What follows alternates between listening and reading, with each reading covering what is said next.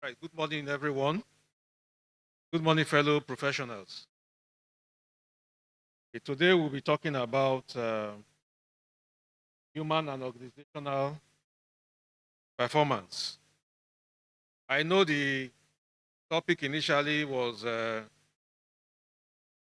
we have on the program was specific about the construction industry, but in reality, human and organizational performance, or HOP, as an abbreviation, cuts across every industry. And so, what we discuss today will not be so much specific on the construction industry, but on safety in general. My name is Somashayon Enisiama. Today, I'm the Health Safety and Environment Superintendent for the Escravos Gas Liquid Project. Prior to this, I've been engaged with Chevron for the last 22 years.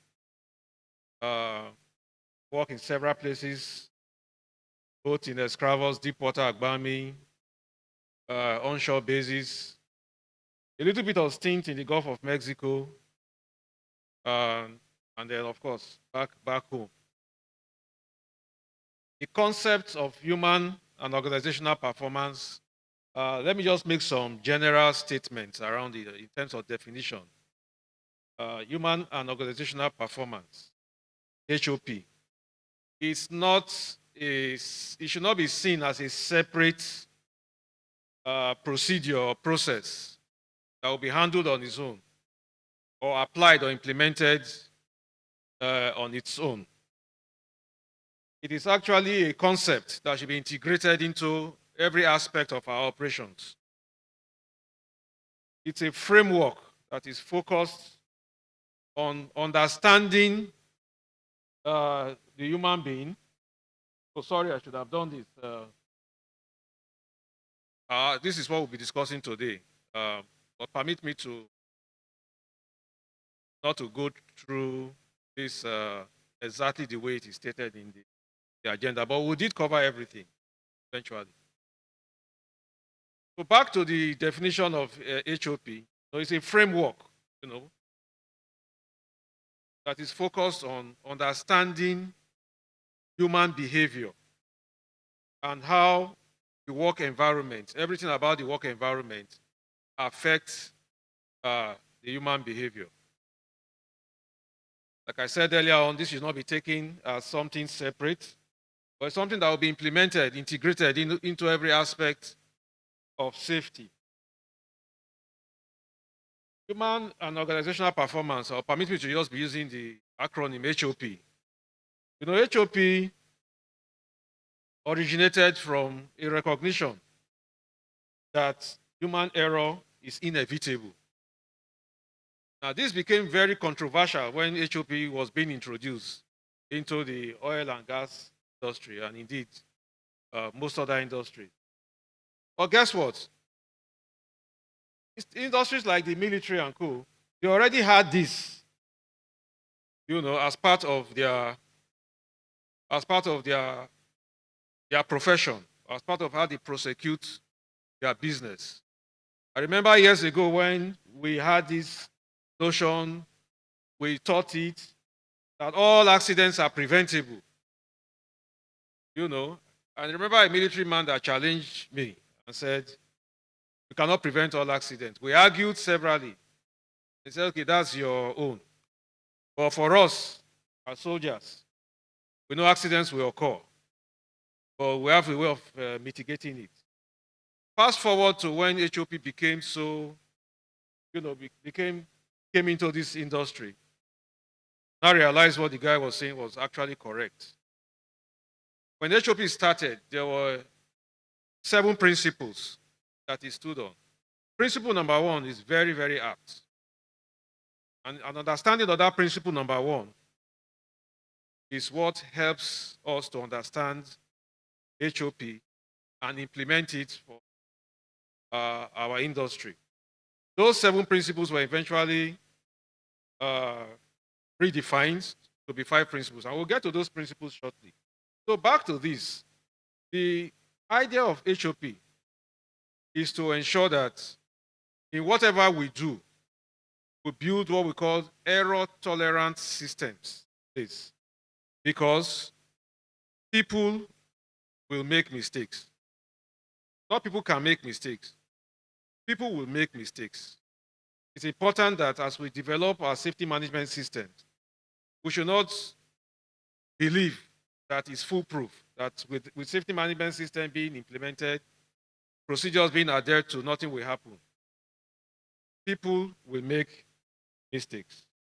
Human organizational performance makes it easier without recognition that people will make mistakes. Implementation of HOP principles makes it easier for people to get it right and makes it difficult for people to get it wrong. As we go through the principles, 5 principles that HOP stands on, we'll get more understanding of this. Oh, sorry, I forgot that. So what are these principles? The principles are foundational. What that means is everything that we'll do, one or all of these principles come into play. And these are the things we must always think about designing programs for people to do work and for us to have the expected outcomes that we desire. The first principle is that error is normal. Just, similar to what I said about people who make mistakes. Error is normal. We are human beings. It's human beings that do work. Human beings are not infallible. Our systems be designed expecting that errors will occur. And we must have a way to accommodate those errors when they occur. And that's what we talk about, building error-tolerant systems, building resilient systems. When something happens, it will not attain the full potential of the full consequence, but there will be safeguards. There will be measures to mitigate the impact of whatever goes wrong. Second principle is that systems influence behavior. You see, the environment where you work will influence you, whether you like it or not. One example I would have loved to give, but that would be going too much into the political realm. But permit me that some of the things we say here hopefully remains here. You are not, don't take them in the political context, but take them in the context of what we are discussing. That systems will influence behavior. There is this joke sometimes, but it's reality about our people in London boarding aircraft, British Airways. Everybody lines up, right? Queues up, obey the instructions, board the aircraft, inside the aircraft, good behavior, greet nicely, very cautious, and then arrive at MM. Then the next thing is 10 people, all hell let loose. One person from the back will go to the front. One VIP, they'll come and pick the person, Systems influence behavior. We should know that. So we'll get the kind of behavior we want from the systems that we have designed. Principle number 3, blame fixes nothing. You see, to blame individuals is very easy. But you know what? More often than not, does it address the root causes? Focus on understanding why something happened rather than blaming people immediately. There was a lecture yesterday, that hall. Somebody talked about fatality that occurred in one facility. He was a doctor. And they had to get to the root of the matter. So they had to have discussions with the work crew before they understood the underlying issues that caused the accident. So that's how it happens. If you start with blaming, people will lock up. They'll just close. Okay. For us to implement HOP, this principle is also very important, especially for leaders. Blame fixes nothing. Principle number 4 is learning and improving is essential. We talk about learning, we cannot overemphasize the importance of learning. But what are we learning? How are we learning? What are the measures you are putting in place to learn? Important.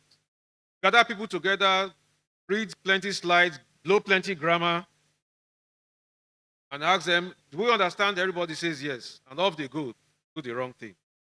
Today, we try to teach, try to discuss job safety analysis, for example, in the language that people understand.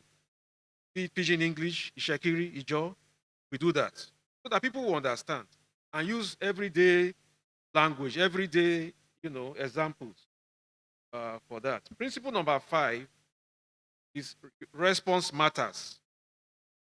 Response matters. And this is 80% for leaders, for leadership, 20% for workforce. Your response matters. There is a saying by somebody, Dave O'Reilly, to be a top member of this industry, one of the Usher previous past president. He said something. It is not what happens to us that defines us, our response. Oh, there's disaster, flood. Or let me give another example. An accident on the road. It has happened. Our response, what will define us? The words, in the future, they will say there was an accident.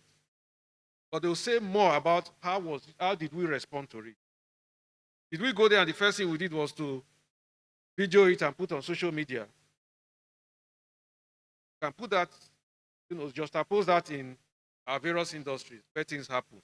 Our response matters. Something happens as a leader. Your first response, if it is, oh, how did it happen? You people are spilled again. And it is this crew that is always what you get, not get the truth again. Just like we said in the other principle about learning, about blame, fixing nothing. So our response matters. We'll go further into all of these principles as we go on. So principle number 1, error is normal. Talked about this before that, see, people will make mistakes. Let's not go on and believe our safety management system, no matter how well we review them, no matter how robust it is, no matter the SMEs that contributed in developing them, that they will be foolproof. People will make mistakes because we are human beings. Error is never the cause of unwanted outcome. There are other things that have caused the error. We normally refer to them as the error traps. Error traps. Those error traps can be seen from this quadrant. 4 of them: organizational, individual, tax demands, and work environment. These are error traps. Just think about them. I'm not going to read through each and every one of them. But every of these cause error. Change. You have a change in your system. Remember, not everybody will catch up. Some people will be lagging behind. They will not say so. That's an error trap.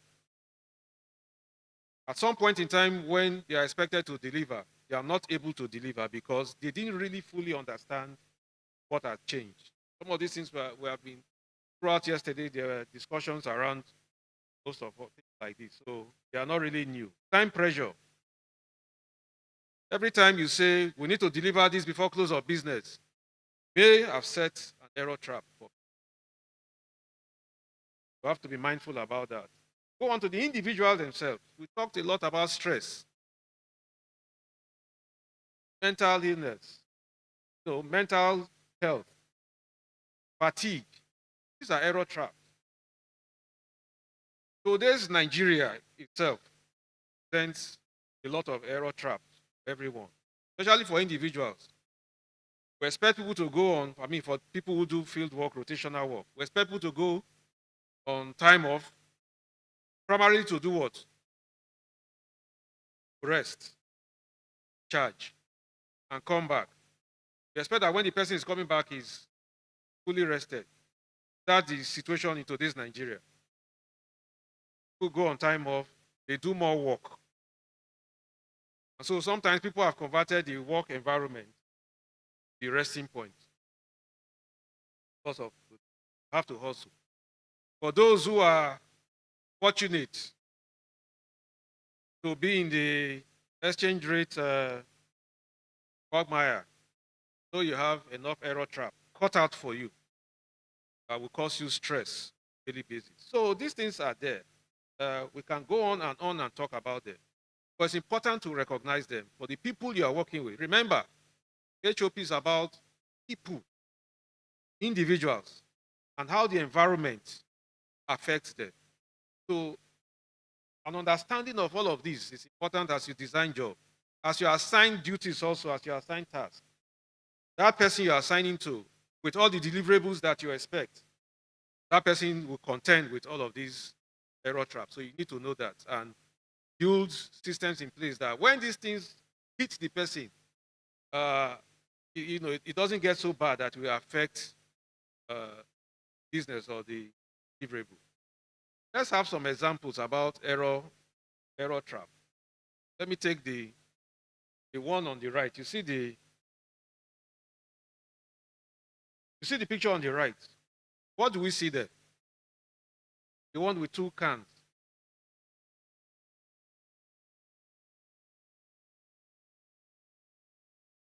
One is an insecticide, and the other is, sorry, butter. Well, the other is edible. Let's just. But they look alike, right? Think about sending somebody to go buy something. I'm just telling you, hey, you see this one? Take this, go and buy this. Hold one of the cans. And you're supposed to buy the butter. The person goes there, he said, this is it. He buys the insecticide. In designing programs for people, think about all of these error traps. How do you mitigate this kind of thing? Be clear. Maybe photograph. Write it clearly. Don't assume, not always assume that people will know exactly what you are talking about. No matter how long they have been in business, no matter how old they are big. Remember, there are many things that affect people. How many times there are some of us, you are planning to drive to a particular place and you end up in another location. So, oh, sorry, it's not your fault. It is what you have contended with, or what you are contending with as a human being. You are just a human. The one on the left, let's look at the one on the left. Typically, we see this in computer system. You delete something, we ask you, you like to cancel your current progress and delete all the unsafe data. You have two options. One says cancel, the other one says continue. What does it mean? Cancel, continue. These are examples for us to think about when we are developing procedures, for example. But there are error traps in procedures. There are error traps everywhere.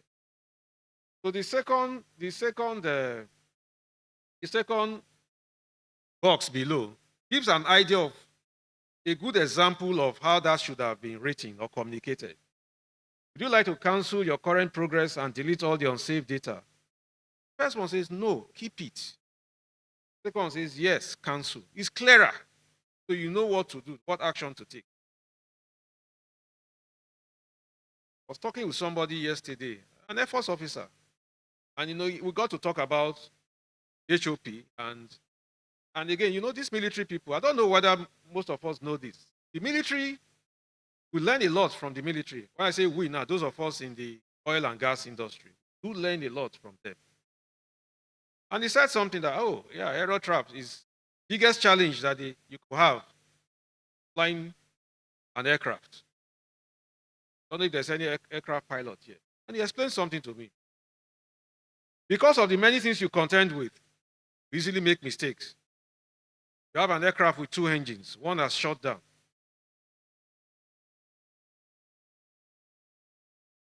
The next thing is you're supposed to fly with one and try and land as soon as possible. He said more often than not, panic sets in, and pilots have shut down the second engine that they are supposed to fly with. Then they have a crash. The aircraft investigations have shown that. We all contend with it. So as we design systems, let us not design systems believing that as clearly as we have written our procedures, it will be the same thing as the outcome that we desire. No. People will make mistakes. Continue with error trap. Who can spot the difference here?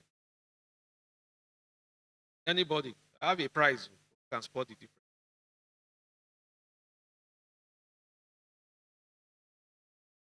This is an error trap.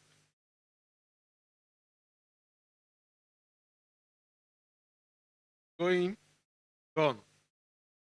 Are campaigning after election.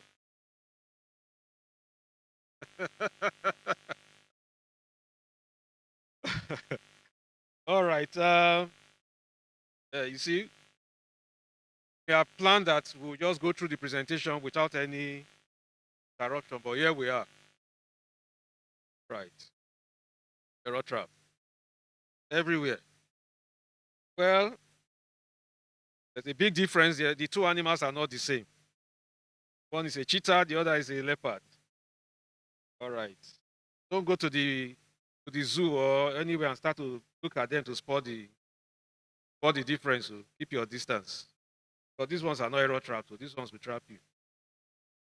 Or you can trap them. All right, let's go to the next principle of human and organizational performance, which is systems influence behavior. I gave an example of our people, aircraft. I'm sorry to use that example, but it's true. We have all seen it, we have all experienced it.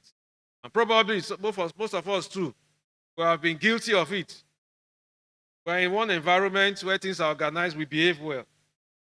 Go into the other environment where we believe it's anyhow. And then we bring out what our friends said recently, some of these comedians, we bring out our anyhowness.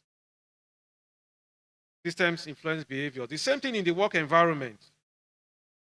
Use systems that will get you the kind of behavior that you desire. Starting with yourself as leader. Your team, leadership team.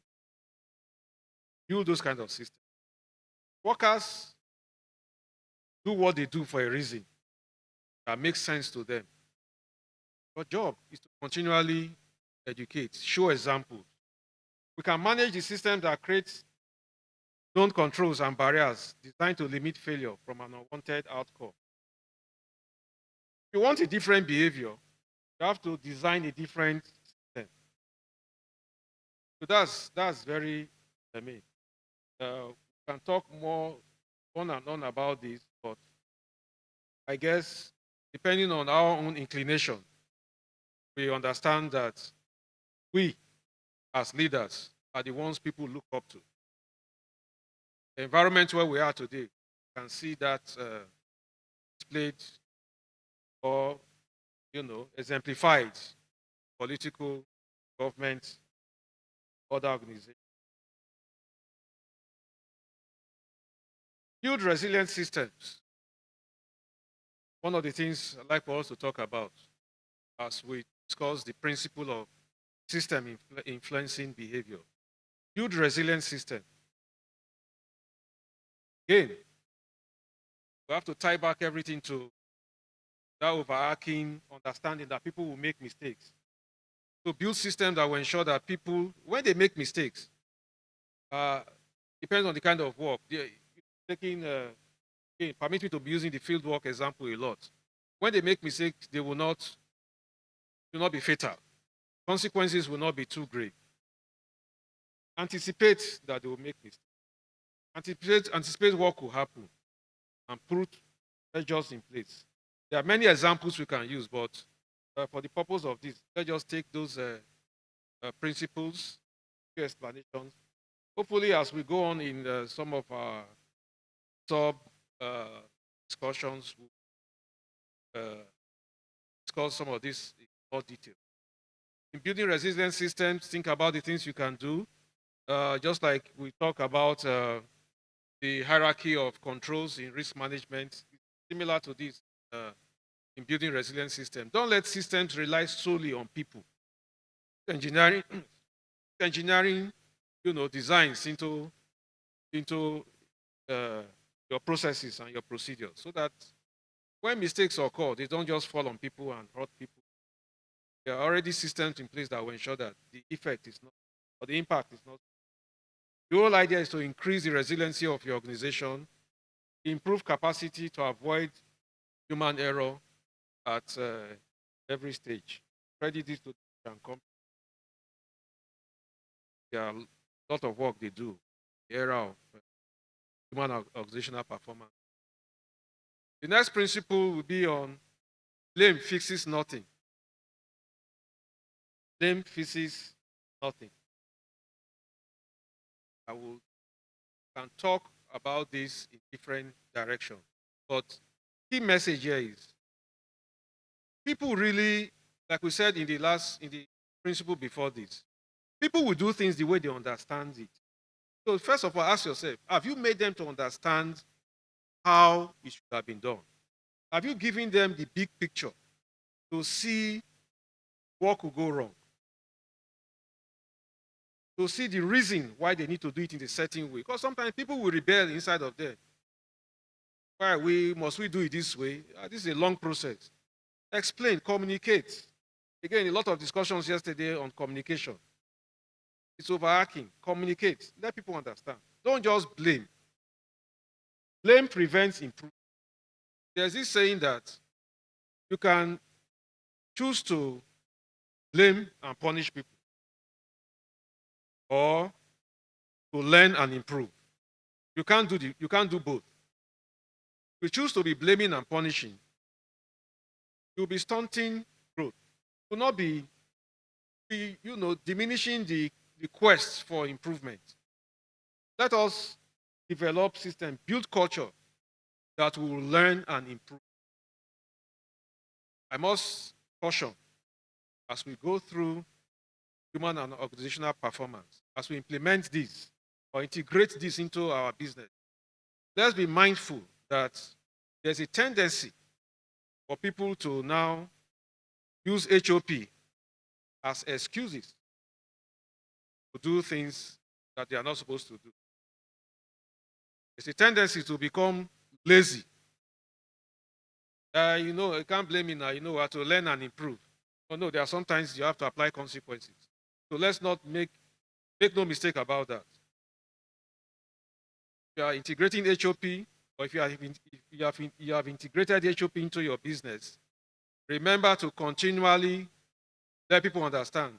Look, this is to help our business so that we will get it right, to prevent harm from realizing its full consequence. It's not to become lazy, not to avoid work, or to give necessary excuses. So back to this, blame fixes nothing. You are enjoined, encouraged to adopt the learning and improving culture rather than the blaming and punishing culture. Let's talk about, look at three things, mostly related to learning and improving. Then, I stop. Okay. Let's talk about errors, violations, and sabotage. So closely related to what I just said, some people, they hide under this and, start to give excuses. No. Understand these three things: errors, violations, sabotage. Sabotage itself, something that is done with an intent to harm. It's criminal. Criminal. Yes. Somebody sabotages, law should take its course. Or the policies or procedures, your nation should take its course. No, it's not to say, oh yes, we learned HOP said we should learn and improve. So somebody has sabotaged something. Sorry, no, that's a different thing. Criminal act. Exclude that. Error, an action or inaction that unintentionally results in an undesirable outcome. no intent to harm. Those related to violation. An action or inaction that intentionally deviates from a set of rules. Good to understand this.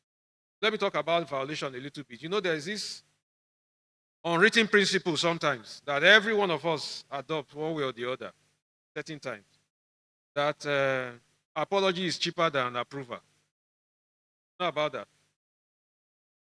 Apology is cheaper than approval. You think for me to go and get this approval, all the talk that this man will talk and all the process to get approval, let me just do it. You have actually violated. That's violation. But sometimes they are done with good intent. Most times with good intent. Let me give one example. One day, I looked at my boss, wanted to take permission that I would travel. Anytime I go, he will give me one work. I'll quickly do it. I'll come back. I'll be talking, Nigeria etiquette these days.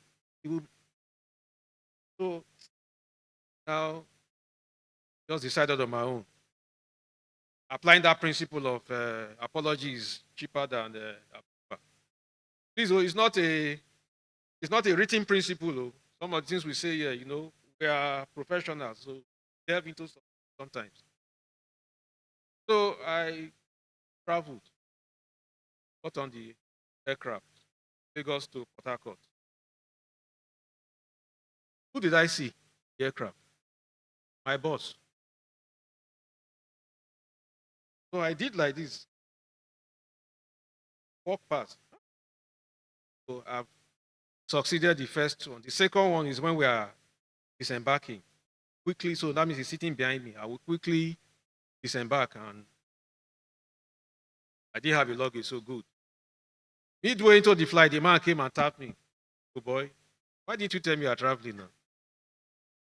So, wanted to tell you, but now see this life. He said, I didn't want to tell you. That's why I was giving you all those words. So we are good intent. We both violated. Those who know my boss, don't calculate and be thinking, Prof, please. The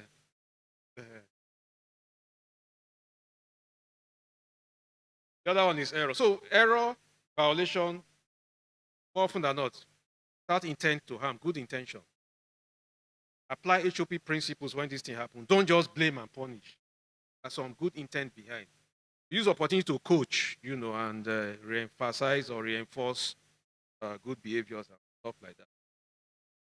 And encourage people. In this case now, next time, easier to go walk up to the boss because it's a human being. Create those environments where people can interact. All right, so the next principle is learning and improving is essential.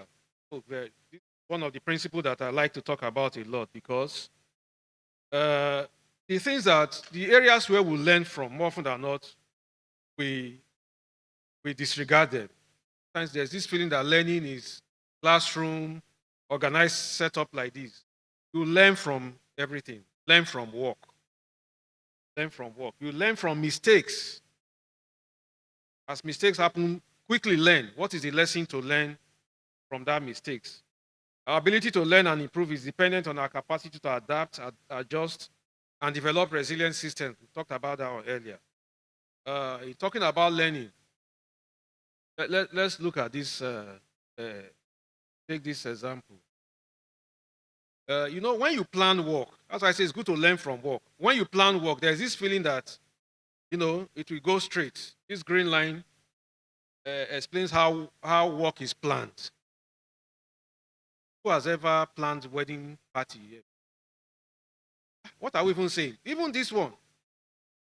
You plan work, the guests will arrive at so time, will finish, food will be served, first course will be served, second course, you design it as if everything will. But how does it happen? The day it comes, caterer stays in traffic. The people are supposed to, you are planned as puff will be fried within the environment so that it will be hot. The gas didn't come. Also, the same thing in the work environment. You plan work, everything will go straight. But in reality, this is how work occurs. In all of this, opportunity to learn presents itself. Every time work deviates, we call it drift from how it is planned. There's a learning opportunity there. We just had one this morning. My sister, there's a learning opportunity. We were supposed to have our tea and snacks. Some of us didn't pay for breakfast in the hotel where we stayed because we know there will be snacks here. We got here very early. Some people were thanking me. You came very early. Why? One of the reasons why I came is to have breakfast. But it was not ready like this. People will make mistakes. The person who is supposed to bring this morning, you don't know what happened last night. People will make mistakes. Must learn.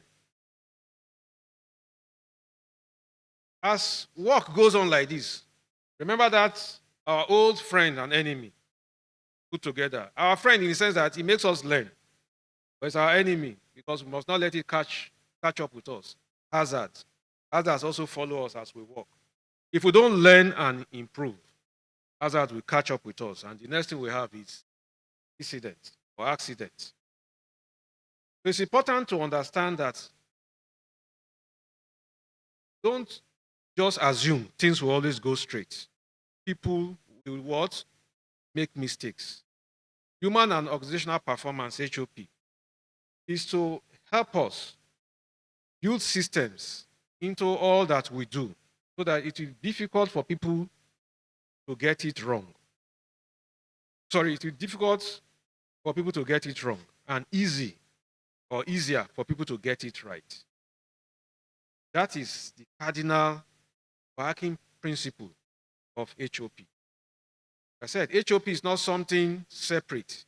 It's not a separate body of procedures. It is something that a framework that we should integrate into all aspects of our business. Before this year ends, there's something that we develop, HOP in a day. How you integrate it into all aspects of your business, in planning, in execution, in look back, just a poster. Post it on our platform. We can discuss more about that. Okay? This slide talks about success. It looks a lot like failure. The things that we congratulate ourselves for, that we are success, they are also things that we will also see as failure in some cases.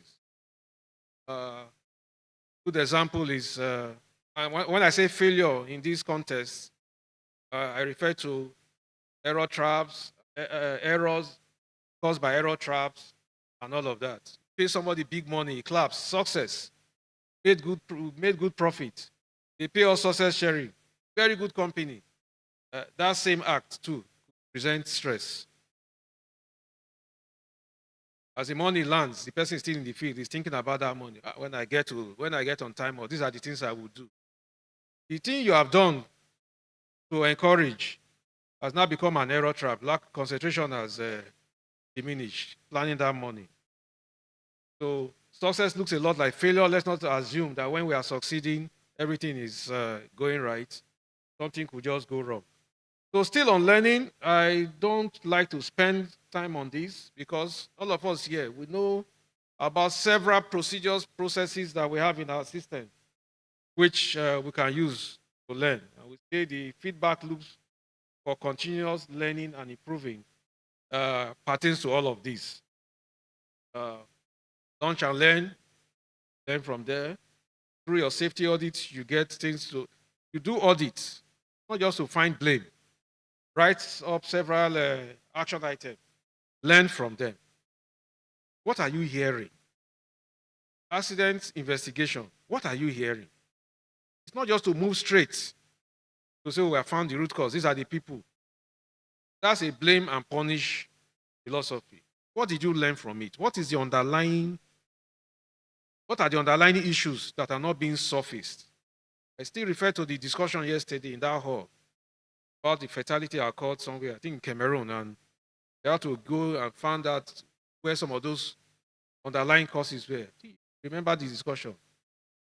Found out that there are some social uh, issues underlying what happened. So every opportunity we have, let's learn. Shift turnover. Don't just write up your turnover notes, give to the person coming. Now you know how you go do it. No. Through there are some learnings. Hey, this is what I learned. This, take note of this, take note of this. And when you turn over, for those who are into personnel management, when you are turning over to the next person, it's not all about the things bad about people that you turn over. Turn over the good ones. Turn over the things that you learn from them. Turn over some of the traits of some of the people. This person is quiet. My first impression when I started working with them was that was a non-team player, but later I now found out that these are the things that encourages him or her. So turn over those kind of things. Learn from everything. All right. Our last principle we'll talk about is response matters. I would like to rephrase this personally by saying your response matters. I said a bit about that earlier on that. When something happens,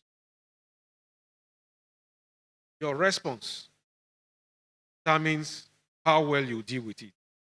I quoted Dave O'Reilly who said, it is not what happens to us that defines us, it's our response. As a leader, you walk into the work site.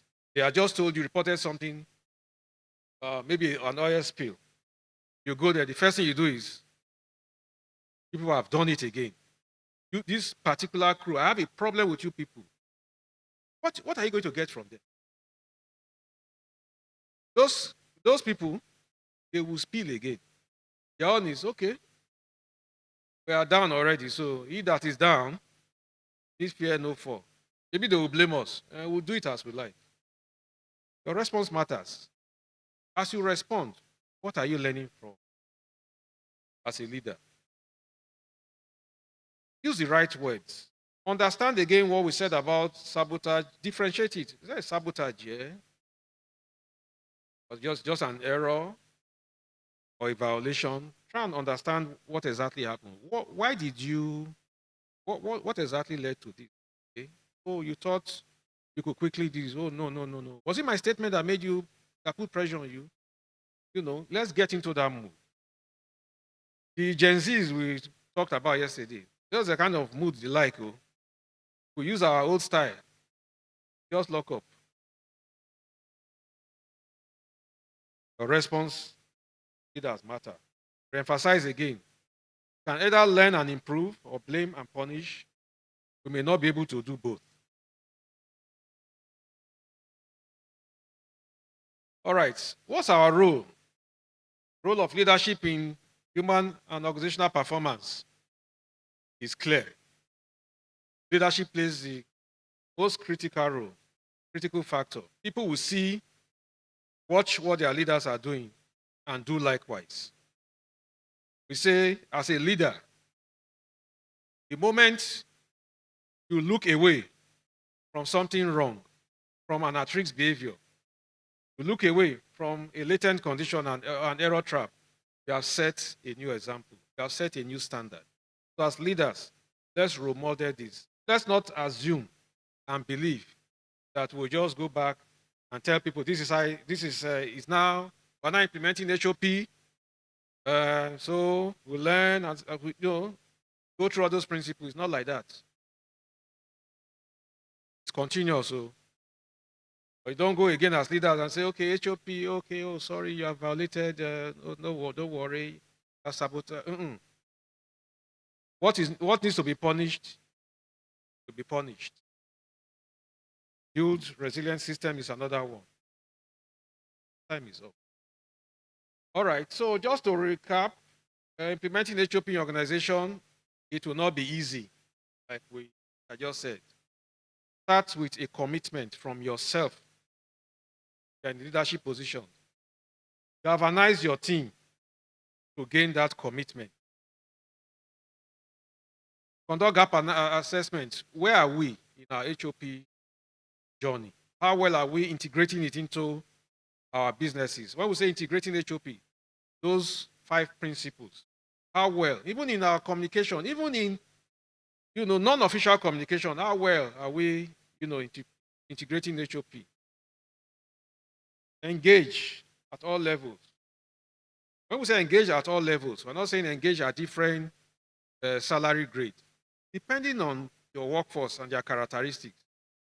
Like I said earlier on, these days, we discuss things like job safety analysis, a language that people understand. It's not to blow big grammar. We work in an environment, the environment where I work, we have different tribes, different people.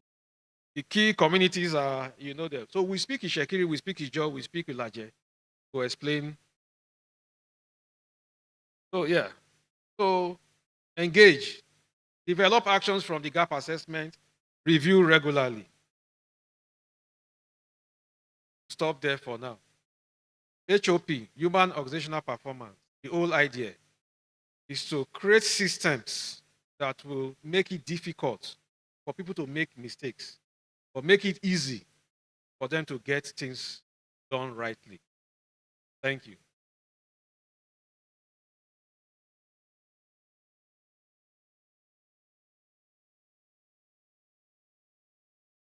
Question and answer. I will good. I'm presenting the HOP. So the one I cannot answer, I have answer for it. All right.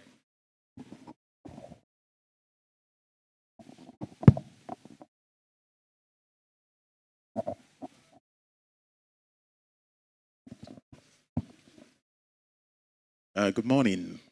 Thank you very much for this presentation. I think it's most apt. So maybe for me it's a comment, then maybe a question. You talk about human organizational performance. In my organization, I think we talk more about human performance principles, and I think it's about the same thing. Yeah. So no matter what you call it, it still comes to the same thing. And again, I think it's all right. How do we as humans perform?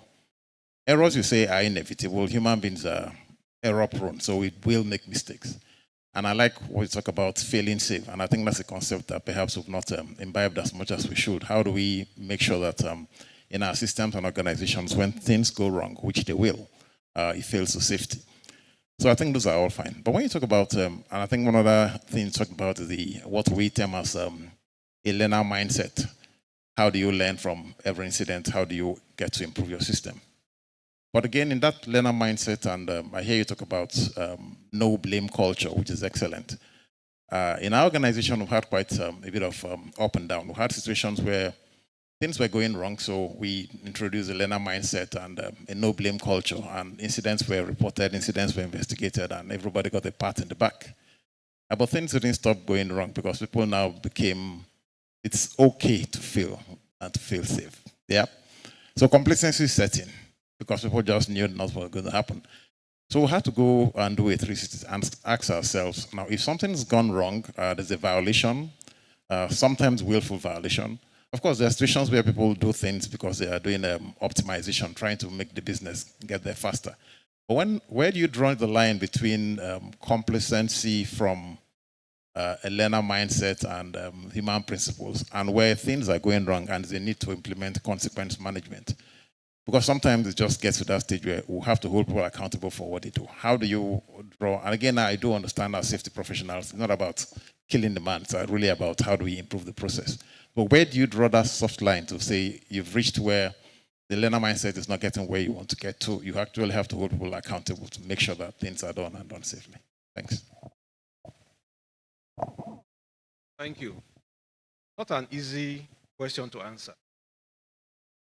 I like when you quickly put that other part as safety professionals. So for me, it looks like your organization is a little bit ahead of ours because that's where we are right now. Complacency is setting in. People just not show up at work, believing that there's HOP, so they will understand with me. Complacency is setting in. So in answering that question, I want us to collaborate because you and I, all of us here will be required to, at some point in time, come up with those answers. how to help organizations, draw the line. But standing here, I will say this. From an HSC perspective, our own is to unearth, help investigate, determine root cause, put it where it belongs, in appropriate category. Blame if it is willful violation, leave it there. Let the human resources people integrate it into their own disciplinary procedures or policies and deal with it from there. That's one aspect I would at it. The other aspects will be at some point in time, we have to go back and look again at these concepts of human organizational performance. What do you call it? Human performance principle, and say, just like in every, safety program or policy, we have operated this for a while. It's time to have a look back and say, this is not the direction to go. Because we have a business to run, and we have goals to attain. So if this is creating or causing complacency, and I use the word, creating laziness, then we have to revisit it. And then there will be another topic, maybe HOP 2.0. I will say, that thing we said that day, people will make mistake. People should not make, anyway, let me leave it at that. So, but I'm not able to answer your question with clear-cut answers, but I hope together we'll be able to fashion the path forward. Happy to hear that, well, not happy to hear. It's good to know that you are ahead. You have started seeing these things. So what we are seeing now is not new. So we have people to collaborate with on how to move forward from there. Thank you.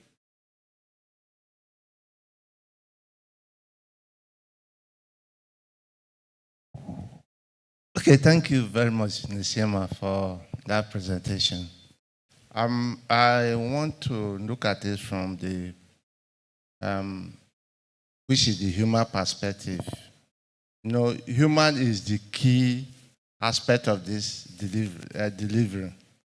You know that when you talk in terms of people, because I look at the cycle that you projected at the first time when you talk about the work system, the culture, the processes, and the equipment. One of the key things we need to look at in this way is when you look at people as a whole, you look at the individual concepts and traits, and they also affect the performance. Then you look at the group behavior. So individual behaviors are integrated into the group behavior, which we also need to recognize. It is from the group that we mostly impart on the organization. So organizations should take into cognizance the individual impacts that will affect the group. The individual impacts or traits are emerged in the group performance. So the people performance is key.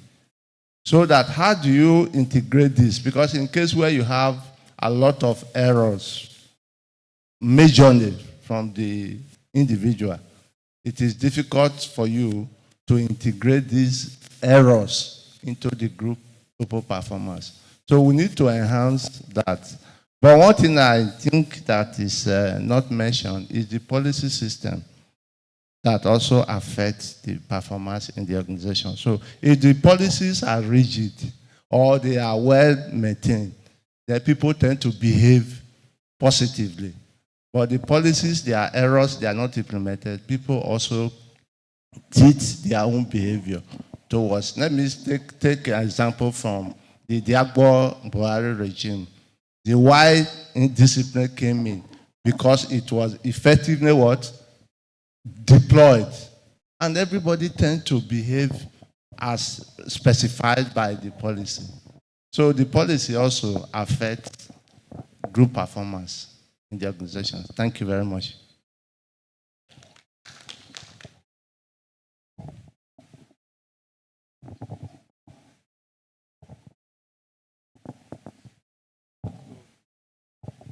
Thank you, everyone, for your time, and let's continue this conversation.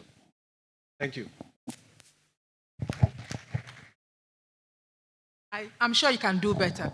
Please appreciate this gentleman. What wealth of wisdom has been shared this morning. Okay, so continuing, standing on existing protocol, we go on 10 minutes tea break. Thereafter, we'll come for our plenary section. Thank you, everyone. Please go and enjoy yourself for 10 minutes, please.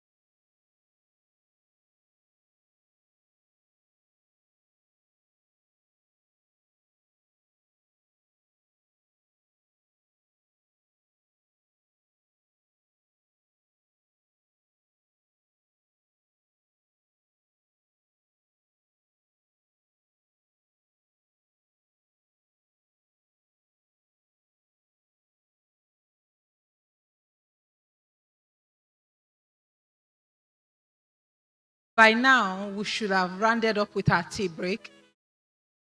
So please, ladies and gentlemen, could you file yourself back into the banquet?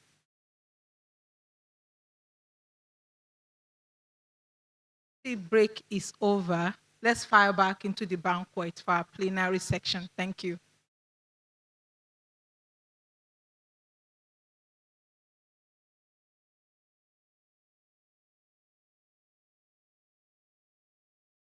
And I will also request that you please come forward, occupy those distinguished seats that have been set specially for you. Please come forward. Let's occupy the seats. Let's start from the front first. Tea break is over. Tea break is over.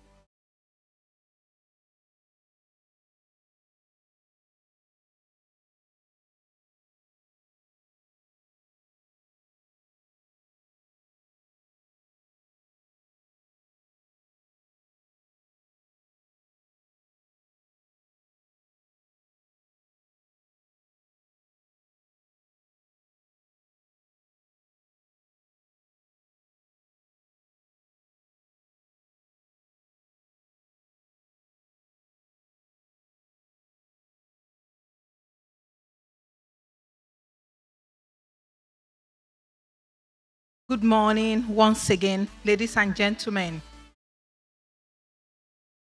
the time now is for our plenary section.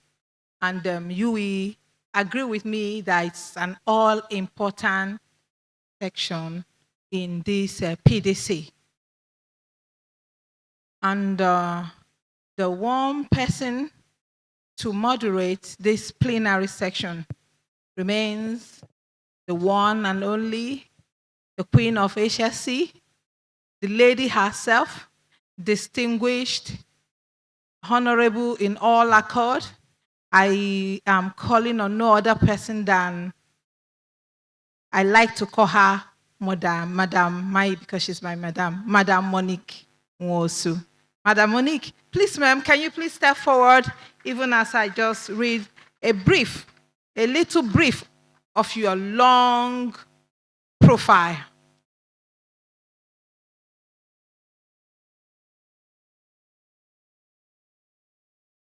I will need you to stand, ma'am. Thank you. Madam Monique, I will need you to stand. Thank you. I want to read your profile. Thank you. Standing before us this morning is Monique Nwosu. She is an accredited and chartered management system consultant and coach. Certified Professional Scrum Master PSM 1. Business Process Analyst, Certified Project Manager, and Certified Lean Six Sigma Black Belt with several years of experience. She has a postgraduate degree in environmental management, an MBA in business and technology, and is currently a PhD scholar in environmental management and sustainability.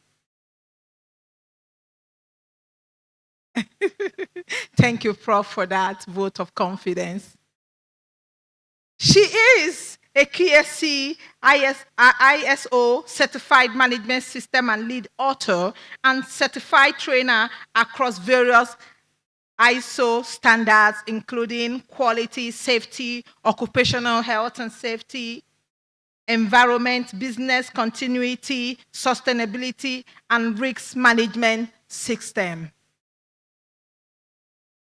ISO 9001, 45001, 14001, 22301, 27001, 31001, amongst others. Please, can you people appreciate my madam? I know you want me to wrap up because your resume is so long, but it's so packed full. Permit me to go on. As the principal consultant and project director of Fresh Fountain Consulting, she is responsible for driving strategic initiatives across key service deliverables in management system consultancy, training, auditing, product management and redesigning, business sustainability, process restructuring and re-engineering, information system security, project management and management system documentation, spanning diverse sectors. She recently bagged LinkedIn top voices in workplace safety management, quality management, and management consulting. Can I get a clap in the house? It's not easy. I've been struggling for these top voices. I never reach anywhere. Please, let's appreciate her once again. She is a fellow and senior member of several international recognized QHSC and Agile Professional Association. She is a member of Global Executive Council, Safety and Emergency Response Ready Global Institute, Senior Vice President, Certification Services, and Deputy Governor General of Safer Global Ambassador Network, World Safety Organization. Okay, for lack of time, please, you can come to me to get a download of our very rich resume, but you have to pay a fee. That's one. So she serves as a board member and founder, Hearts Aglow Foundation, and volunteers as mentor and facilitator with Faith Foundation. Of course, we know she's right here with us because she's a bona fide member of American Society of Safety Professionals. And she is also playing a very lead and important, significant role in women in safety and the youth version of it as well. She's involved in reaching out to women and grooming the next generation of young professionals through mentoring, coaching, career guiding, and counseling. Madam Monica is happily married with 3 teenage boys to her credit. Let's give her an applause. She will be moderating this plenary section. So it's my honor to hand over the mic to Madam Monica. Thank you.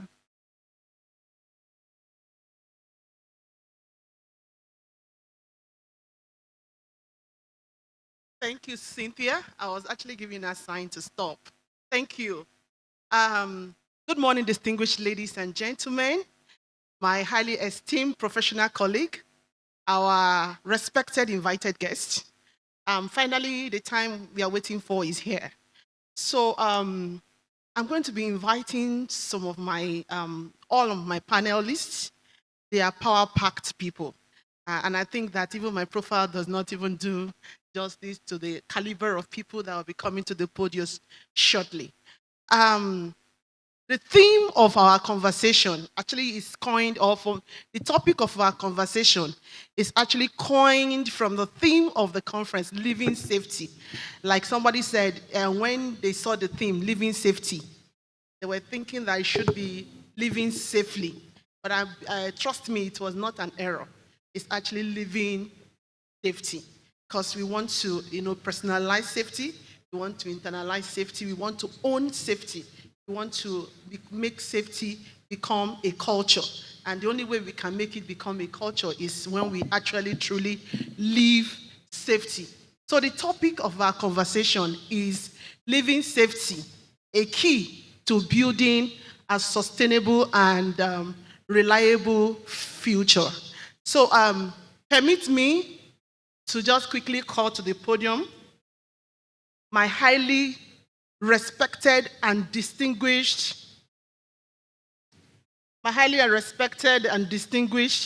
panelists.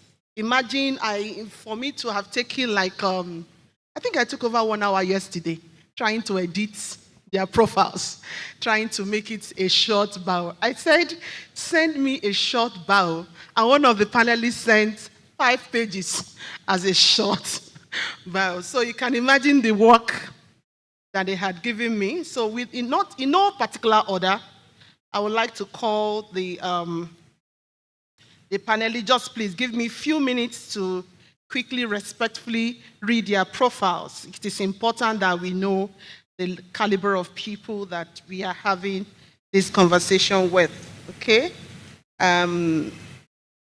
Sorry, I'm trying to bring up their profile. Okay, like I said, in no particular order, I will be calling on Engineer Donatus Oduokpara. He's the Managing Director of BuildSafe Nigeria Limited, located in Lagos, Nigeria. He has over 25 years of hands-on practical experience in structural engineering. He also has received specialized training in fall protection under Capital Safety in Red Wing, Minnesota in US. He is a strong advocate of building information modeling system. He believes in integrating technology into construction industry, and that technology probably one of our focus today. Please, ladies and gentlemen, kindly help me with a resounding applause. Welcome Engineer Donatus Oduokpara to the podium. Please kindly encourage my panelists. Thank you. Next after him is Dr. Ophili Anthony. He's a medical consultant with over 15 years experience in healthcare management and occupational health. Is a former operation manager and medical advisor to British America Tobacco, Friesland, Copina, Guinness Nigeria PLC, through Mebley Medical Services, is also the country director of Power Up Global. Ladies and gentlemen, please help me invite or help me welcome Dr. Ophili. I don't think that Dr. Ophili likes that applause. Yes. Thank you. Thank you. Please, my next panelist, just please help me avoid the middle seats so that I can be in the middle of my panelists, okay? Thank you. Next, I would like to invite Dr. Godstime, ably represented by his HSC manager, Mr. Stephen Victor. He has an BSc Engineering in Agriculture and Environmental Engineering. He's a QHSC manager with GKH Engineering and Marine Services. He has over 5 years experience in construction and maritime safety. He's a member of Institute of Safety Professionals of Nigeria. And with emphasis, he is married with a daughter. So if you're interested, please contact him. Please, can we welcome Mr. Victor to the podium? Thank you so much. Okay, so let's quickly run. In order to balance this podium, this panel, we need to have a woman in our midst, right, to support me there. Okay, so we have Mrs. Asukwa Ngozi Martha. She's HSC professional with over 20 years experience in the oil and gas industry. She has a Bachelor of Pharmacy degree from the University of Ibadan. Greatest UITs. Greatest UITs. Greatest of the greatest of the greatest of the greatest. There are 2 universities in Nigeria, UI and the others. Yeah. So, that tells you I finished from UI as well, right? Okay. So, she has master's degree in public health from the University of Benin and several other certifications. She's a member of Pharmaceutical Society of Nigeria, Environmental Society of Nigeria, and America, of course, American Society of Safety Professionals. She started her career as a pharmacist, and then she climbed up to become one of the managers for the pharmaceutical arm. Presently, she's heading the host community unit of the Health, Safety, Environment Community of the Directorate of the Nigerian Midstream and Downstream Petroleum Regulatory Authority. I'm sure most of us are not very familiar. That is the former DPR. Please, with a resounding applause, can you help me welcome a power pack woman? Let her help me balance my panelists, right? Okay. All right. Now I have a pistol here, and I will try as much as possible to try and shorten it. I have with me, I have to join the podium Dr. Joseph Bangbeke. Okay, he attended the Federal Polytechnic, Ida, Kogi State, and obtained several qualifications. He further obtained BSc in Management Science from Abia State University, Oturu, postgraduate diploma, petroleum economics, and master's degree in energy and petroleum economics from Delta State University. He has a postgraduate certificate, postgraduate diploma, master's of science degree in health and safety and risk management from Robert Gordon University, Aberdeen, UK. He has a PhD in health services and leadership at the Wharton University, USA. Just in 2024, he also obtained a basic advanced diploma from Lay Institute to further equip himself. For his career, he had worked with Shell extensively in various capacities, starting as a supervisor and served as chairman of the Education and Training Committee for Shell. He has held several, I'm trying to summarize, he had held several position and also was a key member in helping Shell attain their ISO certification in ISO 9001, 14001, and the formal ISO 18001 that is currently 45001. He has a NEBOSH IGC diploma and of course Institute of Occupational Health, Safety and Health, IOSH. Is a fellow of the Institute of Professional managers and administrators. And just as a way of summarizing, he's married with 2 children, and his hobbies include reading, traveling, music, tennis, and so on and so forth. Ladies and gentlemen, kindly help me welcome Dr. Joseph Bangbeke. You're welcome, sir. And the final but not the least, I have with me Professor Okeke Gerard Ndubisi. Okay, as a starter, let me start from the very bottom. He has 2 PhDs, right? PhD in environmental management and PhD in climate change and environmental sustainability. And no wonder the school invited him and awarded him with a professorship at Trine University, New York in 2021. He has several diplomas. He has 2 masters. He has 1 BSc, 2 PhDs, 2 HDs. He has written several papers. He has written several research papers, over 20 of them. He has written over 7 books, and he has won several awards. Okay, he has over 35 years service experience as a certified safety and environmental specialist in notable organizations, including Shell, Chevron, and and he has had stints in Texas, USA. He has trained over 5,000 students in higher institutions, and has enabled Chevron to clock 5 million man-hours without any recordable incidents. All right, I thought you'd be clapping. And he has been running a radio and television program titled Safety and Environment Corner at Delta Broadcasting Services Limited. He has several awards. Like I said, I just want to pick 1 or 2 of them. He won an award for Best Research Paper at one of the conferences he attended in Ghana in 2019. He won Best Research Paper as well, again in Ghana in 2019. He was conferred Safety Ambassador Plateau by World Safety Organization in 2018, and recently he won AfriSafe Lifetime Achievement Award for 2022.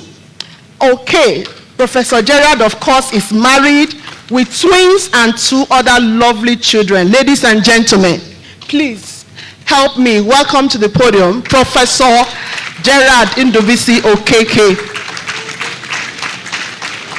So you see, when I said that I took time to edit, you can see the level of work I had to do. All right. Thank you so much. Please, can we clap again? Oh.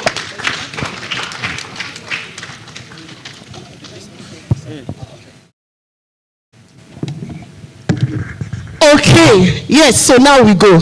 Like I said, our theme is very interesting, and it's something that is resonating with all of us, and throughout all of the papers that have been presented so far, it's been resonating. And the question is our past. Where have we been? Currently, now, as we are speaking, where are we? Then looking at the future, and looking at the subject of sustainability and reliability, where do we intend to be? And how can we navigate from this current state to the future state? So this will form the basis and the focus of our conversation. And I'll just be throwing the questions to my able panelists for their own discussion. And as we are discussing, please, I will also want active participation and involvement from the audience. So I would ask and I will request that you also begin to, provoke yourselves and come up with thought-provoking questions, comments, additions in order to enrich our discussion. All right. So let's start. And I would just want to start with this question that has been resonating with me since. Sorry, technology. Okay.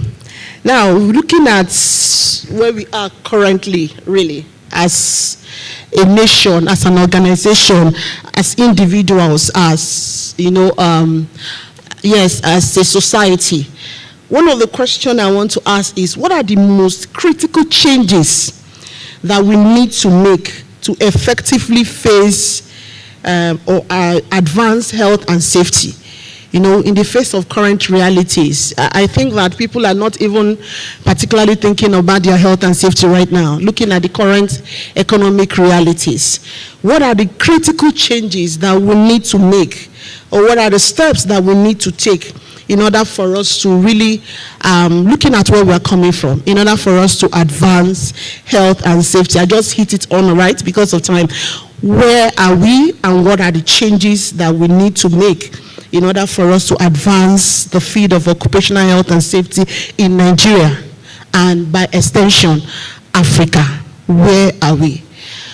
How can we advance? Okay, so let me start with Dr. Joseph. Let me start with you, sir. Okay,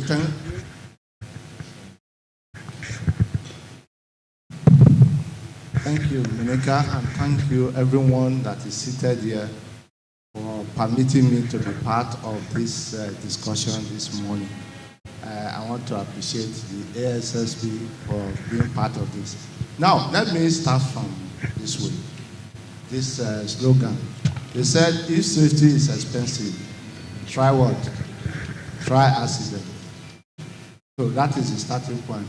Now, let me just give a scenario. When I traveled to the UK the first time, I came back, we boarded the plane and we searched for over 6 hours all through the night.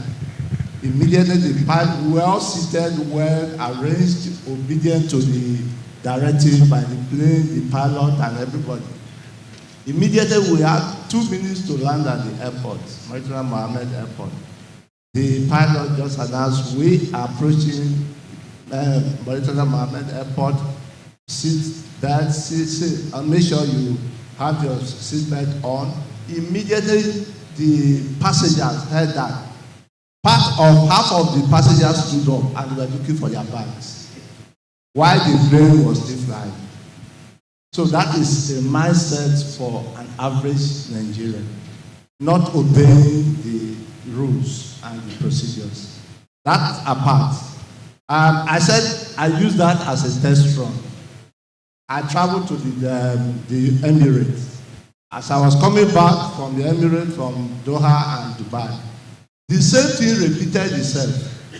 That means it has become a culture for Nigerians.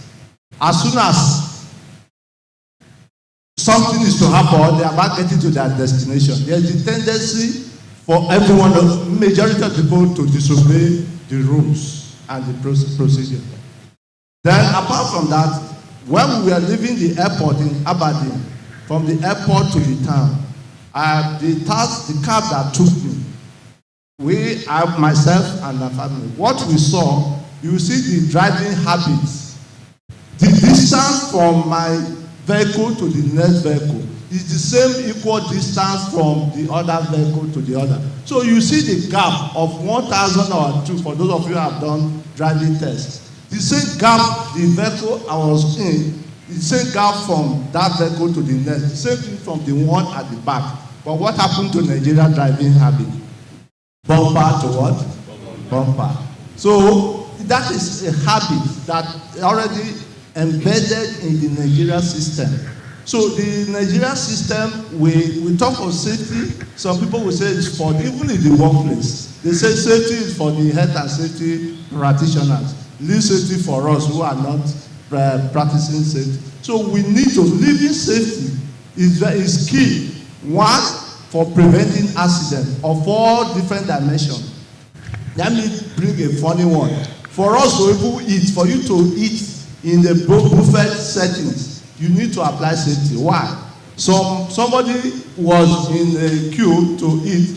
He packed chicken, this meat, turkey, rice, ogbono in the same rice. Thank you so much, Dr.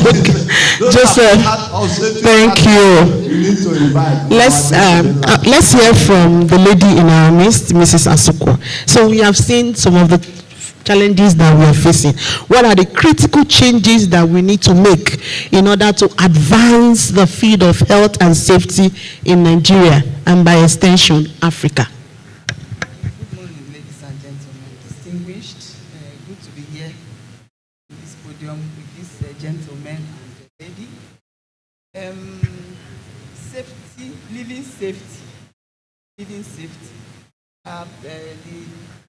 The panel coordinator have told us why she took that the theme for this panel section, living safety, not living safety. Do we really even know? Number one is, do people really know their rights for safety, health and safety? Do they know their rights? Do they know their responsibility? There's that need for us to consistently campaign, awareness campaign for people to even know that this is what their right is, this is what their responsibility is. So there's that need for consistent awareness campaign. And then for working in the industry,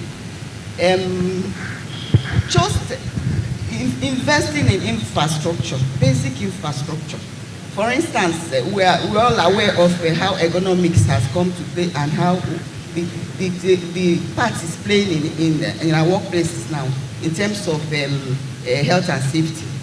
Initially, where people are not aware, but we're becoming aware, and it is good for companies to invest in infrastructure, basic ergonomic chairs, as little as even improving ventilation in the workplace. It will go a long way. Improving ventilation, investing in infrastructure, like I said, ergonomic chairs, will help people to be aware of this health and safety and take us to where we want to be. It's also data. The importance of data cannot be emphasized in this time and age.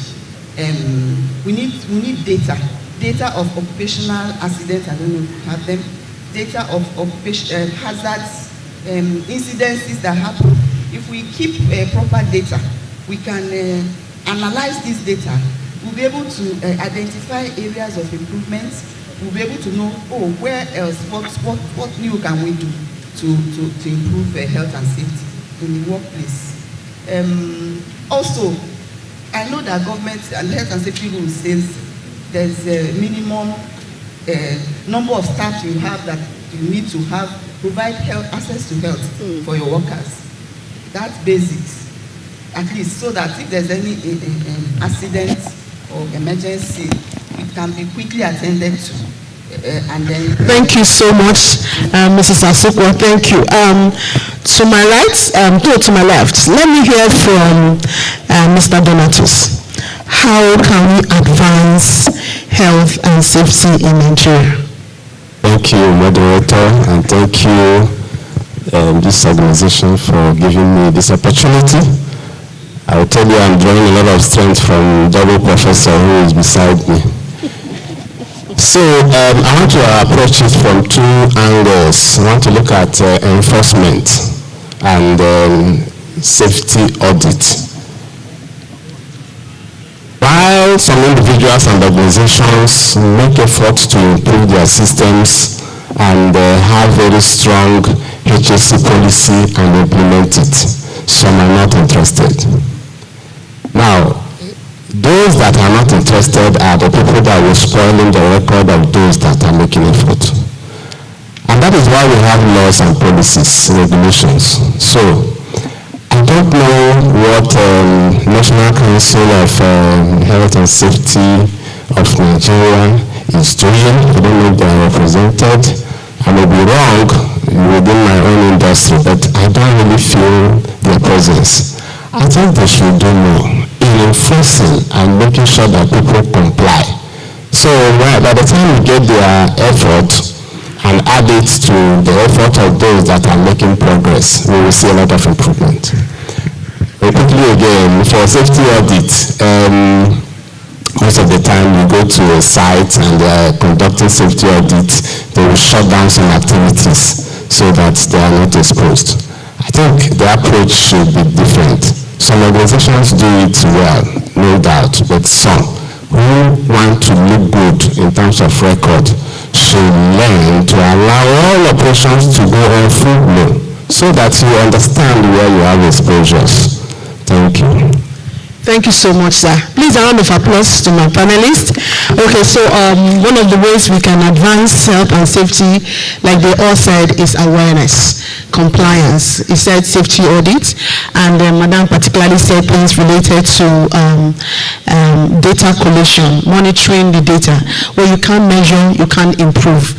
I particularly pick the fact that we also need to improve our risk assessment matrix, and he was talking about economics. And there's no way you can implement any economic measure except there's a thorough risk assessment that is carried out in various organizations. Okay, and the truth is we are a little bit behind when it comes to awareness of health and safety, particularly when it comes to public health and safety. So my next question really will be targeted to how can we foster collaboration with various OSH professional association, key stakeholders to boost OSH awareness in our society.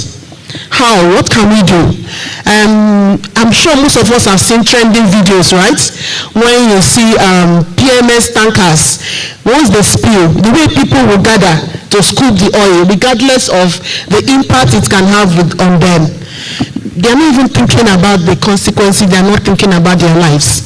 So the next question is, how can we foster collaborations among ourselves as professional association, government agencies, all the key stakeholders? How can we foster collaboration in order to beef up awareness of living safety within our society, our individual family, our organization, and by extension, of course, Africa? And I will start with Dr. Philip. Good morning, everyone. Thank you very much for the opportunity to be part of this plenary section. As she had mentioned, my name is Dr. Philly. I work with Power Up Global, that is very much into employee wellness and performance improvement. Now, to the question, for the purpose of collaboration, we must first identify who are the people that we want to collaborate with, who are the key stakeholders of this health and safety. And the key stakeholders starts with the society itself, and that's where we mention people scooping PMS, extends to the training organizations, the health and safety NGOs, the government regulatory bodies. And when we talk about the government regulatory bodies, we're also focusing on industry specific regulators, like some organizations in the oil and gas, as we are aware of, NIMASA in the maritime industry, all these key stakeholders. For us to be able to foster that collaboration, we must have a body that they all respond to, and that's the Ministry of Labor. And we are aware that as it is, the main legal framework that we've worked with is the Factories Act. And I believe by now it is more than obsolete. You know, this is 2024. The last time it was reviewed was 2004. I know there was an attempt to review it in 2021. I don't know the outcome of that. So if we look at it from that aspect, then to foster that collaboration, the Ministry of Labor has to be encouraged to bring each of these stakeholders together to effect it one. And then from there, we can now start educating people, educating the society. The training organizations, the HMOs, need to be able to start educating the general population. We talked about people understanding what their right is. I think one of the rights is to be able to live in a safe environment. That's a fundamental human right. And this is not even communicated to the society. So the average person on the street doesn't know he has the right to live safely. And if he understands what that right is, then he takes responsibility for it, and he's also become the watchdog for organizations. If you see petroleum spilled in your environment, you know you have the right to life. You don't want somebody to put fire there and harm you. So you start claiming your right. So when you look at it, for the purpose of collaboration, it's first important for us to identify the key stakeholders. Then these key stakeholders now, who are they responding to? The Ministry of Labor. That means there has to be advocacy to the Ministry of Labor, and then understanding also that all of us stay in a society and the people need to be educated on their rights. I think with these few activities, we should be able to get the necessary collaboration that will help us to live safely. All right, thank you so much. Please, a round of applause for him. Speaking of rights, recently, ILO declared OSH as a fundamental human right, a fundamental right and principle at work. There were 5 principles. I think this became the 6th, am I correct? The 6th principle as a fundamental human right. ILO already had, I think, 5 fundamental human rights principles, and OSH, occupational health and safety, became one of the rights to every employee. So it was declared as the right and fundamental principle at work. So now talking about that, we want to know, we as professionals, government agencies, the same question really, I want to throw it now to Professor Okeke. Looking at we as professionals, looking at government agencies like you have said, how can we still promote, because I just feel that there's a gap. You know, it is only when I'm knowledgeable and I am aware that I can begin to, implement. I just feel that the level of perception, risk perception in our society is very low. I'm sure you agree with me. The risk perception generally is very low. So how can we, practical ways, how can we as professionals, government agencies, individuals, regulators, how can we, I will come to the regulator, the DPR person, to hear from Professor. How can we improve safety advocacy in our society, particularly leveraging, this principle that OSH has become a fundamental right and principle of every worker at work? How can we improve awareness and advocacy so that really living safety can become a thing in our society? Prof. Okay, this is an interesting topic. As occupational health and safety practitioners, we have a lot to do in this regard. We'll be having a lot of hiccups, especially if we watch some organizations where we work. There are certain policies or certain things you may tend to bring in, and somebody will shut you down or say, well, we're going to spend money or this or that. So we as professionals should not relent. We should continue to push. So in the first place, we need to create an enabling environment to make occupational health and safety to thrive. But then we can't thrive in this aspect without the support of the management or the people we are working for. It is very, very important. So that creating of awareness, very, very important. And then collaborating with the regulatory bodies, just like what's his name again? Dr. Philly said, very, very important. Now we have agencies started with this responsibility of ensuring enforcement of occupational health and safety. Now the question is this, are they doing the job? Are they doing the job? Maybe to an extent. So we need to push more, talk more. Orientation, we need to reorientate our people. We need to, drive it, live safety, just like the topic I said. We have to live it, chew it, sleep it, and then push more. Like we discovered that there was an issue, like let me use DPR an example before they metamorphose into another thing. We had this issue of regulatory and what have you. Like sometimes when I go to some of the platforms where I used to work in those days, I see some things going on. But then when you come to the companies that are being regulated by DPR, they are doing the right thing.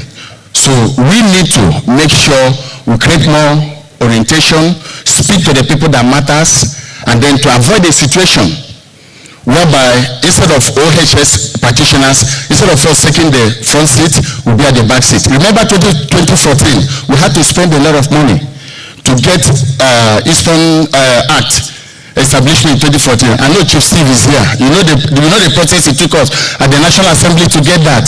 But this is something we should be encouraged to do. We have to part with some money to make sure we pass a bill in practicing safety in Nigeria, but which should not be.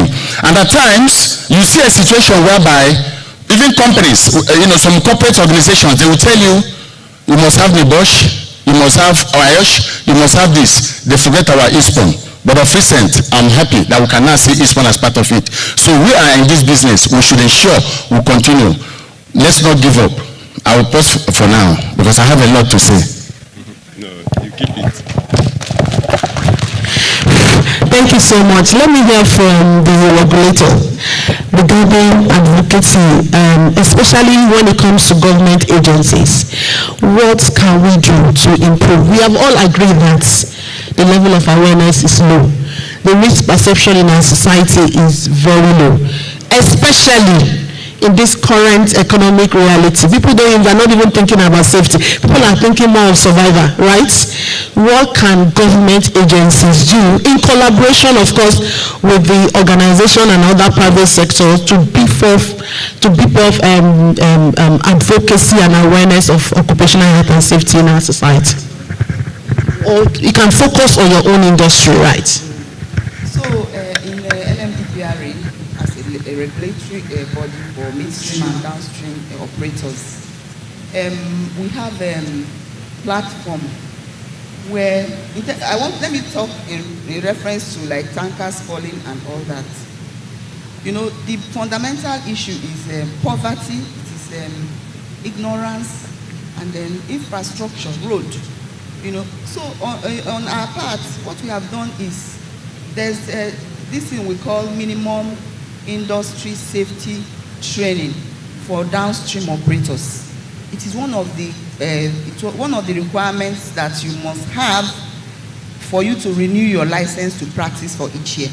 And what it entails is that for your truck drivers, you have to train them on defensive driving, in order to, first of all, reduce incidents of accidents, because it's the accidents that will eventually lead to people scoping fuel and not minding the repercussion or consequence of that action.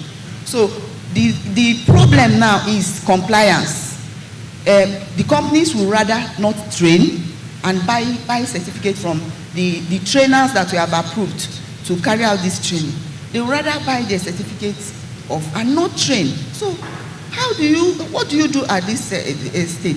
It's very, very difficult. I mean, complying to safety is difficult, and as a government, we are doing everything possible. We're trying to look for loopholes on how to manage these situations, but we need that collaboration. We need the collaboration. Okay, thank you so much, Mrs. Asoko. As a follow-up, particularly with this tanker and oil spill, I mean, this is one of the common things that we see on our streets. As a regulatory agency, do you investigate when this accident happen? And if you investigate, how do the public get to see those reports? How do we prevent, one of the basic benefits of accident investigation is to ensure that we prevent a reoccurrence. But as it is now, it has become a trend. It's like a recurring decimal. So how do you investigate? And if you investigate, how do you make these reports available to the public for their learning, for lessons learned? So here, now we do what we call the incident investigation. Immediately it's reported. But after that investigation, the collaboration is that the next part of this is the road safety. And then the road safety takes it up, and that's it for us. Because that is supposed to be under their own purview. Every organization have a limit of what they can do at each point. So for us, we do the investigation, we work with it, and we follow up. However, the Nigerian road safety takes off from there. When you do the investigation and the report comes out? We have our own reports, but the Nigerian road safety feels that accidents are for them. So, but because it deals with downstream operation and the collaboration aspects, collaborate with them. That's the way it works. Okay. One of the key things that we want to see really is the investigation report and what we do with this report. It is very, very important. Now, let's quickly, just one or two more questions and we'll begin to round up. Mr. Victor, what are the biggest challenges impacting the advancement of health and safety, particularly in your industry? Well, what is the way forward? What are the solutions? Particularly in your industry. Yeah. Thank you very much, Madam Monica. I felt a little things when you started reading the profiles of other panelists. I began asking myself, what am I going to find here? But then, yeah, I think it's possible to regulate the regulators. Okay? We have, the regulatory bodies have a whole lot of work to do when it comes to monitoring, performance monitoring. I'll share a short story. I have a very good chief engineer who stopped sailing. He stopped sailing because of an incident that they had. He was manning as a chief engineer on board a cargo ship, and in one of their international voyages, they noticed a leakage in the engine room. Fast forward to the end of the story, the boat submerged and they abandoned the ship. And then when he was sharing the story with me, they tried launching the life raft on board that boat. The life raft did not launch. They have valid certificates showing that this life raft is okay, tested, okay. What is the place of the regulatory bodies? They come on board ship, and then, of course, one or two things happen, and then they are out. I know it's quite a difficult thing to do, but it is possible to regulate the regulatory bodies to ensure that the continuous advancement How can we regulate the regulatory bodies? How? Thank God we have more experienced people than myself here. So I think it's a question that perhaps some of us that are into the government organizations can answer, because we really need to find a way to regulate the regulatory bodies. Okay, before I come to the audience, for one or two comments and questions, let me quickly ask my panelists this question. We are talking about building a sustainable and a reliable future for occupational health and safety, particularly in beefing up awareness. How do we build a sustainable and inclusive future where we catch the interest of the young generation? Because I believe that one of the things that can help us to, advance the awareness of health and safety in our society as a whole is catching them young, is, involving the young people and ensuring that they catch the interest of occupational health and safety. As we speak today, hardly will you see any school that has health and safety as its curriculum. There is not taught in schools. Even when you go to NYSC camp, as a graduate, even graduate of engineering, you will see that there's little or nothing when it comes to, safety and safety performance and safety performance management system. The knowledge is not there. So what can we do? Looking at building a lasting and sustainable future that actually encompasses living safety. What can we do to catch them young? What can we do to ensure that our future, really, we are living safety? Okay, who wants to go first? Okay, Prof. Yeah, this is very, very expedient and good question. We need to catch them young. That is the phrase. Now, I want to start by saying that, in this aspect, we still need to talk about training and orientation. Now, let me take a trip down memory lane. As a member of the Environmental Protection Agency, Swedish Environmental Protection, we have a kind of program we run now. We go to schools, okay? We teach them how to plant trees, as an example.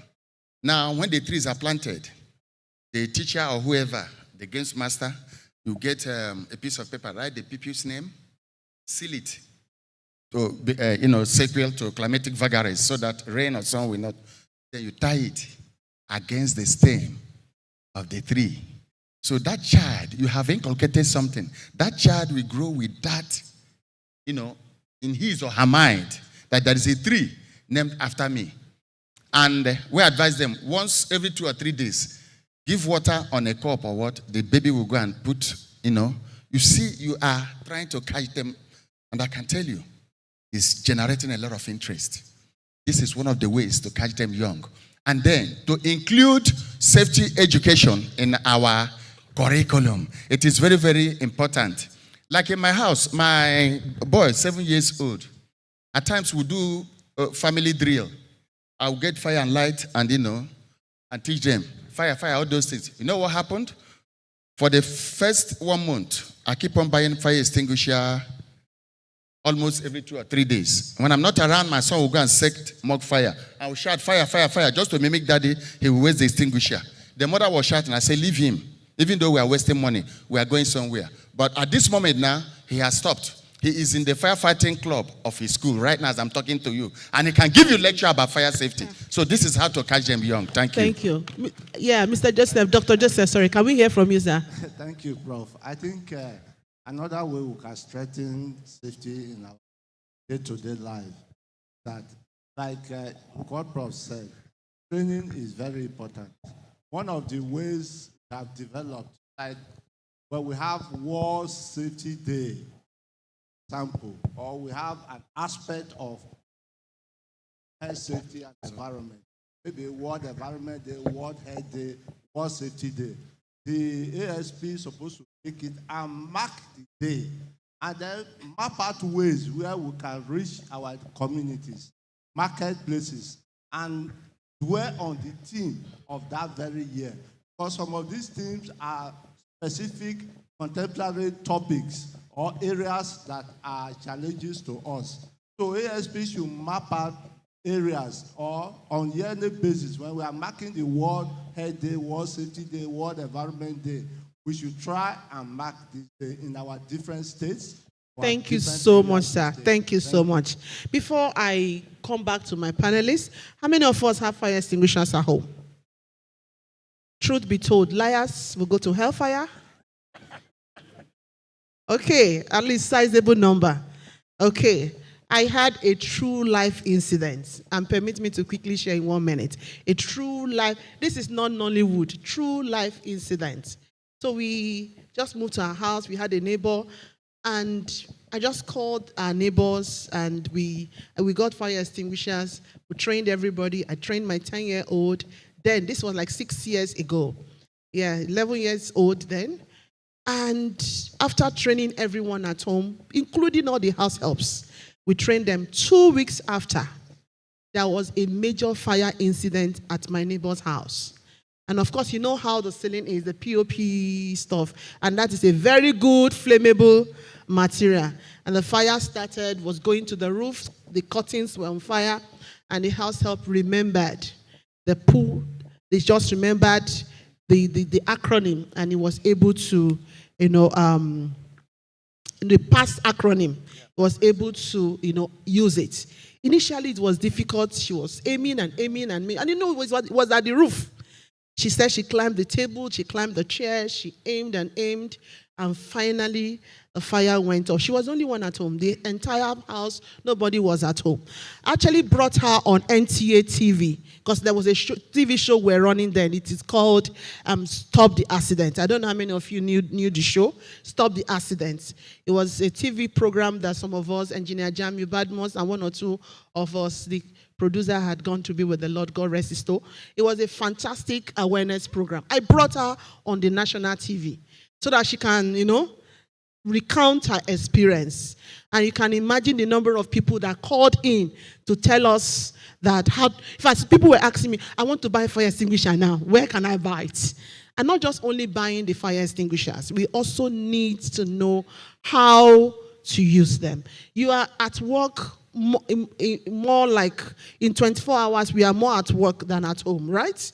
And we are all focused on the health and safety at work. We have the fire extinguishers, we have all the arrangements of safety we have put in place. But your loved ones are at home, especially when you have young children, aged parents. So we need to beef up the awareness. Living safety is something that we need to inculcate into our day-to-day living. It needs to become a culture. Like you said, each time I'm in the kitchen, my 11-year-old asks me, Mommy, I have not used this extinguisher. When am I going to use it? Let's fire start. And I said, fire will not start in Jesus' name. He said, I want to use it so that I can show you that I know how to use it. When will fire start? I said, no, fire will not start. So having said that, I just want to hear from our audience this way. I will give one person chance across all the 4 columns. Any contribution? Okay, so my lady over there. Yes, you, sir. The man at the back, yes, I can see your hand is really flagging. You want to speak, right? And the last lane, if nobody, we can take another person at the middle lane. Okay, just a minute, a minute. Yes, my lady. Quickly, just a minute. Contribution, questions to my panelists. All right, thank you so much for this amazing session. But I would like to say that true collaboration starts with an individual drive. So if you have a drive to promote change, definitely you are going to find collaborators. Because most of the times we just look out for the government agencies, what they can do. But the question I like to throw out is, what can we actually do in our own local community? At a park where I volunteer, I try to teach children on safety because we hosted a career day for them and we were telling them it isn't just doctors, lawyers, engineers. You can also become a safety professional. And some of them will be like, what's that one? But the more you begin to create this awareness, I also am of the opinion we should start with the children, because if we train them right, they will be able to decide for themselves what they want to be tomorrow. So collaboration actually starts with an individual drive. Thank you. Thank you so much for that contribution. Yes, the next. Yes. Okay, I'm Mr. Nisiama. Going to get that name. First and foremost, I thank the panelists that talked about their experience with fire extinguishers and training their family members. Because I do tell people, safety professionals, we should also make that. Tell people, fire extinguishers, fire trucks don't fight fires. It's people that fight fire. I know a company that went to buy a fire truck sitting there. Anyway, now, living safety. Doctor said something in the last session. He made a comment about war against indiscipline. The generation after us, I'm not sure they know about war against indiscipline. Because I was telling children one day that this country you are seeing, there was a time we used to queue. This thing you see abroad, people well behaved. We behave well at a time in this country, 1983 to 1985. Now, the circumstances and the, under which we did that may not be the right one, military regime, decree, and all of that. But the output was good. Why am I coming to that? Consequences shaping behavior.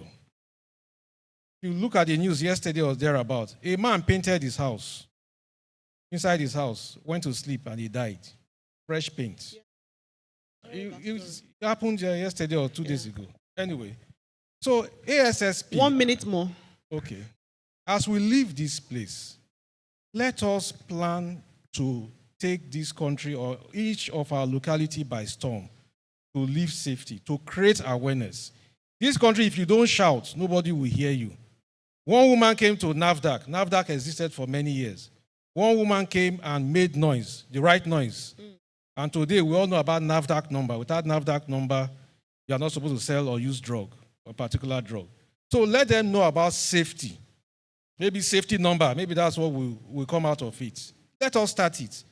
Government, especially these politicians that like anything good, that like anything that has mass appreciation, they will buy into it. We have been going to them through EXPO, it's not working. So let's, as an association, not live here without a plan to take our locality by storm and talk about safety, and they will buy into it. That way we can live safety. Absolutely, and absolutely agree with you. Thank you so much. Thank you so much. Yes. Yes, sir. You have a minute, sir. Is that enough for the introduction? My name is Kingsley Okehelem. I'm coming from Abia State, but I've been in the industry. Welcome to my state, sir. I've been in the oil and gas industry for some time. what we are all doing here is right and good. And God will bless each and every one of us. ASSP Nigeria, from what I read, I know, I think it started in 2006. Till now it's about 16, 18 years. There's a lot to do more than sitting in NAF Center. I've been here for 3 times or so to discuss. A lot to do to bring us people up to date. A man crossing the road, an old man crossing a road at the junction should not do that. There must be a zebra crossing. Teach people these things and send people to school. There are millions of people in this country that don't know next to nothing other than it can move around aimlessly. So please, ASSP, a challenge. Less of big conferences, more of creating awareness amongst our people. I totally agree with you, sir. Yes, and for our people, this question of WIIFM, do you know what it means?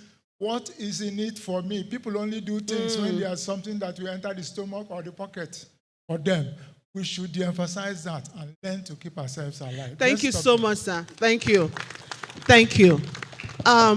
Recently, in November, I was privileged to be at the World Safety Congress. I did a small research, and I submitted that research, and it caught their interest, it caught their attention. What was the research? Informal sector, informal economy, the roadside mechanics, the tailors, the salon, the hairdressing salon. I had a very personal incident of my hairdresser, and she would stand for prolonged number of hours. Everybody wanted Madam X, I won't call her name, to be the one to make their hair. I called her one day and I said that, how old are you? She told me. I said, if you continue like this, you may not be able to run this business in the next few years.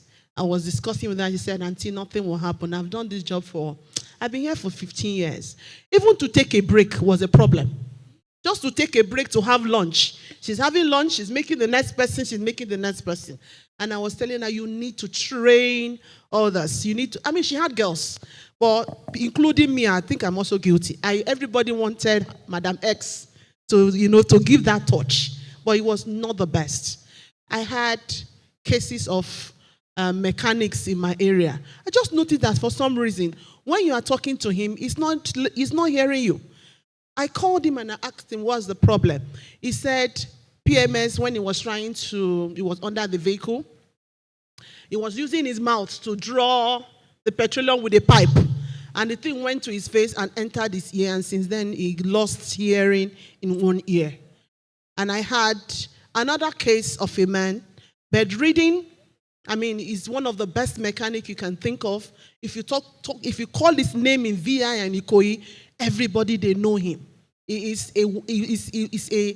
like a highly sought after mechanic. I took his picture. That's one of the things I presented to them. I started an advocacy for the informal sector. If safety really is going to be living and become a culture, then that means that the informal sector, they are also workers. Do you agree? Who is advocating for them? Who is advocating for our house helps? Who is advocating for our domestic staff? Who is advocating for them? Just that small research work I did opened my eyes to see that we have not even scratched the surface of trying to create awareness. So this Madam X I was talking about, eventually she has serious injury with her back and was confined to bed for almost 3 to 6 months. The work that she wants to do, she couldn't do it. Funny enough, her house was up and her shop was down. She couldn't even come downstairs to attend to us. It took a lot of divine intervention, raising GoFundMe money, and even the mechanic, we had to raise money with some colleagues for him to be able to undergo surgery. Even when we had money, if you see the queue at the orthopedic hospital, it wasn't funny to get him a slot to be able to go through the surgery. It was terrible. He was in pains constantly. He couldn't sit up. He was lying flat. That was the only position he could maintain. Even to get him to sit up to speak with us when we went to visit him somewhere around Ikorodu, it wasn't funny. So these are very practical examples of what truly the situation is, and we really need to do a lot. We really need to do a lot. ILO has declared health and safety as a fundamental right and principle at work. How is it going to impact people? And that's why I'm saying all of this is just to collaborate the point of the last speaker. Really, we gather here every year, year in, year out. I believe that there should be a communique, at least from this conversation, and released to the general public to create some level of awareness. We could start a radio program. We could start something. When I went to the World Safety Congress, by the way, I was selected as a fellow, so it was a fully paid conference.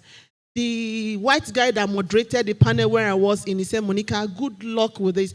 I come to Nigeria regularly and I see all the artisans and everybody, it's a nightmare because it's very familiar with. So one of the things that we are advocating for through EXPO, at least I'm closer to the leadership, is then to inculcate health and safety into the curriculum of the artisans. Do you see?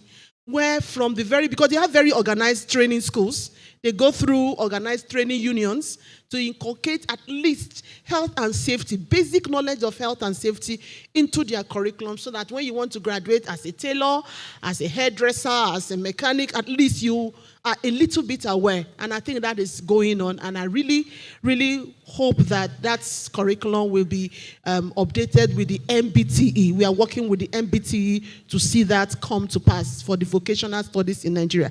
Having said that, I want to give yes, please, before I take the final words from my panelists and we can wrap up. Okay, thank you very much, Yes. moderator. I appreciate you all the panelists.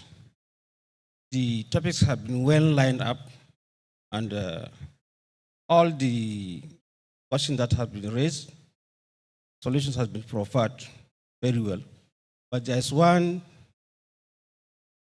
factor that has not been brought out clearly that I would like to mention here. You see, all the collaboration, all the enforcement, all the compliance do not work at last unless we have commitment. How can we be committed? That's where we go back to the cycle and start. We need to be committed. How? The government must give the enabling environment. Like now, many of us don't have fire extinguishers in our houses, but we have them in our vehicles. Why? Because we just want to comply. Because somebody will ask you, you won't have it in your house. So it's better to find people that whatever I'll do it because of the importance or because of the benefit of that things I want to do, not because somebody will see me. Thank you. Thank you so much. Thank you so much, sir. Okay, final word, and it's a way of closing with my panelists. We have actually said so much about compliance and regulators. And I know that we have the OSH bill, the Occupational Health and Safety Bill, and it's been sitting at the Senate and going through different governments, and yet we have not passed into law. Currently, we know that the regulatory bodies and the regulatory standards or regulations, regulations and the government laws that we have when it comes to health and safety that are in existence today, they are actually obsolete. So there's still a lot of gaps in that. Okay. What do you think we can do? And what's the way forward? Because the problem is that each time it goes through different levels of reading, our laws are very obsolete. They need to be upgraded. They need to be improved. We have the OSH bill. It's been sitting there forever at the Senate, passing through different levels of government. All the other bills and laws, they get, all the other bills, right? They get signed into law and they become acts. But right now, it is stalling. What can we do? What do you think is the way forward in order for us to start this level of advocacy to review our current laws? What's the problem and what's the way forward? Why is it that we don't have current regulations or current laws that can really, even regulators want to regulate, they are not able to even regulate anything because the law, like you said, someone spills and you're asking the person to pay how much? I'd rather pay it and move on with my life, right? It is easier to commit offense, right? Than to comply. Because, To pay the fine is very easy. Just one minute and we can wrap up, please. I will just go from here to all my panelists and a way of wrapping up. Thank you so much. Okay. Okay, wrapping up, right? 1 minute, yes. Okay. Yeah, for us to get the bills, to scale through, I will advocate, like here now, we are professional colleagues, members, ASP, we have various professional bodies, EXPO, ASP, Nice Safety, that's Nigerian Institution of Safety Engineers, and a lot. Please, when we go home, start from your member that is in the Federal House of Assembly. Locate him, inconvenience him, make him uncomfortable. If you are done with him, look for the senator representing you. You go to him. Thank you, sir. Forget the governors. Thank you, sir. In this case. Thank you. Thank you. Yeah, so that the bills can go through. Thank you, sir. Mr. Donatus, our time is fast spent. 1 minute, sir. Okay, so I fully align with what Prof has said, but let me also draw something. There is an influence data provides. Let us find a way to have data and expose it. By the time you start to get staggering record of accidents, staggering record of different incidents that occur in the industry or in different industries, people will start to think about the effect and the causes of all this. And I'm sure that it will promote and encourage people to listen when you talk about legislation and why the legislators should help. We should give instances of what is happening in other countries. Today, from here, we draw what OSHA is doing Thank you and we so learn much, from sir. it. Thank you. Thank you. Dr. Philly, 1 minute, please. Yeah, thank you. I completely agree with what Prof has said and the second panelist. It's important that we have mass action because people respond to what you bring to their front on a regular basis. I believe that the industry regulators or the industries that are currently regulating themselves, I'm talking about private organizations that are regulating themselves, they need to be able to bring forth their expertise. Even the regulators don't have the kind of expertise and infrastructure as these different oil industry players, right? So they need to be able to offer that expertise to the regulators. And this way, it's easier for us to start making active improving progress their competency in and their also stuff. the manpower. All right, let me start from my extreme right. 1 minute, sir. Okay, thank you. Let me just witness this. On the 9th Assembly, the one before the 10th Assembly, there was a proposal I made on workplace accident reporting and for it to be discussed. See, today, the 9th Assembly passed. I met my senator, my area, and House of Representatives area. He did not respond. Then, when we were in Lagos, I discussed with one of our house that was chapter that this is a bill that proposed. All right. Thank you so much, sir. Before I run, please, how many Thank of you, us sir. know emergency numbers in our places in case there is an accident? How many of us know emergency numbers? So please, let's take this on board. As we go, we should endeavor to know our various emergencies. Thank you. Thank you. Victor. Okay, in summary, I will use this platform as a campaign to all our highly influential safety professionals. Go directly into politics. It's easier having a safety professional that is a Senate president to get these things to work out fine than staying from afar and trying to influence the system that for some reasons have refused to be influenced by some influential people. Thank you. All right, finally, madam.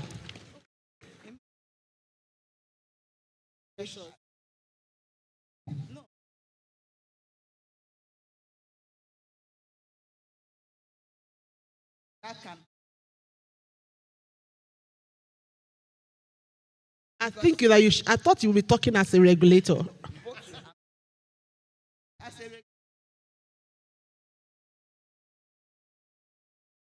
What we're talking now is politics.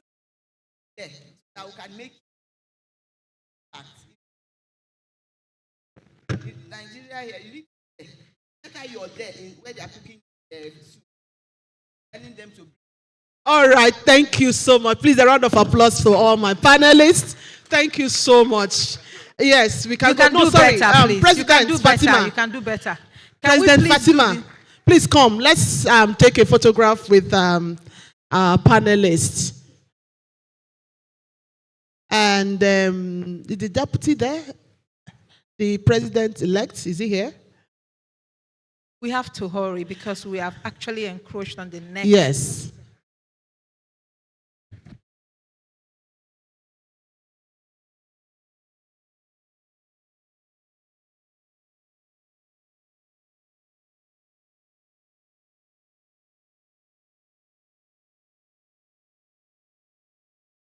Thank you so much, distinguished gentlemen and ladies, for that robust discussion. Going forward, we have actually taken some of the time from the next section. So we have at the banquet hall, becoming a successful female occupational safety and health professionals in Nigeria. Reflection by OSH female professionals. That's they will be anchoring here in the banquet hall, while we have mental health and suicide awareness and prevention at the exclusive hall happening now. Then we have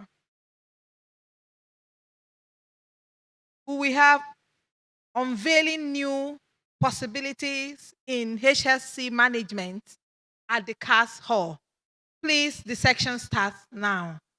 So just find the one you want to attend, and it starts now. We already ran out of time. They've encroached into their time. So we should move quickly so we can gain something from the section. I will repeat once again. If you are interested in knowing how to become a successful female occupational health and safety, where you should be is here. You should be in the banquet hall. Then, if you are interested in mental health and suicide awareness and prevention, you should look for exclusive hall. Then, unveiling new possibilities in HSC management, you should look for the CAS hall. That's where it's holding. Unveiling new possibilities in HSC management, the CAS hall.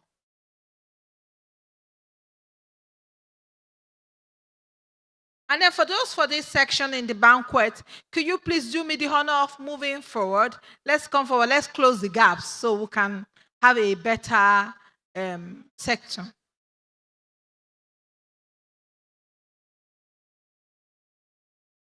Let's come forward, please.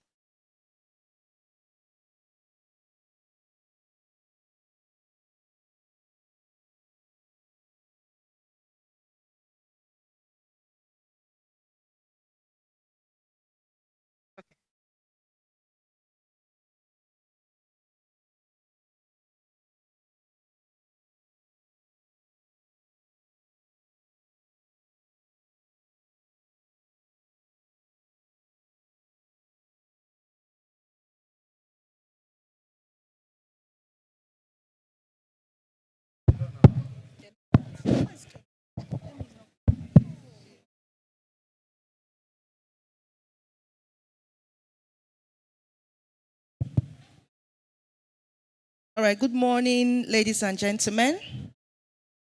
Good morning, ladies and gentlemen. Okay, I hope we have been this has been a very beneficial conference from the beginning. I can attest to the fact that there's been so much to learn. All right, so today we'll be having, I'll be co-presenting with Madam Angela on becoming a successful female OSH professional in Nigeria. And then we'll be having reflections on our journey so far. But before we go ahead, I know that about 2 weeks ago, we celebrated ourselves. Am I correct? What was it on March 8th? What was it on March 8th? Thank you very much. So can we just give the woman next to you a high five? So whether you're a man or a woman, please tell her you are a superwoman. You are please, the men, we're not doing that. Give the lady next to you a high five. Tell her you're a superwoman.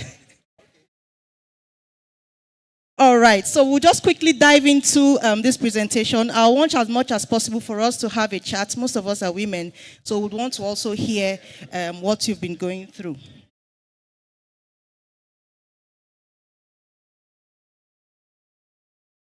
Is this working? Okay, so I'll hand over to Madam Angela to take over from here.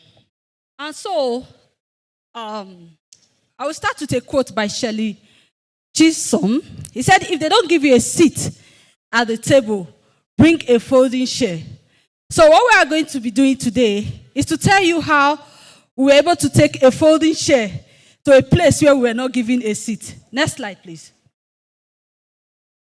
At the end of the presentation, attendees would have understood the challenges faced by female OSH professionals, learned how to overcome the barriers that are limiting more female involvement in the OSH profession, and learned how to succeed as a female in the OSH world. Next slide.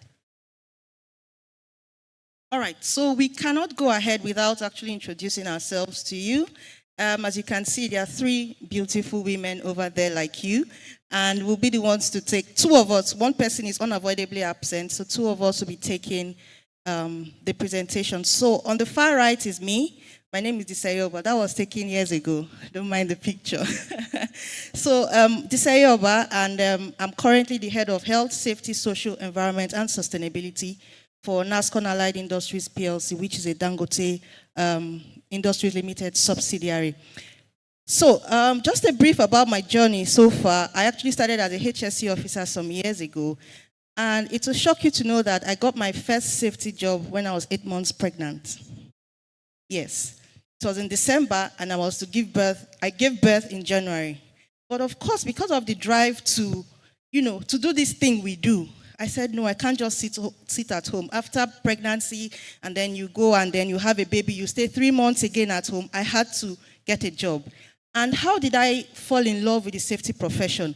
I did not do safety as my first degree, neither did I do it as my second degree.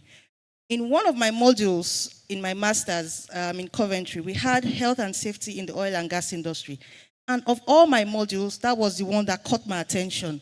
I had initially done NISP then in Warri, General HSC, and then Level 3. But when I did the module in my master's, I don't know what I developed. I developed this passion, and I said, this is what I want to do. I was doing something on petroleum and environmental technology, but then I said, no, I have to focus on this. I registered for NEBOSH IGC, and then I passed. And that was how I found my path. So when I got back from my master's, the first job I got, my manager then, who interviewed me, imagine you seeing, you're the hiring manager, and then you see a woman with a protruding tummy. And there are other guys in the interview. Honestly, tell me the truth, who would you prefer? Even the women, who would you prefer? I mean, you would say, this one I want to bring, can she even move? And remember the job I'll be doing. It's a safety role. It's not a job that you sit down. You have to move into the factory. You have to do all of that. Okay, let's say we give her the job. She's so good. In a few months, she'll tell you she has given birth. She has to be away for 3 months or 4 months and all of it. Can we really put, and even when she comes back, she has to work half day for another 3 months or 6 months. A lot of people will not have taken that chance. But thankfully, my boss then gave me that chance. He said, we'll take a chance on you. And that was how my journey started. And of course, they say the rest is history. And I enjoyed it. When I gave birth in January, they said, oh, she was 8 months pregnant. They didn't know I was almost due. But that's how I put in. So before I hand over to Madam Angela, I want to tell all of us that pregnancy is not sickness. When you're pregnant, you're not sick. It's just a state of life. All right, Madam Angela, just tell us a bit of your journey so far. Thank you. A hand of applause for her. It was so interesting, as in her story has inspired me. And by the way, I want to tell you, we have similarity. Both of us read biochemistry as our first degree. And today we are here. So I want to start by acknowledging my mentor. Today I'm a CSP because of somebody. He's here in my class. Please, a hands of applause for Chuks Igbokwe. He assisted me in my journey to become a CSP. I'm super grateful, sir. So I started my journey. I'm one of the lucky people that started my journey from school. I knew I was going to be a safety officer right from school. When I was doing my project, my supervisor called me and said, Angela, you are from Delta. And you know, most of your guys are engineers. When you go back, this biochemistry will not fetch you the kind of money that will make you compete favorably with your colleagues in the oil and gas. In order for you to be able to penetrate, I want you to do HSC, but I don't know how. So he gave me the idea, and I started reading. How do I become a HSC officer? And luckily, I grew up in Warri, so there was NISP. I went to NISP. I said, I want to become a HSC officer, but I don't know how. And then they gave me the roadmap. I started my journey from safety officer, from graduate member of EXPO. Today, I am a fellow of EXPO. I'm a chartered member of IOSH. I'm a CSP. And apart from that, I'm a mother too, and an assistant director, security and safety in Federal Inland Revenue Service, the first female to attain that position. But has it been easy? No. In the journey, my manager, one of my managers is here. She has worked with me for 10 years. About 10 years, Glory. She's the manager, FRS, Security and Safety Rivers Edo Delta. In the journey, 3 years into that role, as when I became a manager in FRS, 3 years into the role, into marriage, I went to work, and then while at work, they called me, my child is dead. And you can imagine an average Nigerian woman, what they will tell you is to quit that role, that makes you travel and abandon your children, right? As if that was not enough. Next year, my daughter was diagnosed of a disability, a bone disability, that for almost 8 years of my life was taking me to orthopedic hospital every year. But I didn't quit. Rather, it inspired me to take greater roles, greater height, greater aspiration, because I want to be that woman that every other woman will look up to and say, yes, because of her, I was determined to become a better me. And I'm happy when I look at female managers in my establishment today, I am so happy that I took up, I never gave up. So within you here, I know some of you will be passing through many challenges. We can identify with you. And we're going to talk about them, and we're going to talk about how we were able to overcome. Thank you. Next slide, please. Thank you very much. So move ahead. The third person is Oluwakemi Aromosoye.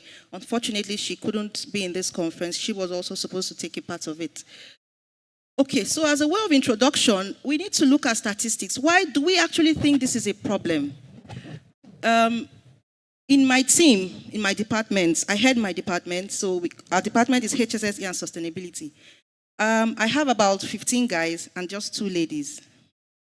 Is there anybody who has more women than men in his or her team in terms of health and safety? Anybody? I'll be shocked. So we are yet to get there. Yes, for other areas, you could see women who are more, but for our profession, for now, there is a gap, there's a glaring gap, and that's why we think it's important to do something about it.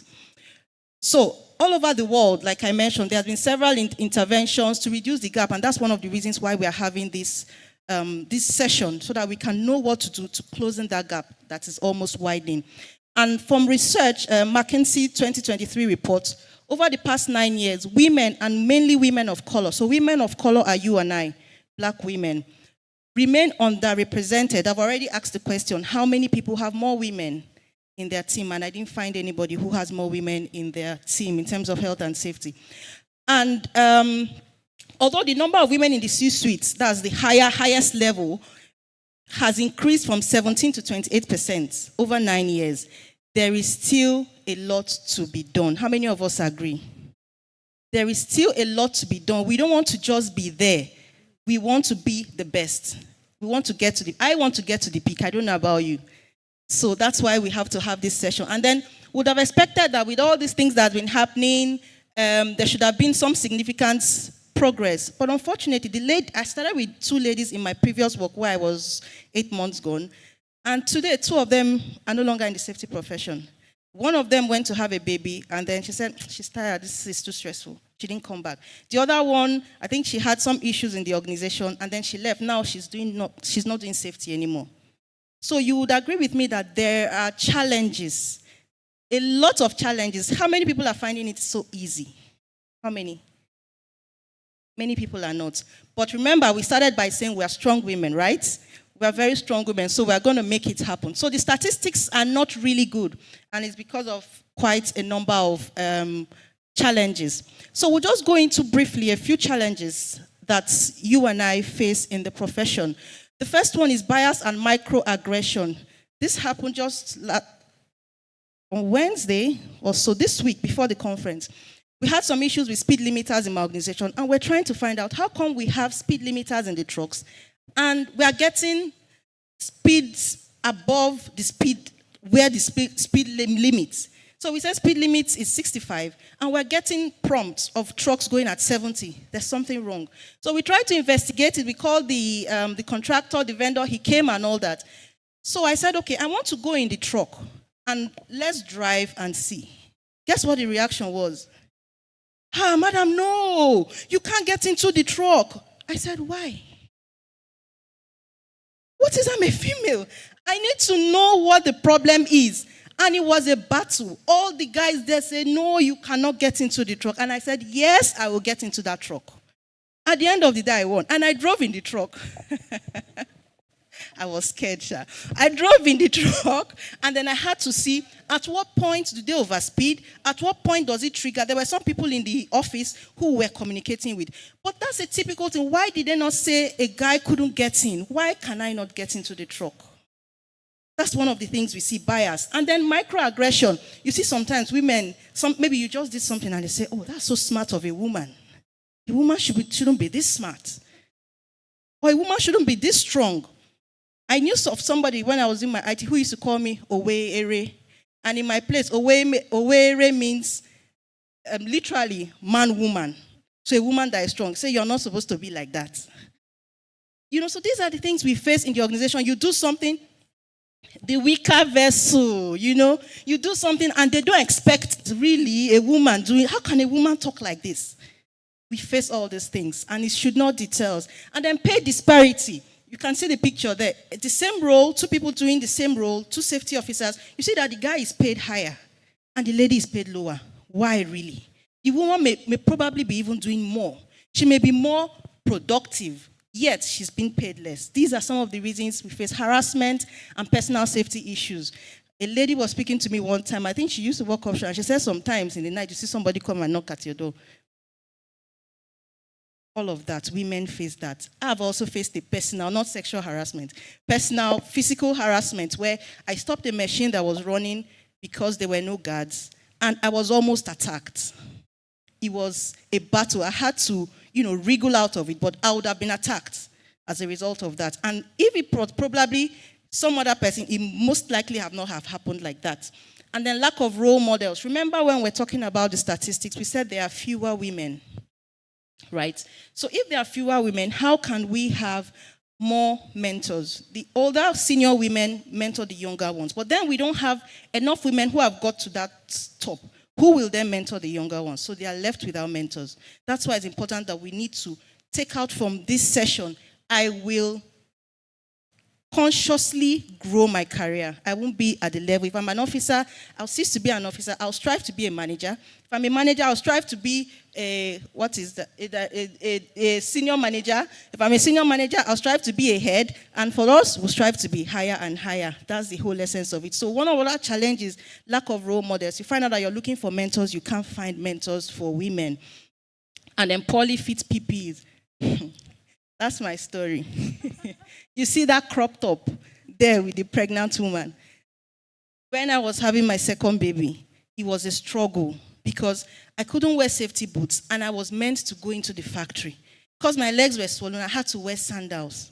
And I will not also stay in one place. So imagine a safety officer. So I'll have that guilt. How can I be wearing sandals? But I won't say because I'm pregnant, I'll sit in my office. I have to move out. So even currently, we got safety boots for everybody in my organization. We didn't get any for female or male. We got, so the heavy ones, the women who drag the shoe will be dragging them. So nobody, sometimes you just look funny. You wear hand gloves. And because we are smaller in size, relatively, the hand gloves are dangling.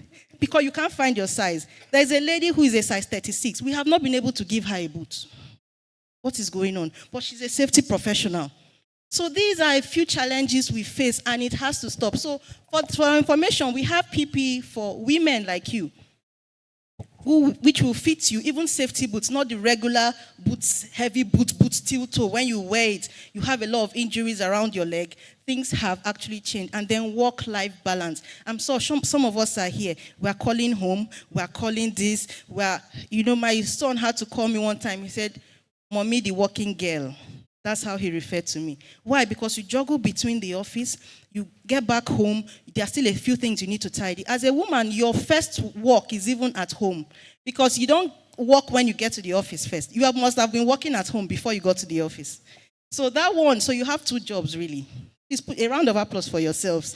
So this is not even about single or married or status. Once you're a woman, you have more than one role. That's your job. It's not the only job you do. Am I correct? You do a lot more. And then because we're able to do this and do that and do that and do that, we carry a lot. Sometimes these things can add pressure to us. So there are a lot more challenges. I'll hand over to Madam Angela to take over. The poorly fitted PPE got me laughing. And when she was telling me her story, I was just laughing. And I just told her, I said, I wish you knew early that we have somebody like Future Consigns that tailor your clothes, your PPEs to your shape and your size. Yes, but even when you have that, we're going to talk about it. Even when they know that there is somebody like that, when they look at the cost, please go and buy one size fit all. Yeah, it's a challenge. Then we have cultural limitation. Yeah, that is a major challenge to some women. Yes, they want to be. They admire you. They admire that role, that safety role. They want to work in the male domain, but their culture doesn't really allow them to, because they have to be seen and not heard. And that is another challenge that they face. Then the glass cliff. Oh my God, I battle with this every time. Okay, so when we talk about the glass cliff, when women, you know that, okay, you are advocating, you want to get this position. When there is chaos, when there is 90% chance of failing, they will push you in. And then when you fail, it will further bias. We said it. I remember my first role. I have been battling with this a long time. She's here, she can. You will see somebody that this thing, you know that I'm going to fail in it. And then it will post you. And you will be calling your manager at that time. Their phone will be switched off. Because they have tailored you. They have already programmed you to fail. So that they can say, yes, we said no woman can succeed. Imagine me as an assistant coordinator. When I became an assistant director, security and safety, I'm the only female coordinator. And my role is security in South, South, and Southeast. And you know how Southeast is at the moment. Imagine you telling your husband that I have to be in Southeast. Security. Safety is a bit okay. But when it has to do with security, my brother, my sister, it's not easy. And that is where you are. Because somebody wants to say, we don't want women in directorate level. So if men are working 12 hours, I have to work 24 hours to prove to everyone that I can do it. Because I want somebody else to be able to have that opportunity to go there. That is glass cliff. You are programmed to fail. So that they can say, yes, you can't do it. But yes, we have women that have been able to overcome such challenge and become a success in their own way. Then the glass ceiling. They said there is no, I can't see a woman in directorate, so there's no need to dream about it. I will retire. I've seen a female colleague that told me that I am retiring as a manager. Nothing will make me to get to directorate that will take me to Abuja. How can I cope with my family and children? I'm telling you. You have people that their mindset is, I'm not going to that directorate. Anything that will make you to transfer me. You know, those of us in federal sector, federal government and all that, we dread transfer women. Any position that will make you to transfer me, I rather remain in my position. And you can't succeed like that. Then imposter syndrome. Almost all of us here have battled with it. You start looking like an identity theft. They announce you as a director. You're like, am I? How did I cope? Are you sure it's me? I got that feeling when I got my CSP. Chooks is here. And then he will start sending people to me. Do you know how I passed? I studied. But I was like, you'll be able to make it. To be able to start mentoring people on CSP took me a while. You know, I got it. So what made me feel that I can't give out? It was a tough one, but I could have. Imposter syndrome, I know a lot of us here might have battled with it at one time or the other in our career. They give you a presentation and say, today, welcome, Bookie. And then they give you the mic, you'll be shaking. This is not me. And sometimes they will be reading your bio. Your bio, you will be dissociating from your bio. Welcome, Madam Buki, you know. And then you'll be like, is that me? So that is it. That is also a challenge. The next slide, please. All right, so that imposter syndrome, it dealt with me. Because my story was, I moved from an officer, I was a HSC officer, well, a team lead. And then suddenly my boss at the time resigned. Of everybody in all the locations, it is me they sought to wear those big shoes. And it would have taken me ordinarily about 12 years to get to where they put me. So do you know how I wasn't sleeping at night? You have to prove a point. Yeah. Because I had to work twice as hard to deliver. But I'm glad I did that. So one of the reasons, something just occurred to me. So one of the reasons why it's important for women, we are trying to make women get to that point, is we need women in the boardrooms. We need women in those critical management meetings that happen. I'll tell you what happened. We're having calibration exercise for the appraisal, last year appraisal. And so we just have my CFO and myself as the women in the senior management level. And then in one of the departments, they were projecting everybody who will be promoted, who will not be promoted. And I saw a lady who I know. She's not in my team, she's in another team. And I know she's so hardworking. But the whole of last year, she was pregnant. And then she went on maternity leave. And then she was the least performing in that department. It caught my attention. And I raised up my hand. I said, I need to know why this lady... And it would have been better they didn't say anything. Guess what he said? She was pregnant. It took me a lot of emotional intelligence and everything to put myself together, not to react. So the meeting turned into confusion. The CFO with me, we said, that lady deserves an apology. The fact that she's pregnant and went to have a baby doesn't make her the least performing. And you didn't say she didn't perform. She performed well, but she was not just there. The guy didn't like that. So imagine if we didn't have women there who could speak that she wasn't incapacitated. She was there, she worked, she was pregnant, it's her right. And then of course, the narrative changed to wherever she is, her prayer worked. And we didn't let that happen. She was properly placed, whether she went to have a child or not. All right, so we'll be moving ahead. Hello? So, yes, the back. Thank you. So, we've talked about all these challenges. Is it enough to say we have challenges and then we sit back and fold our arms? No, we need to do something. So what are some of the things we can recommend that you can do to enable you get to the peak of your career? Self-development. I was telling Madam Angela, I have a sister who's a lawyer, and I can count the number of times that she goes for training, like personal. But every time she say, every time I'm doing this training, I'm doing that training. I said, my sister, you won't understand. You need to be relevant. You need to keep developing yourself. So you won't say, like I told some people in my team, you won't say the company did not train me. The company didn't send me for training. You can send yourself for training because you're developing yourself. It's for your own benefit. So as professionals, we need to ensure that we do not just remain where we are. Keep developing yourself. There are lots of even free resources on the internet now. You can help develop yourself. And the mentorship, we cannot overemphasize the importance of mentorship. The mistakes you may make may be pointed out by your mentor. So it saves you the time of rigmaroling and then making mistakes and then falling and rising. So your mentor will just tell you this and this and this. Like the people I mentor, I know the kind of things to tell them to avoid. From how you interact with your manager, from how you can do well with your manager, from how you can impress your manager. All those things you learn many times from your mentor. You don't need to make that mistake to learn those things. All right, and then resilience. You may not always get it right. There are some decisions you make that are not right. Am I correct? You cannot be 100% correct all the time. You may make some mistake and say, oops, it didn't turn out well. What do? Oh, I won't do that again. I won't correct unsafe acts again in the premises. I won't do this. Like the time the guy almost assaulted me.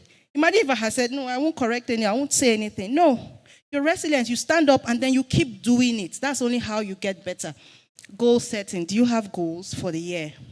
The year is 3 months gone. We're in the 3rd month. Do we have professional development goals? Do we have career goals? Or today, Monday to Friday, At the spirit list. Today, what's happening? Work, okay, JSA, this and that, PTW, and that's it. The first month goes, second month, and before you know, you're at the end of the year, you haven't increased in knowledge, you haven't gained anything.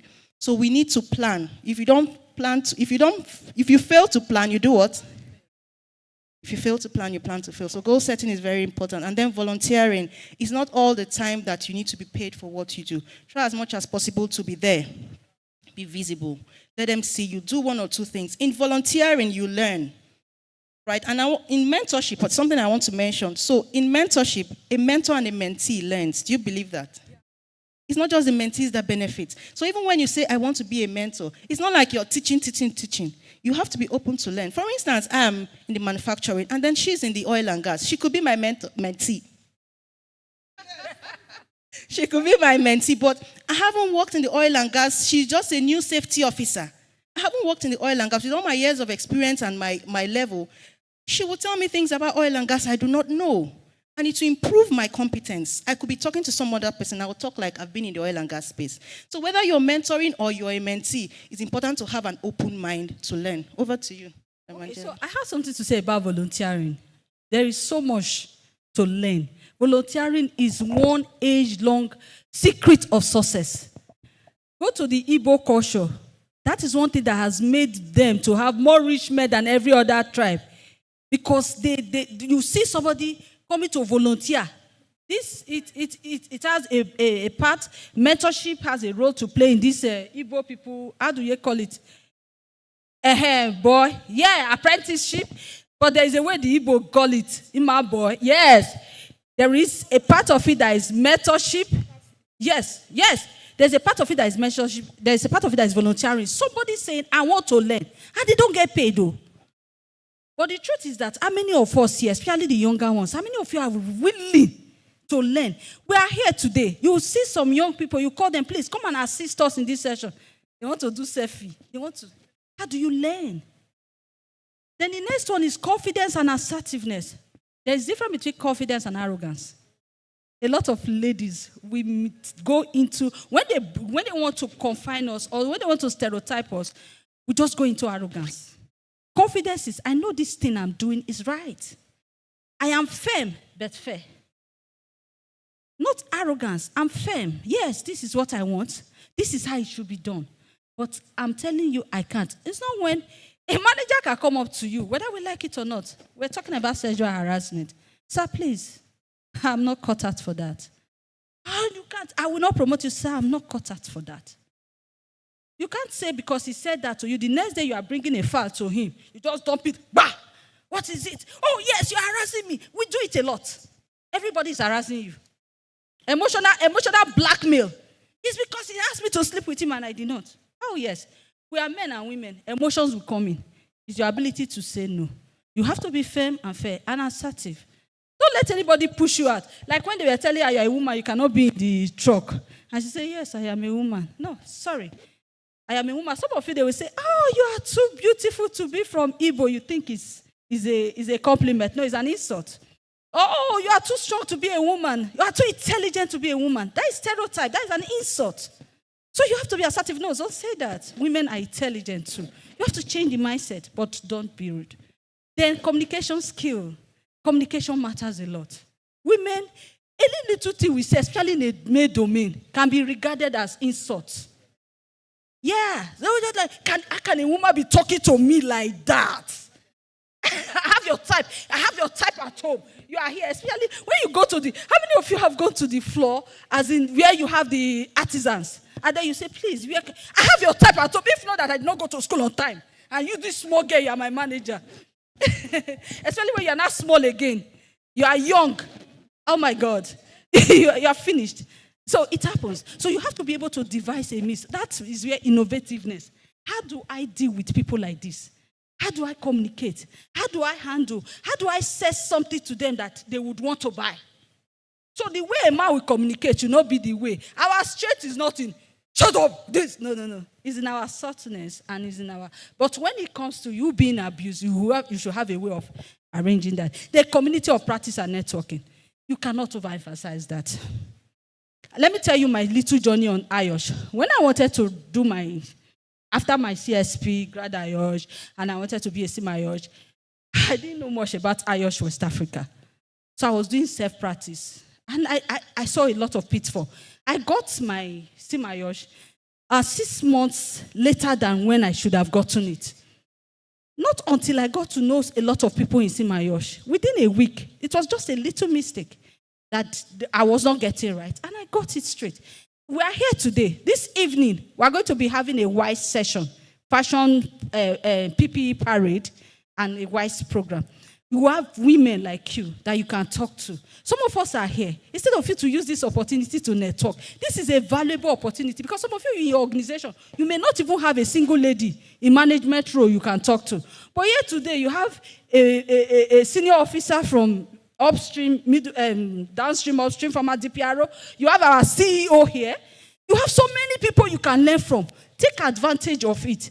And some of us, even when your company pay for you to come here, you are in the hotel.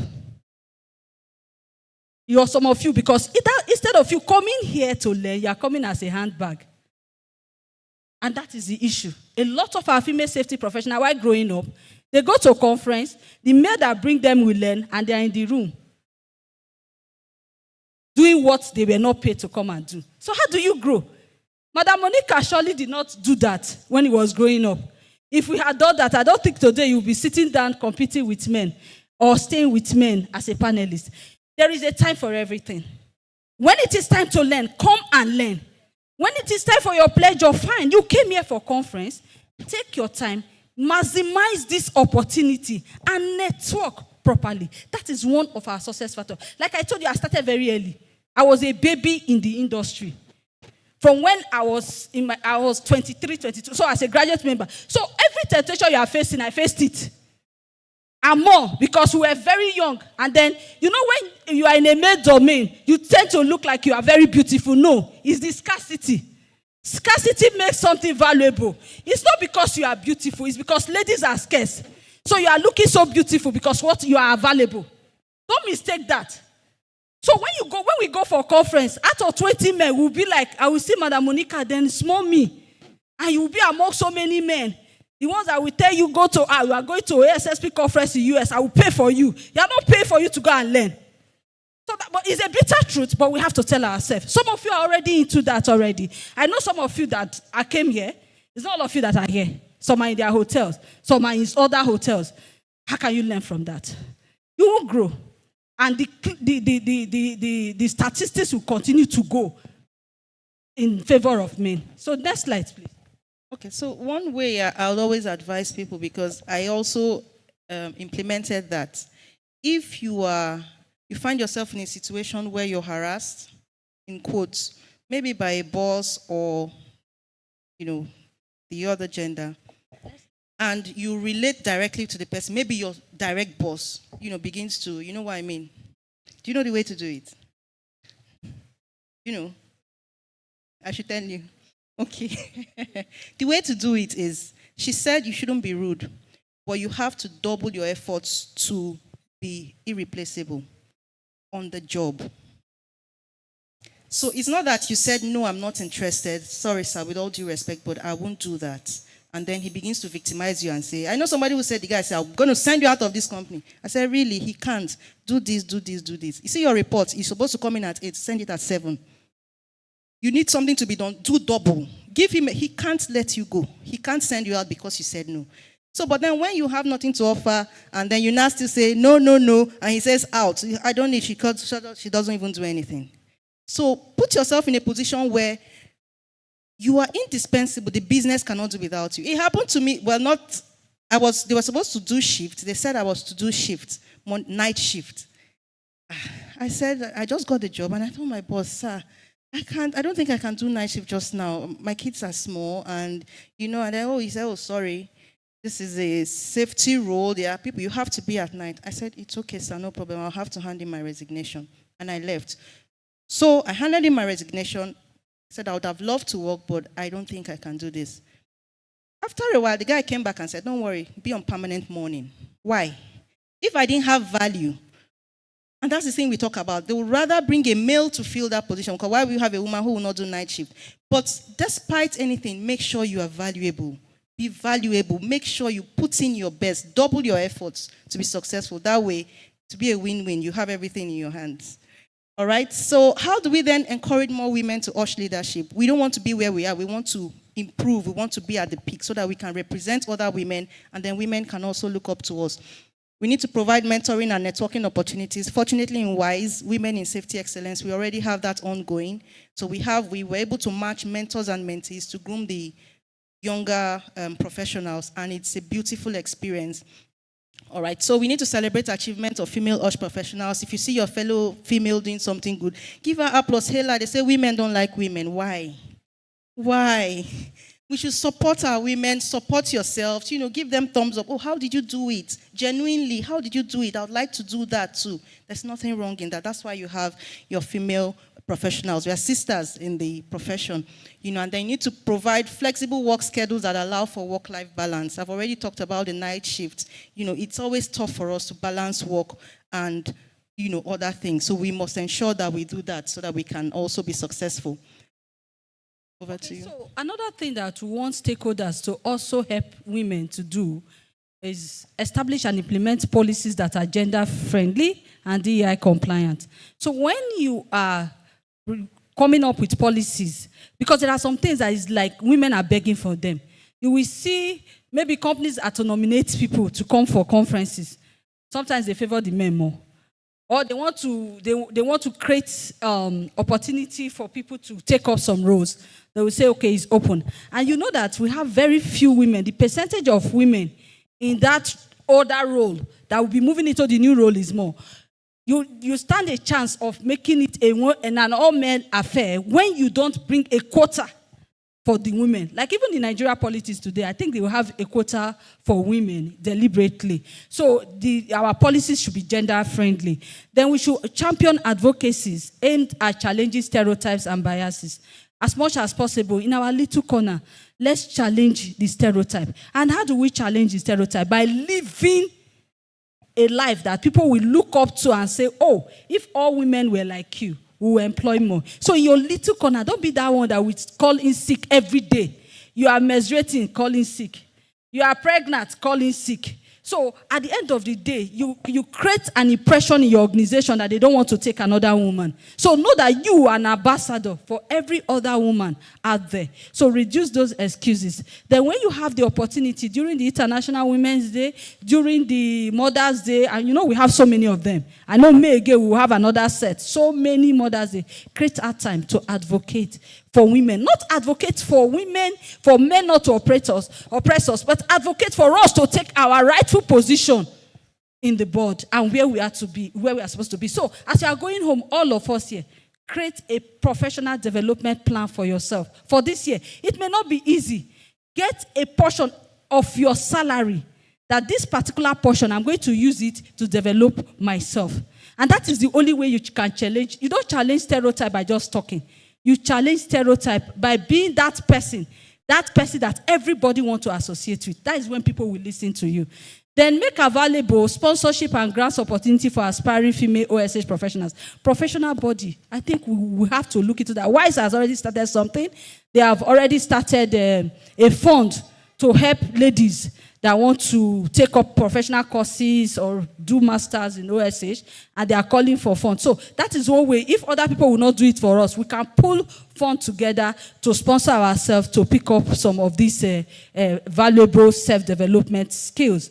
Then provide female-friendly PPEs. Yes, we now have very few organizations, though, that produce female-friendly PPEs, but the truth again is, how many of our organizations are ready to buy them? So those of us that are in the directorate level, those that are in charge of budget, please, when our ladies, I know some of you are here, always put that into consideration. When they bring the budget, our PPEs may not be as cheap as the generic PPEs, so that you help to approve them. This evening, they are going to showcase a lot of female-friendly PPE. I know Future Consign. Are you ready for us? Yeah. They said they are ready. They are going to showcase. So some of you that are not even aware, you will take advantage of that opportunity to take their catalog and give to your employers and tell them that, oh, there is something like that. So in conclusion,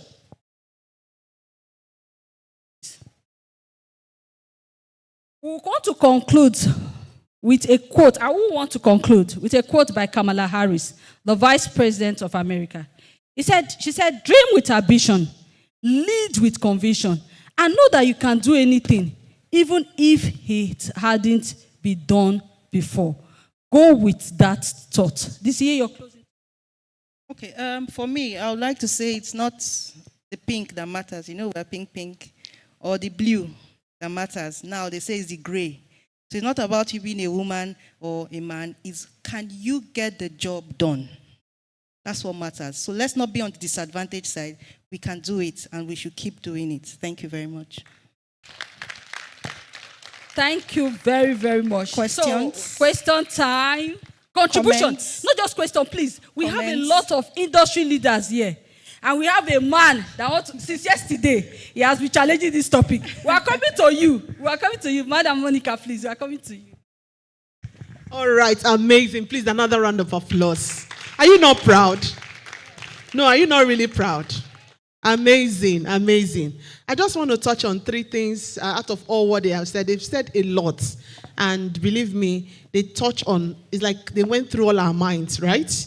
And they touch on almost every aspect that you can think of when it comes to challenges facing us as women. The first one I want to talk about is the imposter syndrome. The first thing that you need to skill is for you to be able to develop yourself, have what we call self-leadership. Believe in yourself. One of the first things that hold us back as female is that ability to believe in ourselves because of societal stereotypes, right? I run a consultancy firm, and I've run my firm for over 10 years. And I get this constantly. Whenever there's a project and I have opportunity to present to a board, the first thing is, how many males do you have in your team? We have different locations in the north, different areas. Can you cope? And my question is, give me a try.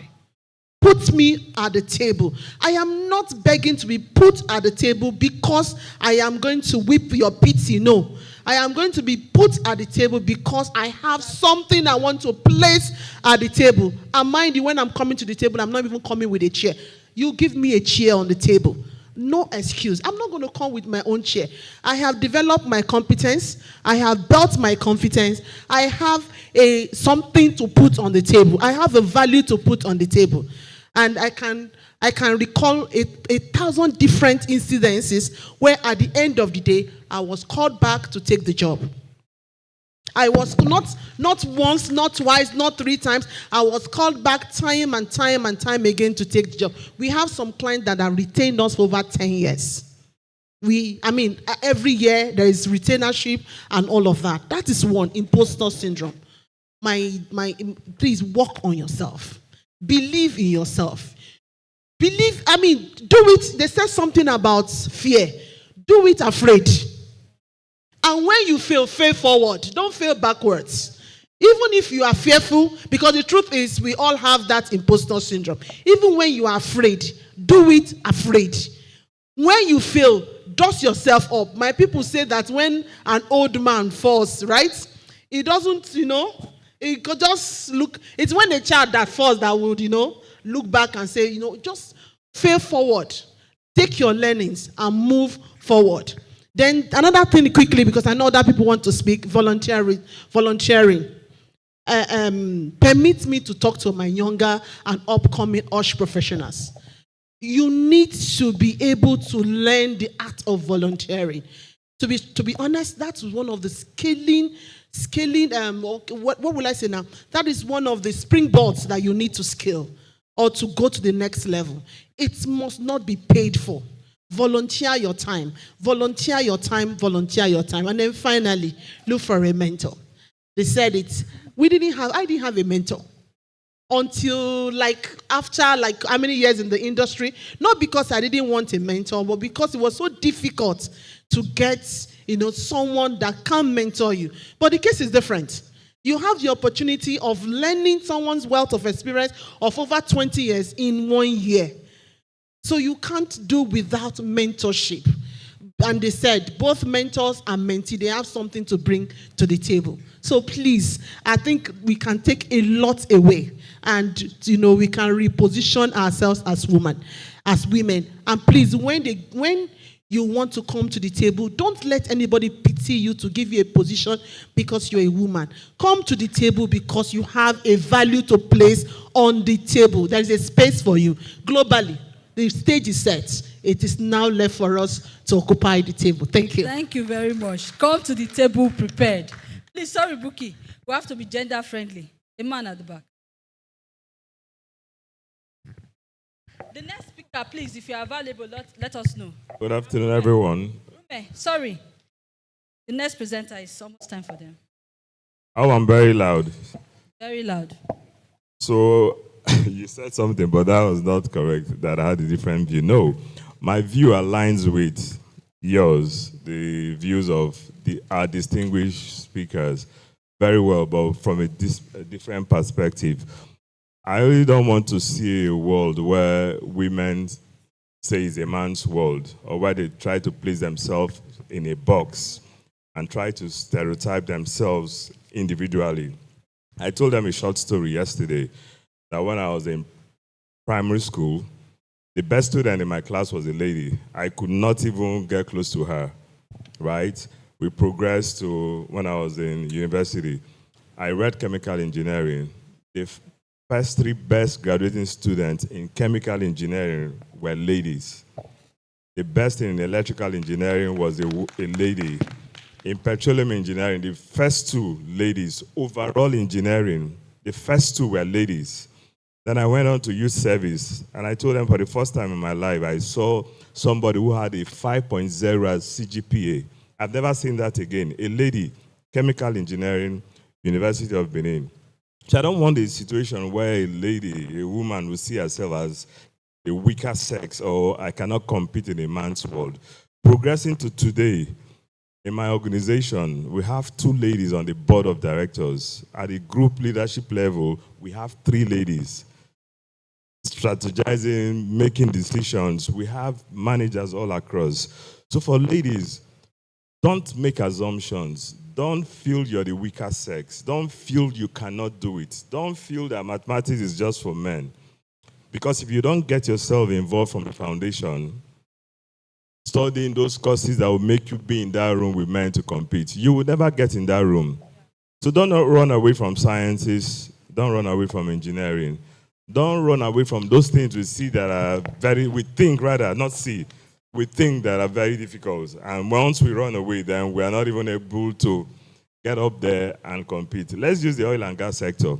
If you're running away from petroleum engineering, chemical, mechanical, and the likes, how will you get in there to be at that leadership level where you will at the end of the day become a leader or CEO? It's not going to work. So I have a daughter, and all I tell her is there's no gender sensitivity when it comes to being the best, when it comes to academics. Don't go in there to say the boys, they are this. No. You're going in there without a gender to compete and be the best. So the same thing. Don't stereotype yourself. Don't place yourself in a box. Thank you. Thank you so much. Very much. How many of you have been inspired? I have. Since yesterday, he's been talking to us, and I'm telling you, it's mind-blowing. Because that is one mindset that has helped us, believing that we can do it. So go with that I can mentality. Those statistics, students, those statistics should inspire you.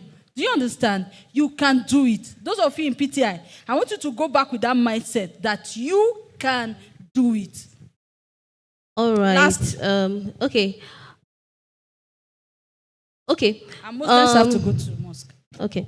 Just to add to what the speakers have said, sometimes when we hear about mentorship, mentor-mentee relationship and all that, sometimes some mentees look at it like, yes, this is an opportunity to unload all my problems on this person's head.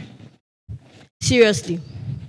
Mentees come to you, and what the mentees are like, please, I want to do EXPO level 3, but I don't have money. And as my mentor, please, I feel you should be able to support me financially. I remember when I did one of my courses with British Safety Council, International Certificate in Occupational Safety and Health, ICETOSH. As at then, it was 750,000 naira. This thing I'm talking of should be like 2007, 2008, thereabout. And that was the first time, and if I'm not mistaken, the only time they had that in Nigeria. The facilitator was brought in from the UK. And I looked at myself then, and it wasn't long I started working with an environmental company at that time. And I was wondering, how will I raise 750K? Okay, no problem. And I opened an appeal fund. When you come, yes, Buki, how is everything? Fine, thank you. And this, please, there's one training I want to do. Nothing is too small. Please, this is my account number. Drop something for me. And that was how I started. And that was how I got the first international certificate that led me to IOSH, IIRSM, ASSP, and wherever it is now. Let me just end there. Thank you very much. Thank you very much. Very, very much. So we've just been notified that we have to go for lunch, and our Muslim brothers. And we are inviting you. WISE is having a program. Yeah, WISE is having a program by 4:30 today. We're having a fashion show sponsored by Fusion Consigns. Then we'll have a WISE presentation. It's WISE sponsored. So that does not mean that it's for WISE members. Then after that, we have a little party later in the day. So we have a lot. But before we go for our break, I have an information from the president. He says some of us have not scanned our QR code. That is what they will use to produce your certificate. So go back there. The first QR code is for certificate. Go and scan it. If you don't know how to do it, please feel free. One of the things that has kept a lot of us where we are today, we don't know how to fail. Call somebody and say, please, don't use camera. I've seen some people, funny enough, they are using camera. You have to get QR scanner. I was just like, so many persons, and it's not working since yesterday. And just download it. If you cannot, get somebody that has downloaded and share with you. You can also share the link, right? You can download and share the link, and the person will scan. So it's a whole lot. There's no harm in learning. Please. Okay, so you can just use. Google has the scanner already, so just go to Google. There's a scanner by the side. Yeah, and it's on your phone too. So you don't know. So let's go for lunch. Thank you, everybody. Thank you, everyone.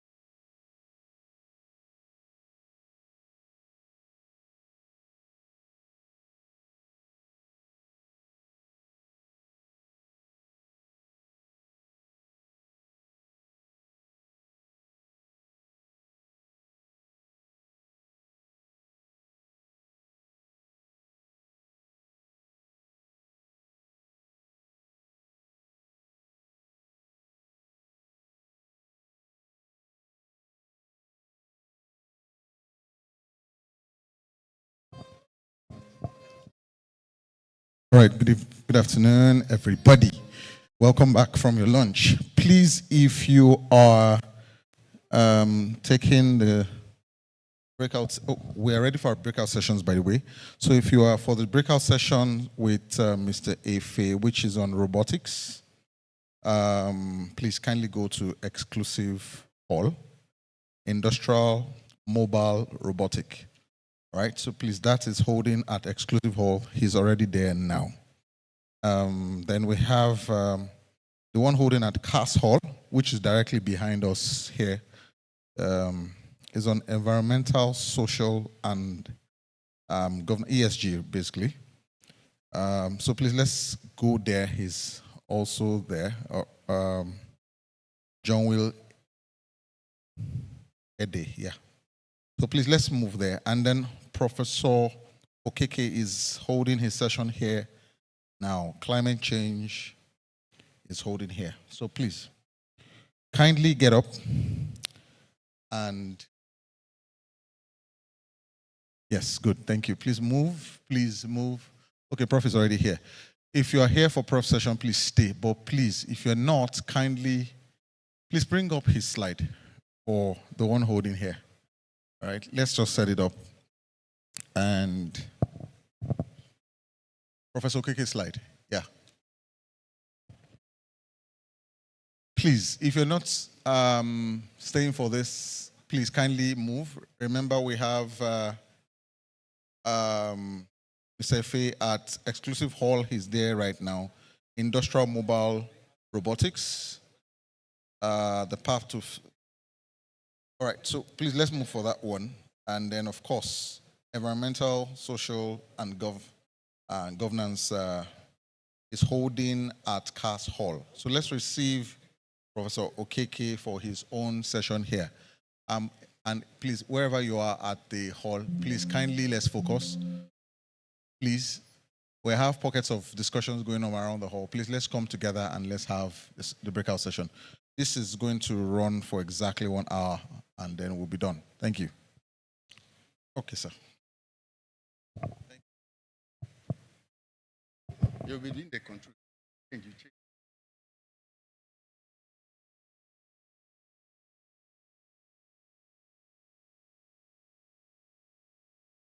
All right, are we good to go? Okay.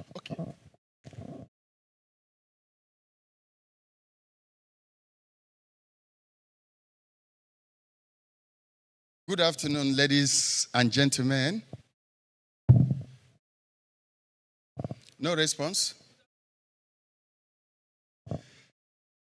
That's serious at-risk behavior not to respond to a greeting.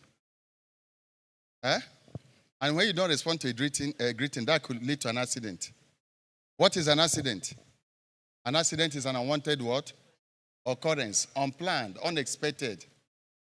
Am I right? I gave a definition of accident sometime in a conference like this. An accident is an unwanted occurrence. Please, yeah, let's come in and have our seats. Now, I'm happy we have adults here. Married people. Any bachelor here? Let me see your hand.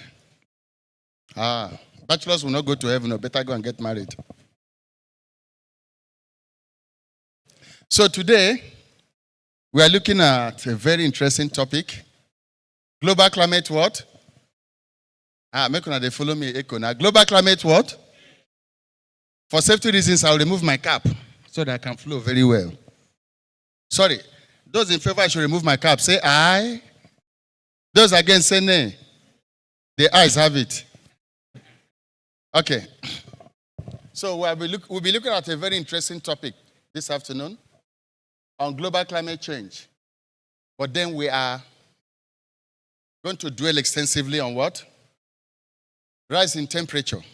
And then we'll talk about the Super 3 approach to fight climate change. Very, very interesting topic. Of course, I don't need to introduce myself. You know me already. But for the benefit of those of you who doesn't know more about me, because there are some of my descendants that you can't see there. I'm a father of twins. I'm a father of what? I have 2 beautiful daughters. One got married last year. One is still available. I know, but I've gotten a potential in-law here. What is that, my guy? Bye. Okay, okay. My in-law is already there. I've told him my conditions. You build a filling station for me, a supermarket for my wife. Then she'll be yours for asking. Are you with me? Just do it and you have her. There'll be no more impediment. So that is it. I'm a father of twins by the grace of God. I love twins and I love women so much. That is why I have plenty of daughters. So that is it. So let's take me to the first flight. I'll be very fast. I may not have the luxury to start going into research, methodology, all those things. I want to hit at the main point for us to comprehend. You can request for the slide if you want for further digging. Yeah? Okay. Okay, looking at greenhouse gases effect. At this greenhouse, yeah, okay, effect, causes of global warming, design methodology. Several precautionary measures. Yeah, I'm going to dwell extensively. These are the 3 things I'm going to dwell on. Now, a quick introduction. We can see of recent, within around us, we can see that the rise in temperature is assuming a very stupendous and alarming dimension. At times, you have to take your bet about 2 or 3 times during night hours. Am I right? If you are such person here, let me see your hand. Am I right? Because of the intensity of the what? Heat. It's horrible. Last year, the United Nations, they declared last year as the most hottest year because it happened within Europe. You know, by this time last year, the Europeans were basically submerging in the swimming pool, beaches, etc., etc. But this is the turn of Africa. Yeah? Now, that's what we know as the Earth's solstice system. This is one of the regulatory items or structure we have on this planet Earth. Whenever it turns, either northerly or southerly, things will change. So we are in the period of what we know as perihelion phenomenon. Perihelion phenomenon is when the sun is closer to what? Planet Earth. Very close. That is what is happening now. This perihelion phenomenon peaked around January this year. And we are still in it. But then between ending of June, then entering July proper, we will now transit. The SOC system will change again. Then we enter into what we know as aphelion phenomenon. By that time, the sun will be farther from what? Planet Earth. Are you following? You know, so I be teacher. They like make when I teach. Are we following? So during the aphelion phenomenon, you see things like cold, catarrh, flu. It will be on the increase.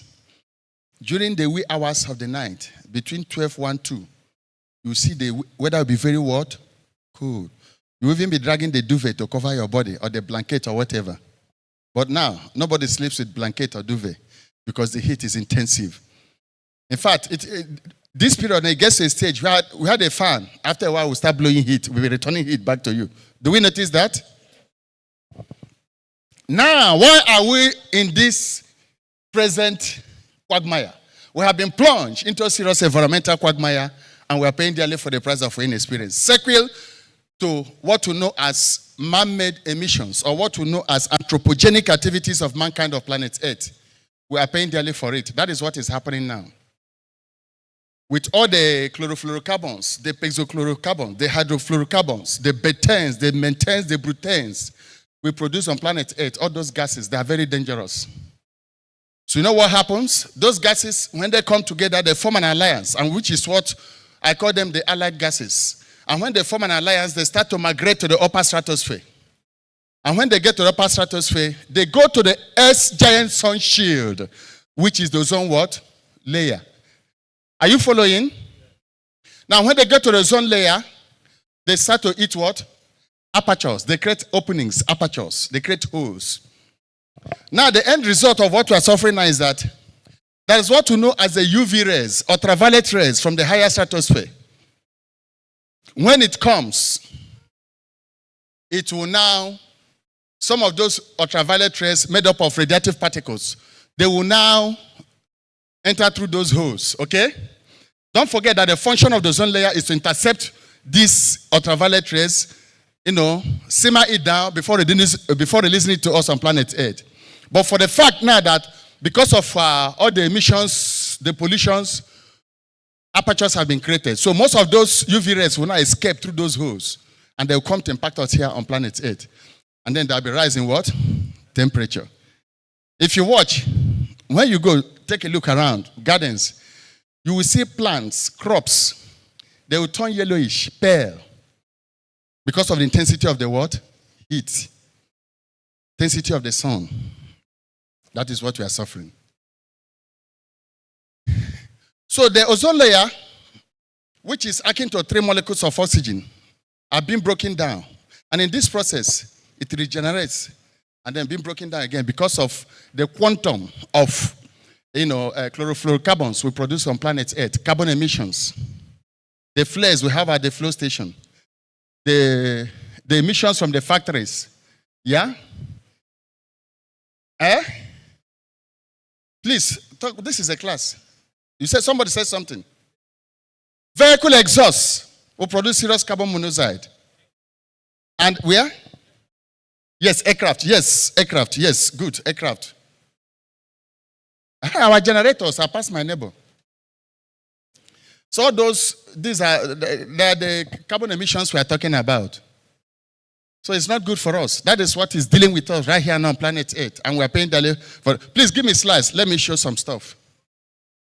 Give me slides. Come up. I don't want. Come up. You see what I'm talking about? Can you see it? This is it. Now imagine the quantum of carbon emissions that is being released to the atmosphere. This is what we're talking about. So when they migrate up now, wahala will come at the end of the day. Give me another slide. Now, this picture was taken when we were doing a research. How many of you here are living in Port Harcourt? Please, let me see your hand. Port Harcourt. Yeah, this was taken around Port Harcourt. You remember the time the now FCT minister was the governor, Wiki?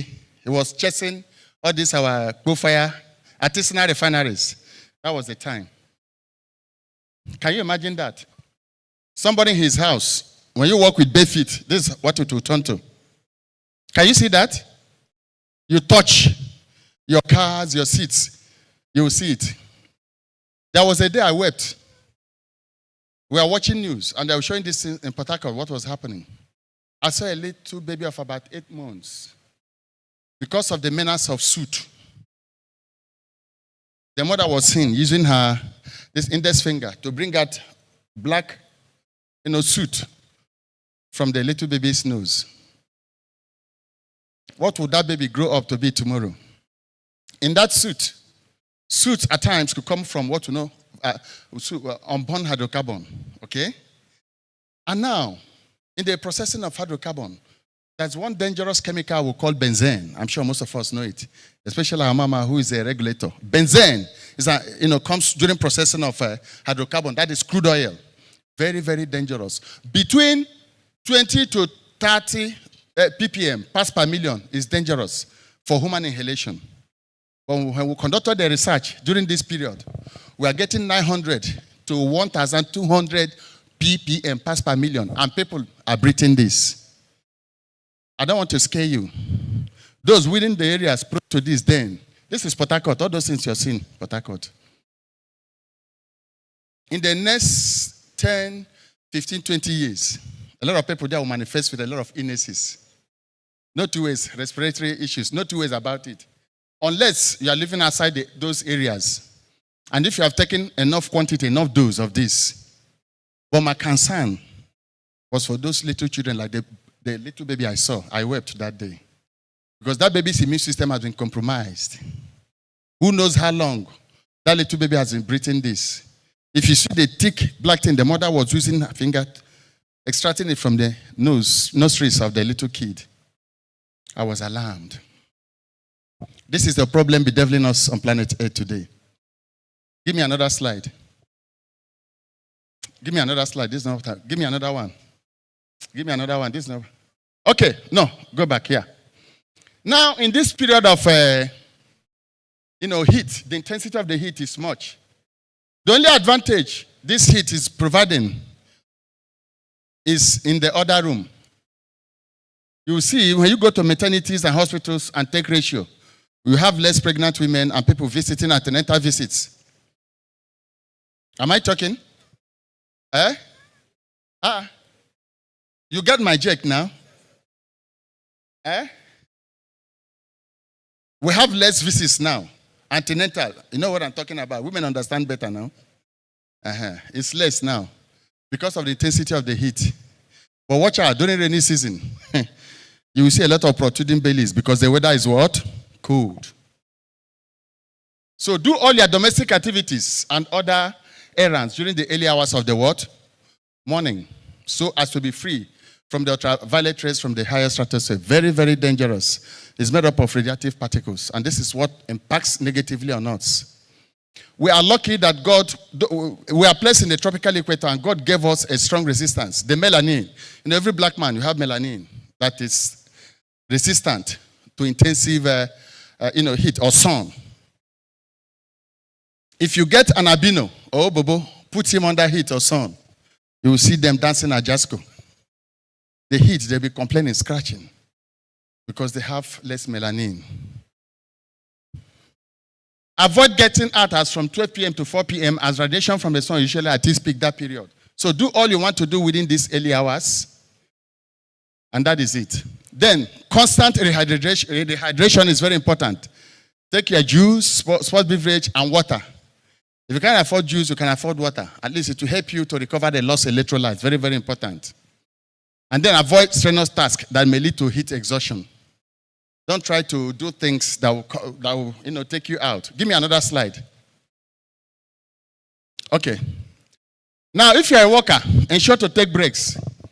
Take more fluids to remain hydrated accordingly. This is when you need to take fluid. As you walk in the field, once you just take fluid, you'll be okay. That's it. Then, the crux of the matter is what? Endeavor to plant more trees around the environment to attract fresh what? Oxygen. Let's be sincere. If you know in your compound you have enough trees, or you planted at least, let me see your hand. As Dr. Monique Mosu said, if you lie, liars will go to hell. Okay, good. Please, can we clap for the people that raise their hands? That's a good one. I will admonish you when you go, still plant more. I'm going to somewhere, I'm taking you somewhere, just watch. Do not exercise under hot sun. It's not the best time to exercise, so that you don't get yourself killed. And then when you want to take a rest, of course, take it under trees or nearby buildings. Give me another slide. Let's get into the crux of the matter. Okay, this example of CFC. Give me another slide. Yes, the coming of the super trees to the rescue. We call them the what? The super trees. These trees are genetically modified to sequester, to attract more carbon emissions in the atmosphere. We call them the super trees. They are the tequila trees and the agave trees, mainly seen around South America, Brazil, Mexico, all those, Argentina, all those areas, South American. That's where you see them. Okay? We call them the super what? Trees. But they have been genetically modified. They've been tampered with. And this work was done by scientists from Sweden, from the Swedish Environmental Protection Agency. They're carrying out some trials. And by the grace of God, yours sincerely is a member of that agency. Now, the trees, the way it sequesters carbon emission between 60 to 65 to 70%. It will attract carbon emissions straying in the atmosphere. Are we following? Now, let me tell you something. Okay, let me finish this before I go into that. The sequestration process is about 60 to 70%. And of course, the trees are presently undergoing some scientific studies, then come laboratory analysis by scientists and experts in Sweden. This is really good. And now, in the same tree now, we've discovered that the back of the trees can be used to make things we can use to preserve food, like all these plastics that we're trying to phase out. I know in Lagos they have banned the use of styrofoam, Abi? Yes. All these plastics too. It's going to phase them out because they're from petroleum products. I hope you know that. Good. So from the super trees, we can now, from the bags, we cannot use the extras to produce all those things. But you know the advantage. Even if you microwave it, no issue. Okay? Because they are bags from trees. Okay? But our conventional, what do you call it, the plastics, when you microwave it, you know, it will deposit some chemical, components into the food. We don't know. And we ingest gradually. We are just taking ourselves somewhere, which is not good. So that is another discovery now. Give me another slide. So, okay, I've said this, the tequila and the agave. Now, it might interest you to know, okay, well, I've talked about this. Give me another slide. It might interest you to know, please give me another slide. Good. This is the crux of the matter now. I want us to listen attentively. Please endeavor to get this, any of these species that are the same tree. This is what we call Pinus caribia.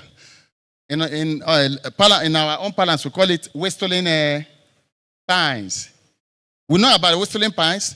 Yes, in those days during the war, when we were going to primary school and all those things, we used to have it in our school compound.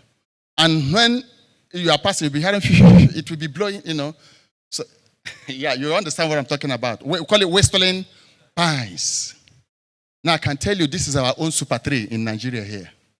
Please, anywhere you get it, please plant it around your compound. It will sequester carbon emission between 40 to 45% for you and will give you fresh water, oxygen. Please get it. Plant. This is our own super tree for now. Until we get the seedlings of the super trees that are being designed or modified abroad. We don't know when we will get it. Are you with me? This is very, very important. These are our own super trees. Look at the species. So Pinus caribia, very, very good. Plant it around you to give you oxygen. Now I want us to know that there is something we know, in this process, there's something we call there's a kind of relationship between man and plants, okay? Between man and trees, which apparently we have betrayed. How did we betray this relationship? Because we keep on hewing down, cutting the trees. We keep on cutting the trees with reckless abandon.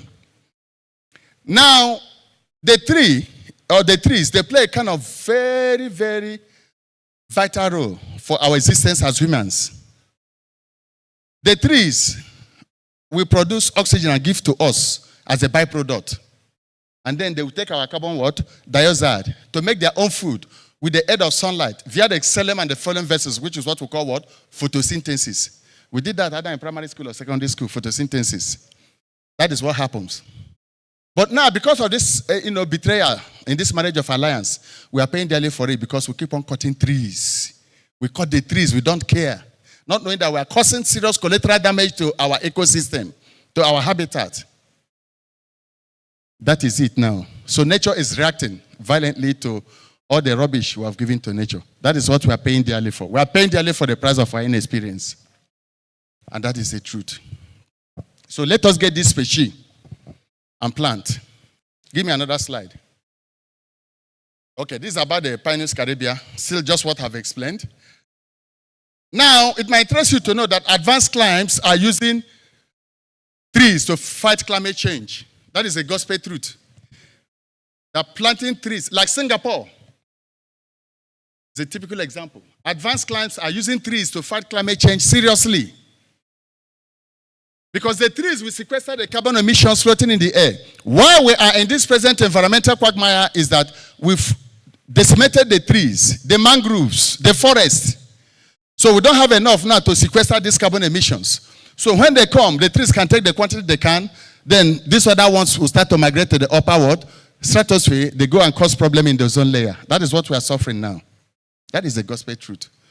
So advanced climes now are using trees to fight climate change, and that is the best option for us. Let us plant trees, our compound all over. Plant trees, it will help us. Very, very important. And now it might interest you to know that we have them at, Jos National Park and the Calabar National Park in large quantity. That's why you can get those Pinus Caribbean. We have them in large quantity there after the research. Now, before now, we had about 7 rainforests in Nigeria, but it's so sad to tell you that out of that 7 rainforests we have, only one is standing, and that is the Calabar National Park. And then this Jos National Park, which has been over-depleted. And then in that Calabar National Park, which is like last man standing, 3/4 of the forests have been depleted by woodloggers. If you are going to Calabar, you see all those big trucks, you will see wood. The Chinese will come in, they'll buy the wood. Because they're taking it, they're exporting it. And we're destroying our ecosystem. Biodiversity has gone extinct. In those days, during the war, we used to see something like, we call them caterpillar, we have butterflies, different species. They've gone extinct now, you don't see them again. You don't see them again. They've gone extinct. That loss of biodiversity. The other day I was trying to explain to my little boy about butterflies. Because I know all the butterflies he sees either in film or in picture, books, textbooks, all those things. Well, different species of butterflies in those days, different species of plants. Abi? Plants, you can live on. I remember, yours truly standing here. I survived the war, courtesy of plants. Because I watched my mother during that time because no food. Everybody's on their own. I watched my mother pluck the leaves, like the okazi leaves. There's one other leaf, they call it agromini in Igbo language. I'm still trying to get the botanical name or the English name. It's similar to okazi leaf too. When you pluck that leaf and chew, you don't need water. It will give you the nutritional value is very good. It will still give you water. As you're chewing it, it's producing water in your mouth. That's why we call it agromini. Mini means water in Igbo language. It takes care of you. But you can't see those leaves again. They've gone extinct. That's how I survived the war. Then my 3 siblings that are the Selense type, the Ajibota, tea and bread. Where do you see tea and bread? You know what killed them? Kwashiorkor, hunger. I remember I had cause to bury 3 of my younger brothers. I buried 2 in one day, then the other one the following day. And my father was busy fighting at the battlefront. I survived because I followed my mother to chew what? Leaves. You can see the efficacy of leaves. All these things, some of these things I'm telling you, coming out in my next book, sensational book, What I Saw with a Child's Eye, the Nigerian Biafran Civil War. I'm telling my story from the perspective of a little boy, what I saw. All the generals, they've told their stories, but I'm telling you what I saw with a child's eye. And at the end, I concluded that what I saw with a child's eye from 1967 to 1970, I don't want to see it again in my lifetime till I expire from planet Earth. It was not palatable. So when you get that book, you will understand what I'm talking about. It was leaves that survived me, and I'm alive today. All those my 3 siblings that dead. Imagine 3 persons that would have been like me now. Who knows? Maybe one could have been a governor, a senator. You understand? So that is why destinies of many people are wasted. Go to the burial ground, you see where destinies are buried and wasted. So that is why anybody that is calling for war now, look at you with Bejero eye, and I'll talk to you. You never see war. A situation where a bomb will be thrown, mother will throw away the suckling baby and run for her own safety. Maybe after a while, she will recollect her sense. Oh, where is my baby? I know women are emotionally and sentimentally attached to their children. Sorry, I'm digressing, forgive me. So that is it. So these are the species we are talking about. Very, very, very good species. Pinus caribia and then the whistling pines. The whistling pines are here, so let's get it and then make good use of it around our environment. This is very, very important. Now, to buttress my point about the importance of trees and plants around us, please, I need a hot finger. Go to the book of Deuteronomy chapter 20, verse 19. Please, somebody do that in the phone and read it so that you won't say Prophet Okeke said. Please, please, just do that because I'm rounding up. I'm done. Please, for safety reasons. Deuteronomy chapter 20, verse 19, please. And please, please give mic. Let them read. This is not theory propounded by Professor Okeke. I want us to hear this. Hold on. Oh yeah. Read. Deuteronomy 20. Let's listen. Are you sure that mic is on?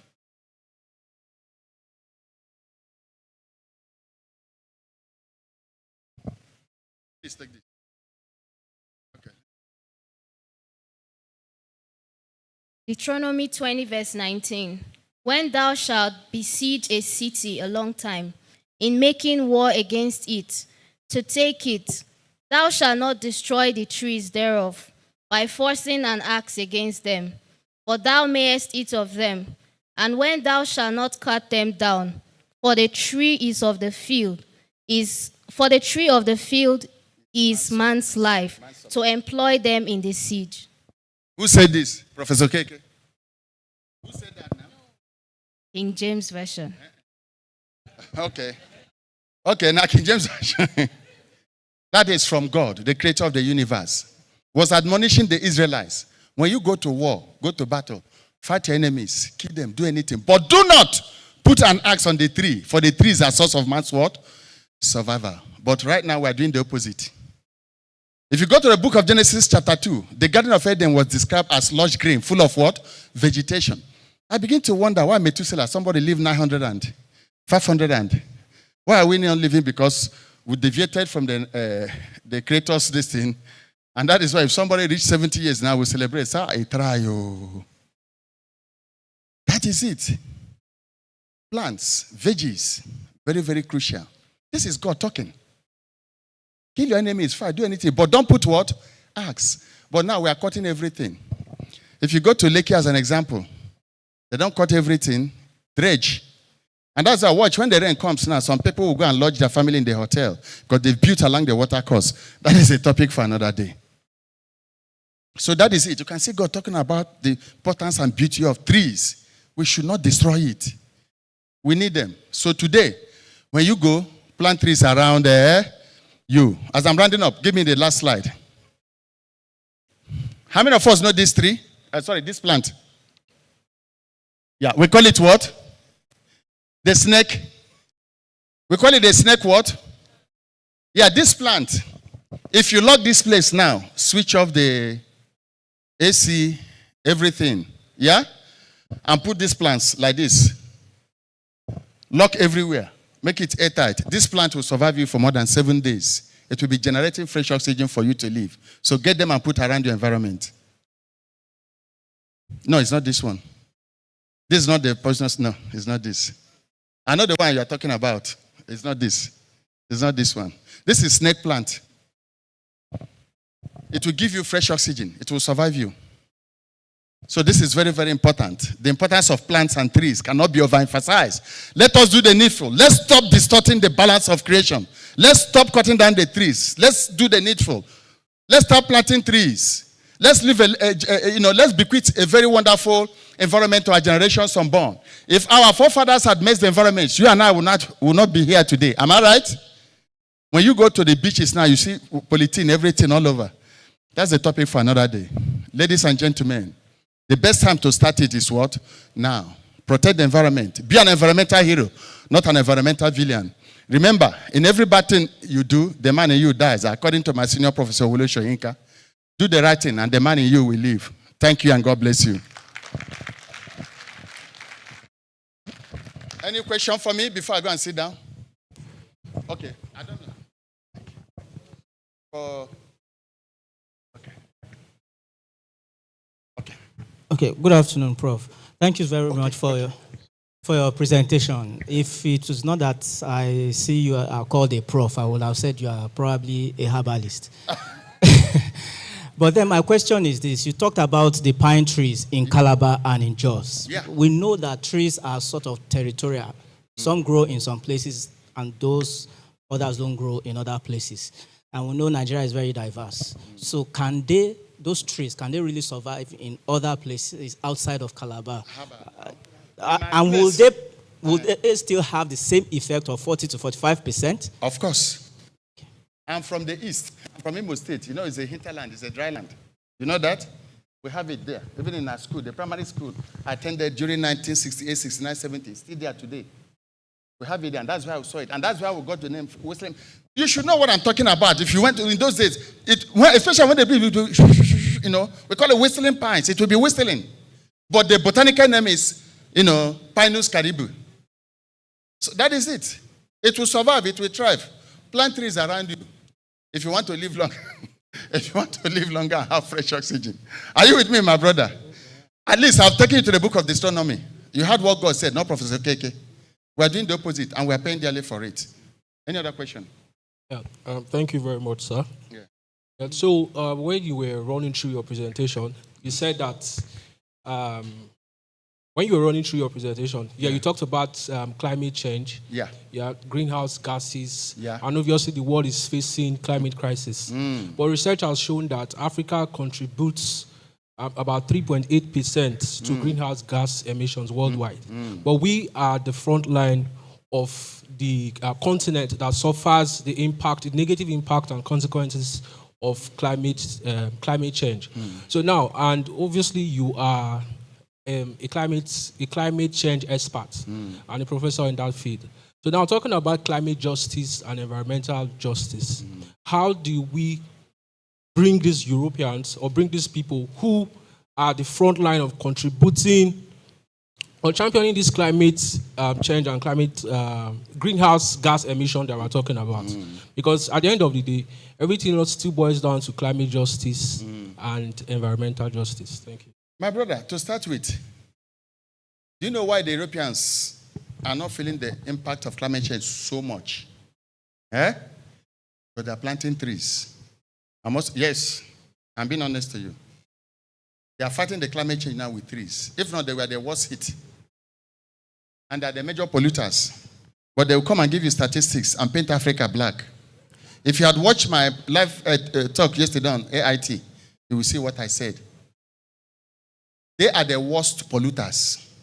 China, number 1. Saudi Arabia, number 2. America, number 3. Even Germany and India. These are the heavy polluters. Oh, they depend. It's still fossil fuel. They're using fossil fuel. Meanwhile, they're telling us climate change. We need to get 0.15, net zero. That is 0.15% net zero. Why they are churning our policies and programs to work towards that? We here in Africa, we're not doing that. That is secret to leadership problem. Are you with me? But I'm telling you that the worst hit. The only thing is that we find ourselves in the tropical equator. Especially those are Sudan. Like Sudan now, they've shut down schools because of heat in Sudan and some Central African Republic. They've shut down schools. You can't stay. Imagine how you feel here. There was about either 2 or 3 days or 4 days or last week. It got to the extent that you see everybody. It's like you are drenched. As if you poured water. But this is sweat coming out from you. Then imagine what those people over there. And then the northern part of our country too. Because desertification is encroaching day in, day out. It's encroaching desertification. And it still boils down to deforestation. We keep on deforesting. We keep on cutting the trees. Are you with me? The Ubos, they know what they are doing. They use us as pawns or cannon fodders. When anything comes out that is bad, they say it's Africa. Remember when AIDS came, they say it's originated from Africa. Ebola, they say it's Africa. COVID-19, I don't know. They tried to. I hope they said it's Africa too. Did they start? Okay. China. Okay, Wuhan. Okay, they were gracious enough to say, if not for that discovery, they would have pushed it to what? Africa. That is the truth. I wish our leaders, African leaders, can come together and form a strong alliance so that we'll be able to do things and stand on our own. And I can tell you all these European nations cannot survive with Africa. What is making them grow is what they're getting from our land. Take it or leave it. And I say it without any apology to anybody. That is the gospel truth. So we need to start doing something to help our environment. Are you with me? So the climate change, what do you call it? COP26, COP25, they had the last one in Dubai. We go there and blow Turenchi, blow grammar. This is the time for what? Action. Too much talk, less action. We need to move into action. Let's walk the talk. The talk is too much. Let's move into action and get things done. But I'm telling us today, as colleagues and friends, when you go start in your own home, start planting trees. Come and tell me the result later. People that killed in this years ago, when I've been preaching this gospel, just like the biblical John the Baptist, who was busy in the wilderness then preaching, repent for the kingdom of God is what? At hand. Some people called him a madman until when reality dawned on them. We'll be in the league of environmentalists crying. Go to our markets today, you'll see what I'm talking about. Cellophane, pure water sachets, everything. Go to Bar Beach. You will see what I'm talking about. We're equally causing our own problem. And even some of our MOCs are helping us too with spill and what have you. We are destroying the ecosystem, the fauna and flora of the environment. Everything is being bastardized. We need to wake up and start doing the needful. That's why I said we should all be environmental heroes, not environmental villain. It will take us nowhere. Thank you. Hey, Chineke, more questions? Yes. Prof. Hey, my son, my in-law. I'll reduce you. Yeah, Prof. Thank you for the wonderful presentation. My name is Dr. Henry Awata. If I look through one of your slides, you see that picture of a suit with all this massive incineration and the rest of them. So I don't know what effort we are making. If you travel between Warri and Port Harcourt, along the road, there are 2 points where all these task force burn either seized crude tanker. Then, in addition to that, our artisan refineries, you see this security agency, they will just go and blow everything into fire. Is this the best option, considering all this hazard inherent to that process? Thank you. Thank you so much, sir. Wonderful question. That is not the best option, I must confess to you. I've had cause to talk with one of the military commanders. You understand? The task force over this. The thing is that overzealousness, they burn the ship, they burn all those things, all this artisanal refinery.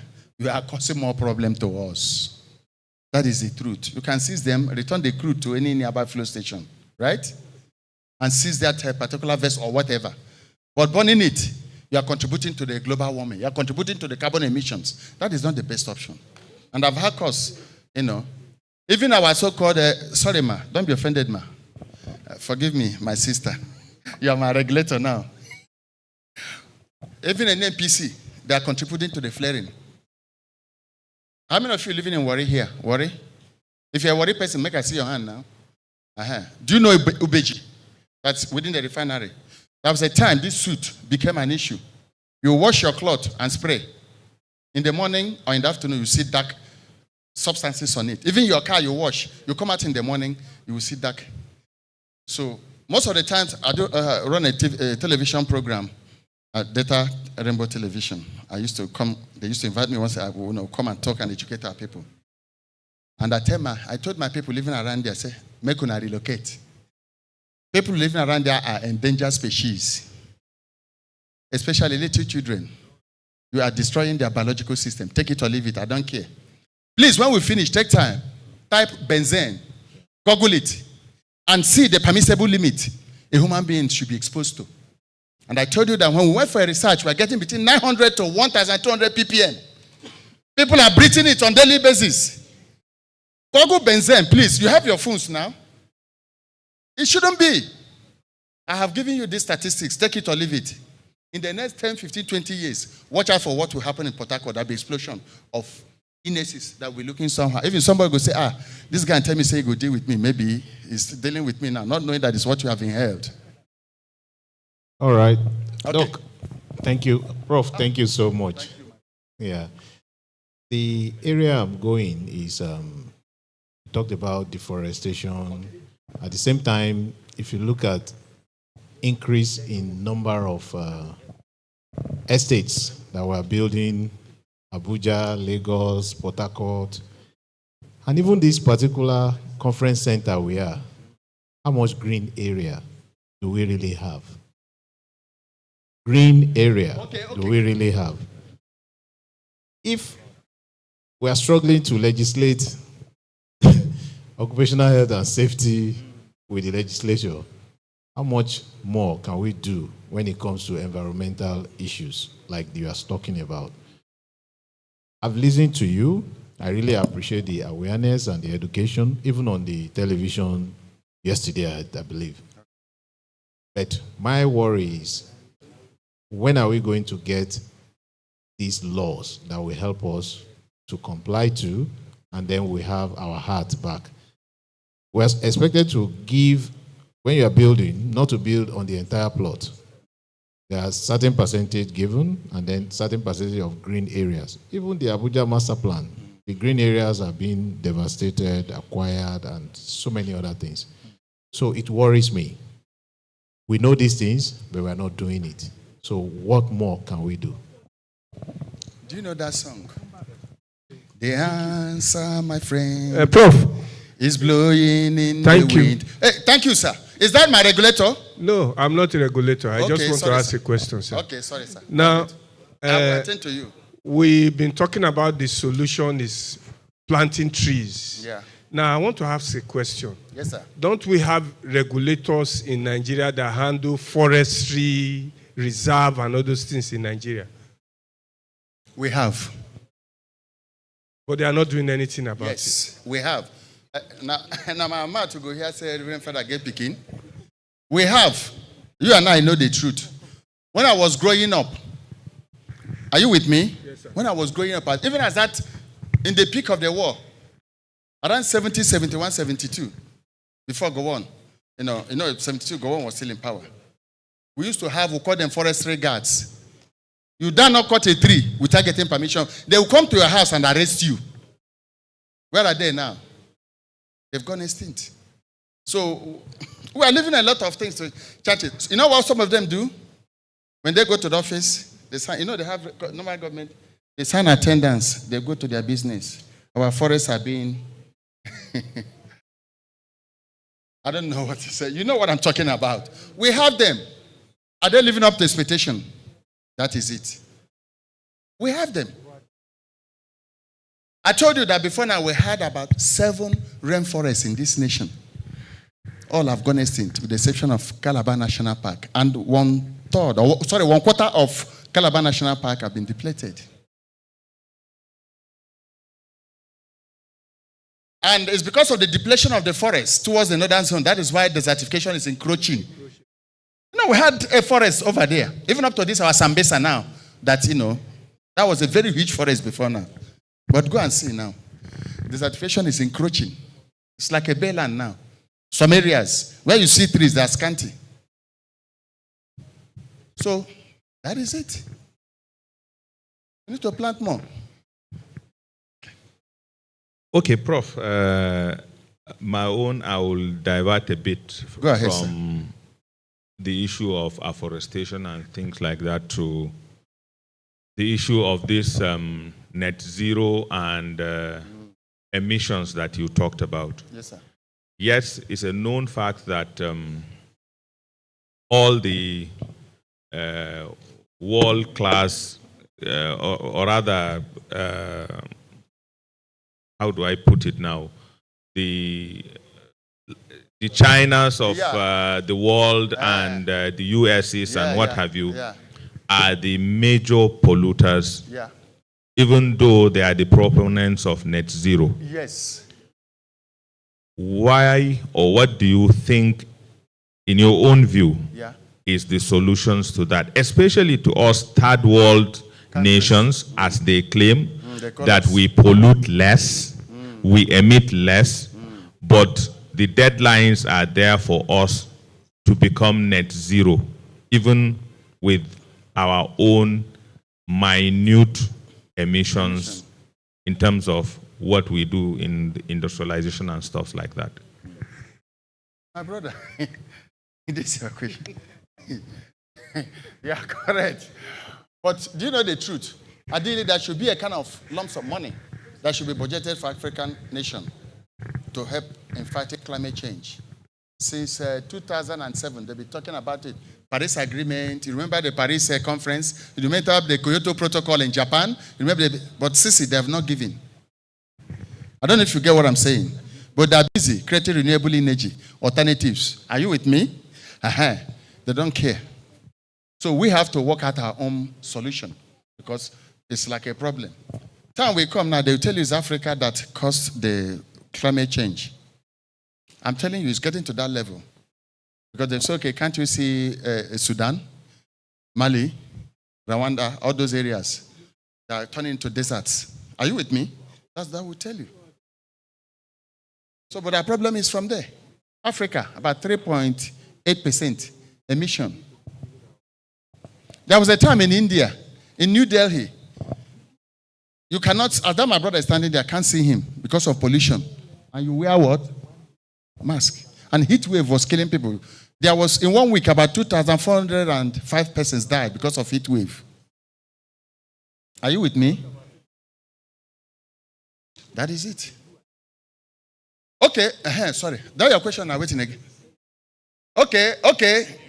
The answer, my friend, is blowing in the wind. The answer is blowing. That is the truth. We need to. That's why I said today during when we're having the plenary, it will get to a time as League of Professionals who wear our, polo what with inscription, carry placard or banner, block the National Assembly, disturb them for 2 or 3 days. They will listen to us. You understand? Because a malignant tumor requires surgical operation, if you know what I'm talking about. But if we continue to blow the Turenchi and do everything, even if the proceedings from here, when it's sent to the National Assembly, if there is no brown envelope, nobody will support it.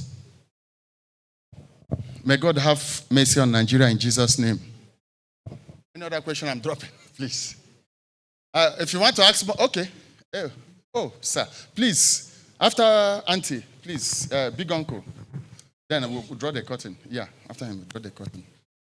Prof, very nice paper you had there, and this issue of climate change. It's a reality. It is. Honestly, it is, because in the past, when we are growing up, we had this because I grew up in Plateau, weather is always cold and all that. Good. But the people presently there is complaining that the weather is changing. So what happens to the rock that used to give us that breeze, that extensive cold and all that?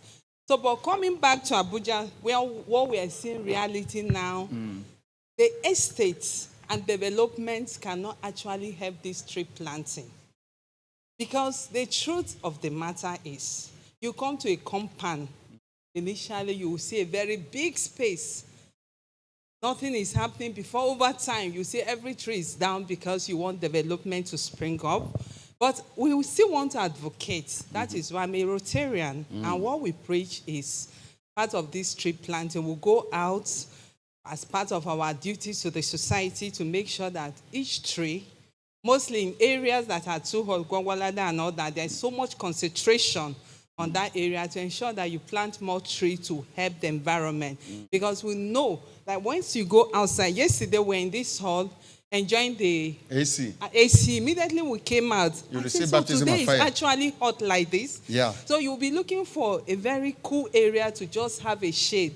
And if those trees are not there, you will not be able to get that. So there should be advocacy, more enlightenment on that, so to win this. Thank you. You're right, my sister. That is advocacy, enlightenment. That's what we are doing here. But I keep saying this. We need to walk the talk. We need to get... If I had known, I would have recommended to the organizers. Like tomorrow, Saturday, a lot of us will dress.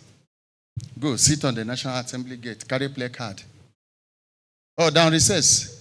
Okay, so they've gotten prayer points in their mailboxes. Okay. So that is it. So that is the truth. We go there and block. We no go agree. Oh, we no go agree. Heat, they kill us. Plant trees. We need trees. Come up with policies that will help this nation. Because most of them are living in air-conditioned houses. From air-conditioned car to air-conditioned house to air-conditioned office. It's you and I that is facing the brunt. Please, let Uncle talk. Then I drop. Thank you very much. Kingsley Okehelem is my name. My perspective of this is, again, creating awareness. Yes, sir. I came to this place from Abia State, Umuahia. I landed yesterday. When I landed, I was like, what is this? very hot. And as the taximan was bringing me here, he wound his glass up. It was still hot inside the car. He wound it down, hot air coming outside. And as I was passing, I was seeing cut down branches and stems of trees. And they put something on top for sale. Just by the way. Then in the villages where I was coming from, people cut firewood and even bring it to town to sell now. Because they don't have alternative. Yes. But in this country where you and I are living, I know that underground, somewhere in the south, there's a whole lot of crude oil, there's a whole lot of gas. So who is fooling who?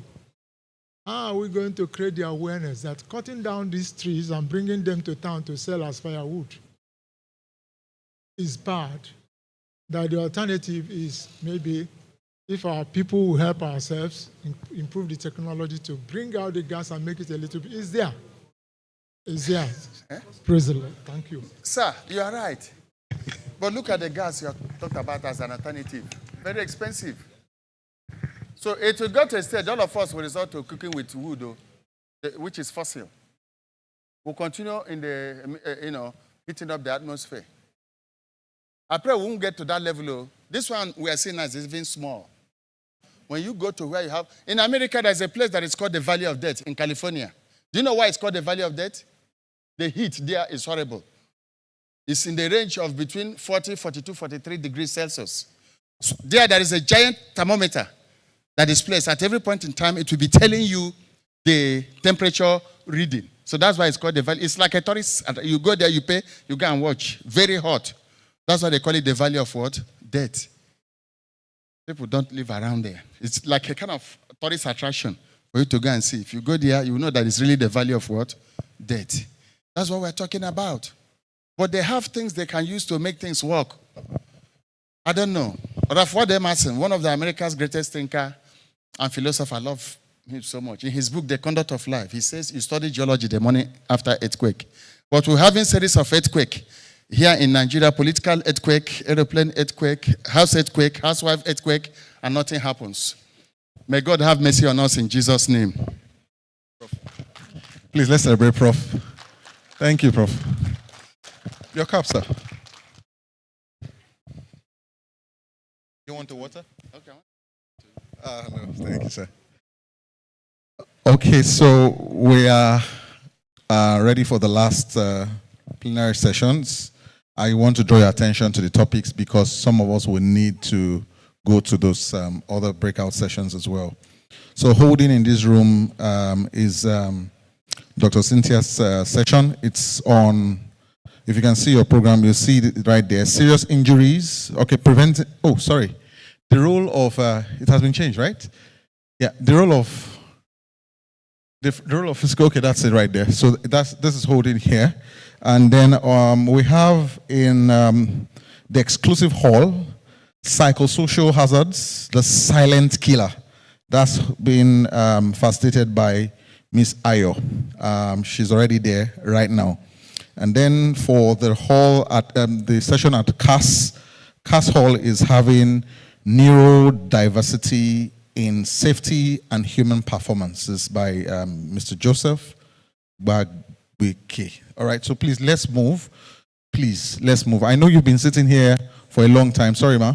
So for those of us who need to move, please, let's move. For those of us who are here, can we please come to this middle of the aisle? This sits here. Please, so that we're not too scattered. It's really, really not good that we have the hall very sparse. This is the last session for the day. Please kindly stand. In fact, you've been sitting for the last 1 hour. Please stretch your leg, stand, and please move. If you have to go now, please move. Please stand. Please move. Please stand. Please move. I'm saying we should please stand and move. Please. Those of us there, we can't, PTI, we cannot all be in this room, right? Some of us are moving. Some of us are sitting. So if you are sitting, please come this way. All right. If you're moving, please move. Thank you, ma'am. Thank you. Thank you. Thank you. It's my time. The announcements. Oh, please, if you haven't registered, if you have not registered for this ASSP conference, your certificate is quite important. we please beg you to please go to the first counter and scan, please, your QR code, please, so that we can be able to process your certificate. Thank you. Okay.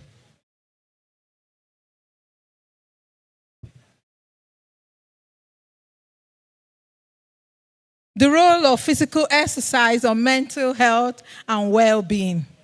So we have sat enough. Could we just, if you are in for this class, could you please do me the honor of coming a little bit to the front?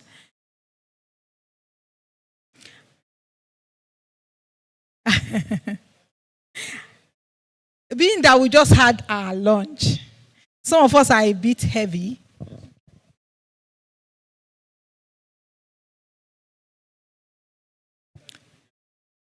Please, can I beg you all to please stand? Thank you. Stand, stand, stand. Stand and just take a brisk walk. There's enough space. You can walk just 3 or 4 times and you're good. Please. And if you cannot walk, you can just stand and just do like this. Just do like this. It's very effective. Just do like this. Move your body. Just move it. Move it. Thank you, ma. You are doing it. Thank you. Yes. Yes. Yes. Yes. Thank you very much. Can we come back to us? Thank you, sir. I see you are doing it. Thank you, sir. It's obvious you are into physical exercise yourself, sir. Thank you. Please, may we occupy our wonderful seats.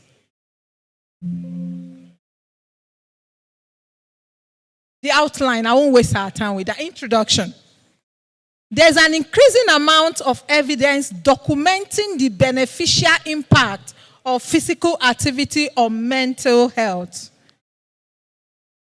Systematic evaluation has indicated better outcome for mental diseases with physical activity.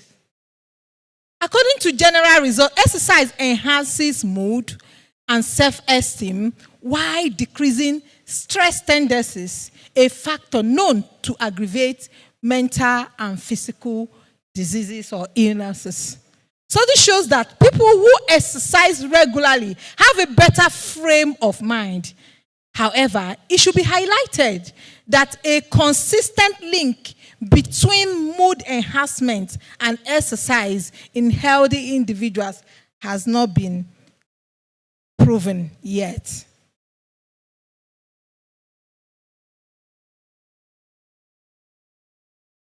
Physical exercise refers to any bodily activity that enhances or maintains physical fitness and overall health. It involves the use of muscles to move the body and can range from simple activities like walking to more structured and intense exercise like weightlifting or running.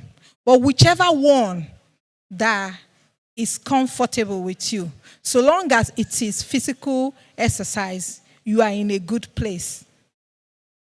Physical exercise is a crucial component of a healthy lifestyle and has enormous benefit for both the body, the mind, and the soul. I didn't add the soul, but yes, the soul.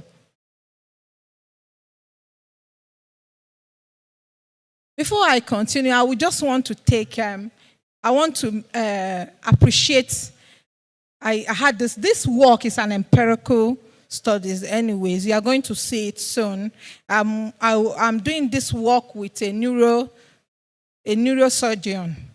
So when he does, please just check me out on my LinkedIn so you can get a download. Aerobic exercise, cardiovascular exercise. This type of exercise involves activities that increases the heart rate and breathing, promoting cardiovascular health. Examples include running, walking, swimming, cycling, dancing.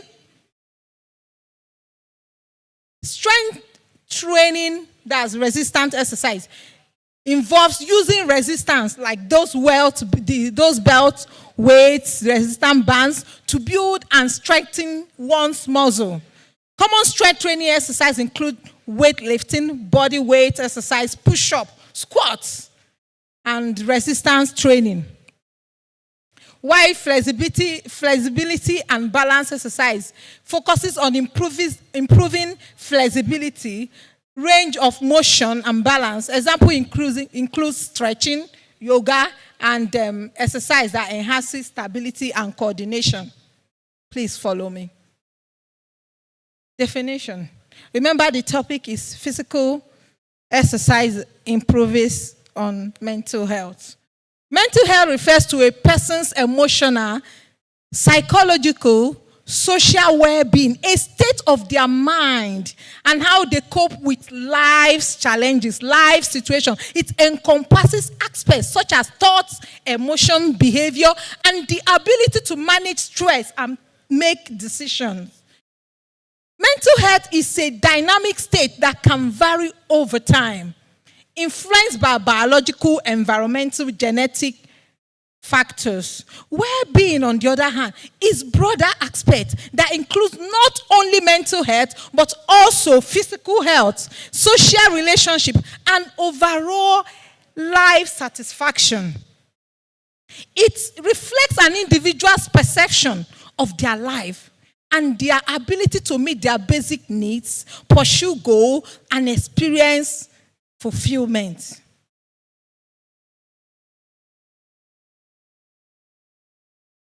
The key components of mental health and well-being.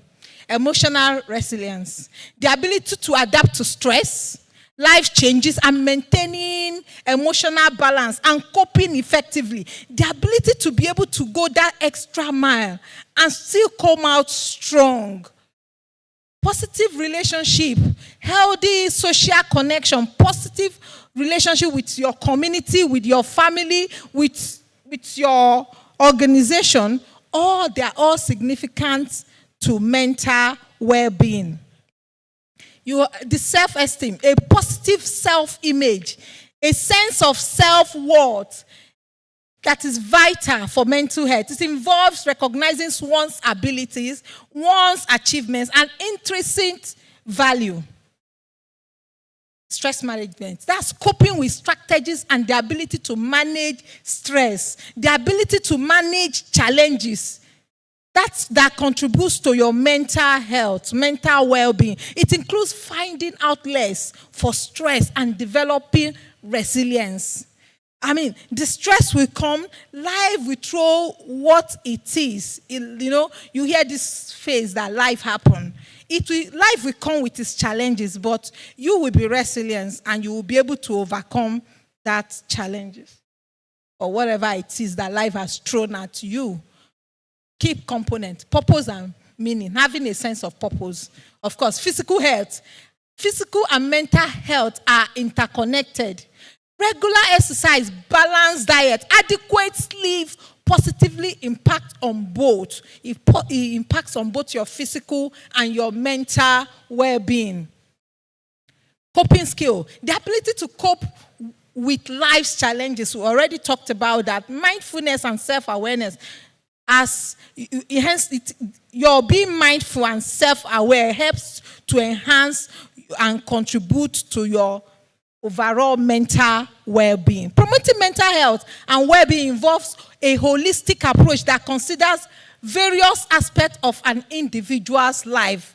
It's not static. It's essential to address stigmas surrounding mental health, providing access to mental health resources, support, and foster environment that promotes positive mental health and well-being for individuals and their communities. Promoting good environment in our organizations, in the place where we find ourselves working, is it at home? Creating that extra room for mental well-being, because there's a lot of stigmatization. You say that, there's how you are feeling, and then someone is saying you are getting colo. I heard that in one of the papers I presented. Someone gave me that word that they call it colomenta. That the person is going colo. So you will not want to face that stigma. So you will be hiding the state of your mental status. But it's not like that. I think the world is moving forward now. We're recognizing that some things, they interplay to give us an overall well-being. Enhanced quality of life, good mental health, good mental well-being is associated. Now, the importance of mental health is associated with high quality of life. It contributes to a positive outlook, increased life satisfaction, and a greater sense of fulfillment. You can't even begin to argue it. When you have a good mental health, there's this aura that even you, without even talking, you just exude. You have this sense of feel good that is released in you because of physical activity. We'll get there, just follow me. Physical health, mental and physical health are okay. Productivity and performance. Mental health being linked to cognitive function, creativity, and productivity. When an individual experiences good mental health, they are more likely to perform well in their endeavor. You can't bring a sick person and you expect the person to perform optimally. Maybe the person isn't even physically sick, maybe not suffering from malaria, but do you know that mental health can also sometimes be, you will begin to transmit it like it's physical sickness. You will see. We will get there. Resilience to stress. Mental well-being helps individuals to cope with stress more effectively. Ability to bounce back from challenges. Mental health helps individuals to okay, I've done that, sorry. Individuals with good mental well-being are better equipped to build and maintain positive relationships. They can communicate effectively, emphasize with others, and navigate conflicts in a healthy way. Mental well-being supports the ability to manage and regulate emotion. It's essential for maintaining stability in mood and making good decisions, sound decisions, navigating interpersonal relationships. Good mental well-being is a protective factor against development of mental disorders, mental illnesses, some mental diseases. It can lower the risk of conditions such as depression, anxiety, and other mood disorders. Positive mental well-being is associated with better cognitive factors, including memory, attention, problem-solving skills. It promotes lifelong learning and cognitive resilience. So it improves your cognitive function. Good mental health helps you in social connectedness. Mental well-being fosters a sense of belonging and social connectedness. Strong social support network contribute to emotional well-being and provide a buffer against life's challenges. Prevents mental issues. Prioritizing mental well-being through self-care, stress management, and healthy lifestyle choices can help prevent one's onset of mental illnesses. It gives you community well-being.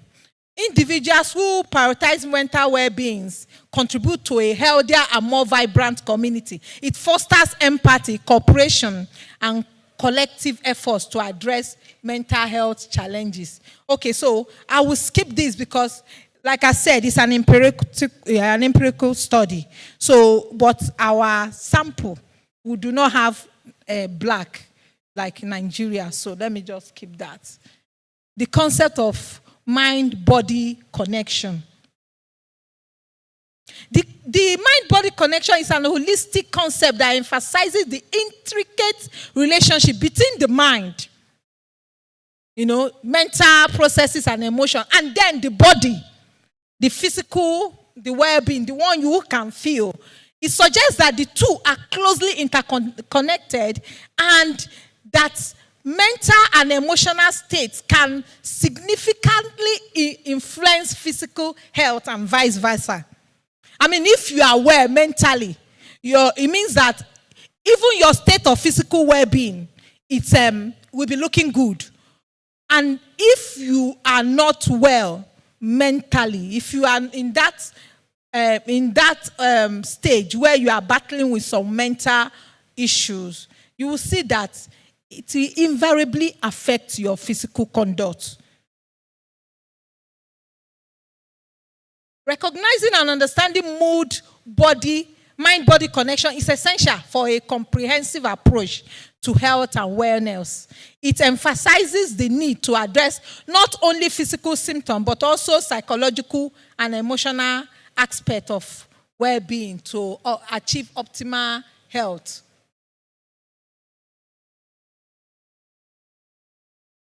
Benefits of mental or physical exercises.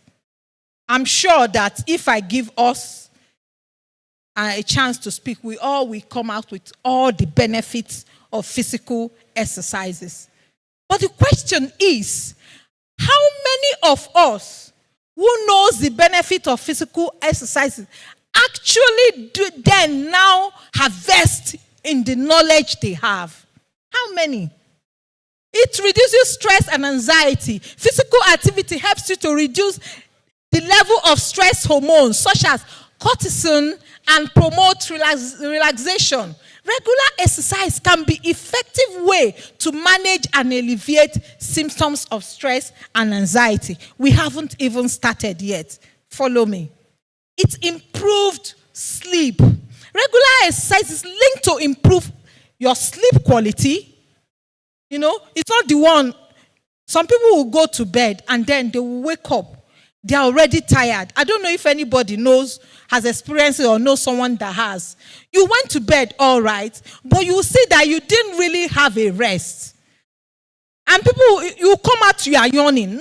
You are not yawning because you slept too much. You are yawning because you are even tired, though you just woke up. But physical exercise can change that. If you can talk with an expert and they will give you an exercise tailored to you, or you even do the common one, you see that you begin to experience high quality of sleep. Because sleep itself is a medicine, it's medicinal. But most of us don't have that high quality of sleep. But physical exercises can help you to have a good sleep pattern. It will now reduce insomnia. And some people will stay, they will count all the ceilings. They will count everything and they will wonder why people are sleeping for so long. If you check, 1 hour has not even passed. I know I had a condition like that when I had a little bit of mental issue due to some physical challenges. It looks like forever when it's night. I just wonder why people sleep for so long. By the time it's morning, I'm already exhausted. But no matter what this challenge or whatever it is that life has thrown at you, if you can involve physical exercise, I tell you, you will have an improved quality of life. It enhances cognitive function. Exercise has been shown to improve cognitive function, including attention, memory, processing speed. It promotes the growth of new neurons and increases levels of neurotransmitters associated with learning and memory. Remember I told you people when I started that it's an empirical study. I'm working with a neuroscience, a neurosurgeon with this. So he is the one, they are doing all the neuro researches on that. So it's been proven. It's there. You can Google and find it. You know, informations are not hidden anymore. It's just at our fingertip. You know, it improves give you good self-esteem and confidence. Achieving fitness goals and engaging in regular physical activity can boost your self-esteem and confidence.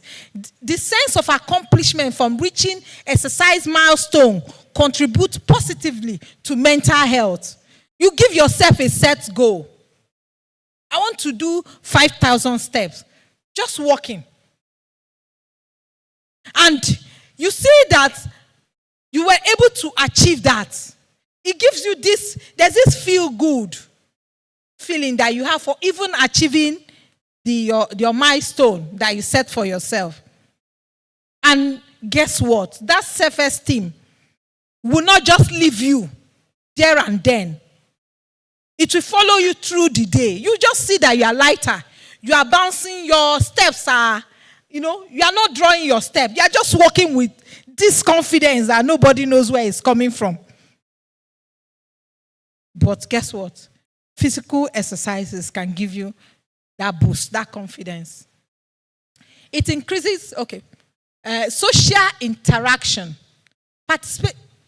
Say you want to join a group. Maybe you realize that you can't do this on your own. And you checked your neighborhood and you joined a group that you guys work together. Where I live, we have a group like that. I deliberately, consciously created that group during the COVID era where everybody is locked down. And it's still striving today.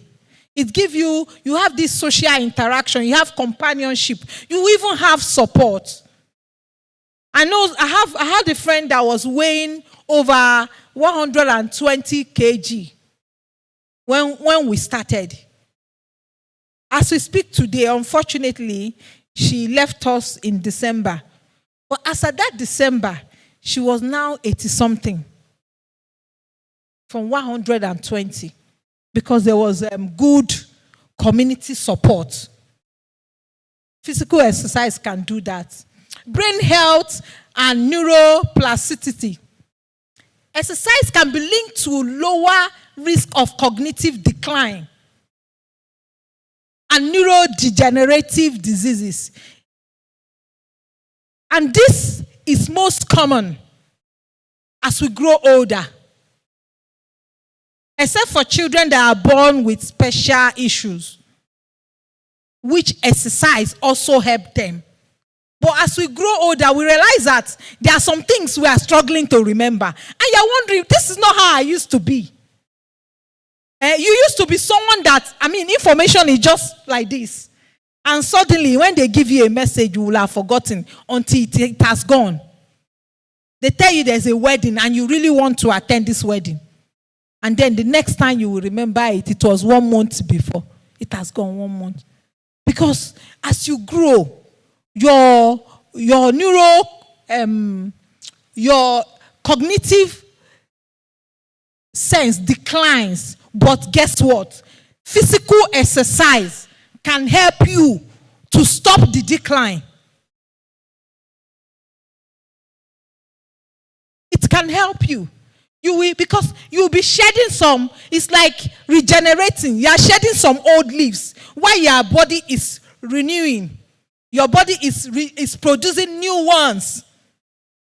So your senses are sharper. And exercise does that. Mood regulation. Regular exercise can help regulate mood and reduce symptoms of depression. It's often recommended as part of treatment plan for individuals with mood disorder. It helps with stress resilience. Exercise helps build resilience to stress by providing a healthy outlet for body's physiological response to stressors. It teaches the body to recover more sharply and efficiently from loss, from anything that is disadvantaged, from anything that the body do not need. You just recover. You see yourself bouncing back. Then it gives you mind-body connection. Engaging in physical exercise, physical activities, encourages mindfulness and connection between the body and the mind. Exercises like Tai Chi and the yoga, they are those ones common because it connects the mind and the body. And then when you are done with your stretches, standing on your tiptoes, you will see yourself. The mind-body connection is apt.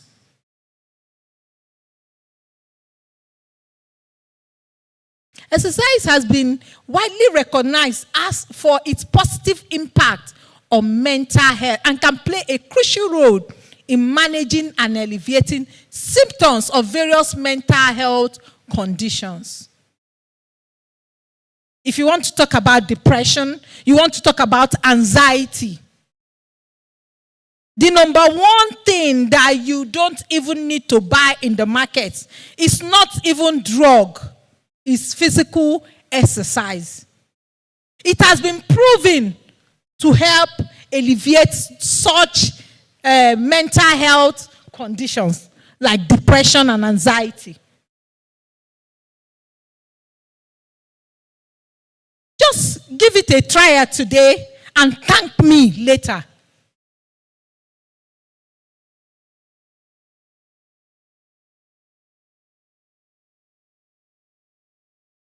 Diseases like attention deficit and hyperactivity disorder has been proven that exercise can help improve attention, focus, and impulse control.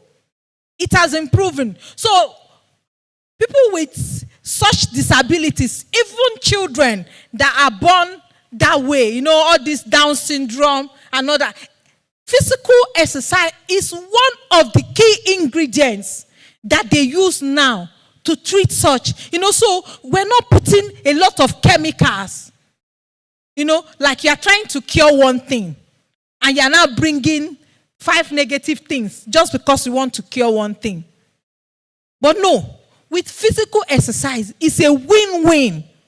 Because you're not soaking yourself in chemicals, yet the result is always outstanding. Cognitive function and memory. Brain-derived neurotrophic factor. Exercise increases the production of BDF, that's brain-derived neurotrophic factor, a protein that supports the growth and maintenance of neurons. It is linked to provide cognitive function, memory, and learning. It increases oxygen and blood flow. It increases the blood flow and oxygen delivery to the brain, which can improve cognitive performance and reduces the risk of cognitive decline. So, see you, someone who is physically active, who engages in physical exercise. It doesn't matter the age, the sex, the race, the religion. Exercise knows no religion. It doesn't know language. It doesn't know age. Neither does it know sex.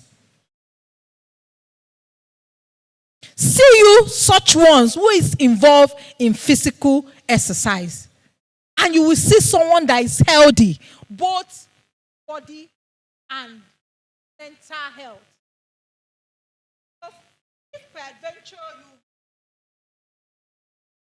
now suddenly this miraculous drug, this miraculous medicine called physical activities, this miraculous medicine called exercise, and you begin now, begin today. Our people, I'm from the Igbo origin.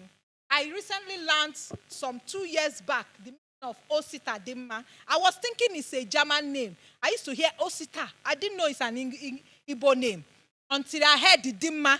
So I said, how did they join German and Igbo?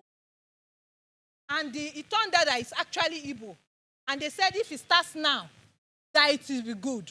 So if it starts today, now, after you leave this section, and you decide that, oh, I want to now get involved. I want to start doing physical activity. I want to start doing exercises. I want to engage myself. It's not late. Starting now is the best time to start. The Yorubas has something that says that if you today is also not too late to start.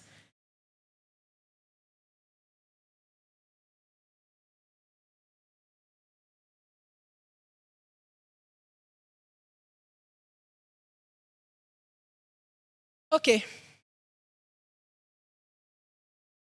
Okay, so on the screen are all the scientific evidence of the effect of physical exercise on mental well-being.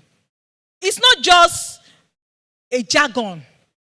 It's been proven time and time again that physical exercise, physical activity impacts on the body positively. So therefore, it means it impacts on your mental well-being positively.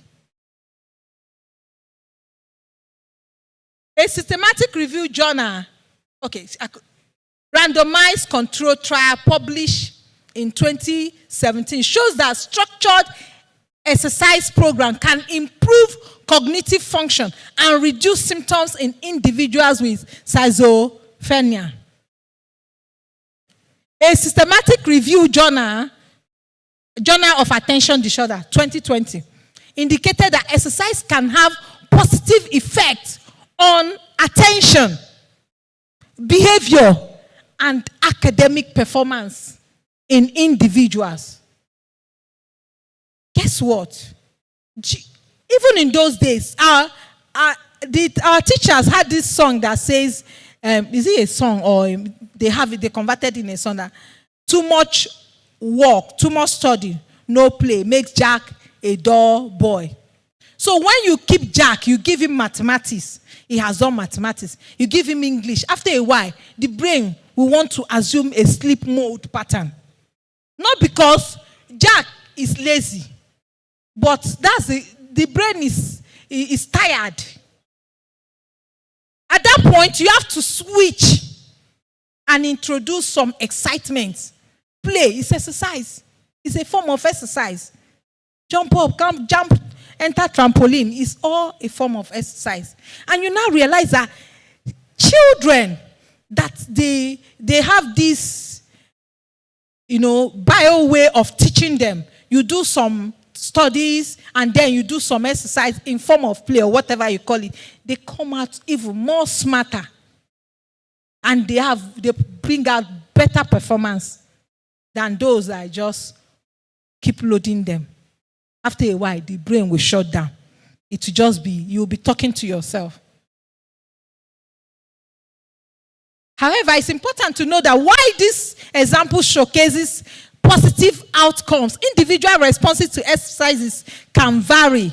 So you must consult a health professional to give you a personalized exercise plan for you to have an effective result.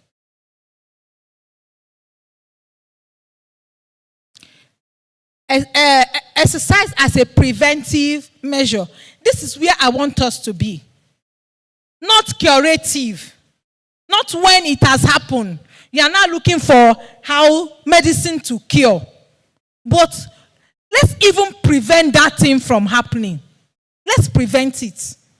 So exercise can give you that preventive measure. Engaging in physical activities offers a multitude of benefits that contribute to overall well-being and can help reduce the risks of several illnesses. The illnesses that we get even from the food we eat,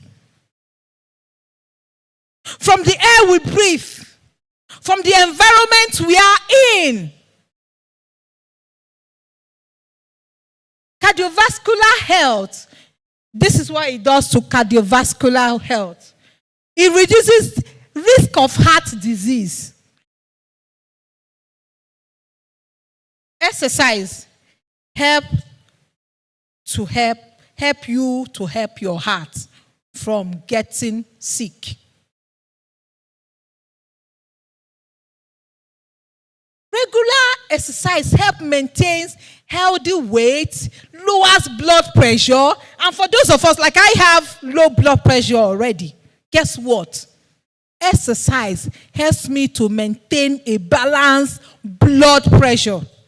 If I'm not in my normal, in fact, the first thing I asked them when I checked into this hotel, the number one lacuna I saw was that they did not have a fitness center. I travel anywhere I travel to, I carry my work shoe, even if it is for 30 minutes. If I'm at home, wow. Except maybe due to maybe I haven't had sleep, I will now skip. So it helps you to improve your blood pressure, lower blood pressure, improve cholesterol level, reducing the risk of heart disease. And so many people in Nigeria, in all over the world, that the number one problem is the heart disease. And somebody will just drop dead. They will say it's high blood pressure. Somebody, but you can help yourself. You can actually help your community. And you don't even have to buy this with money. That's the awesome thing about exercise. It doesn't cost anything.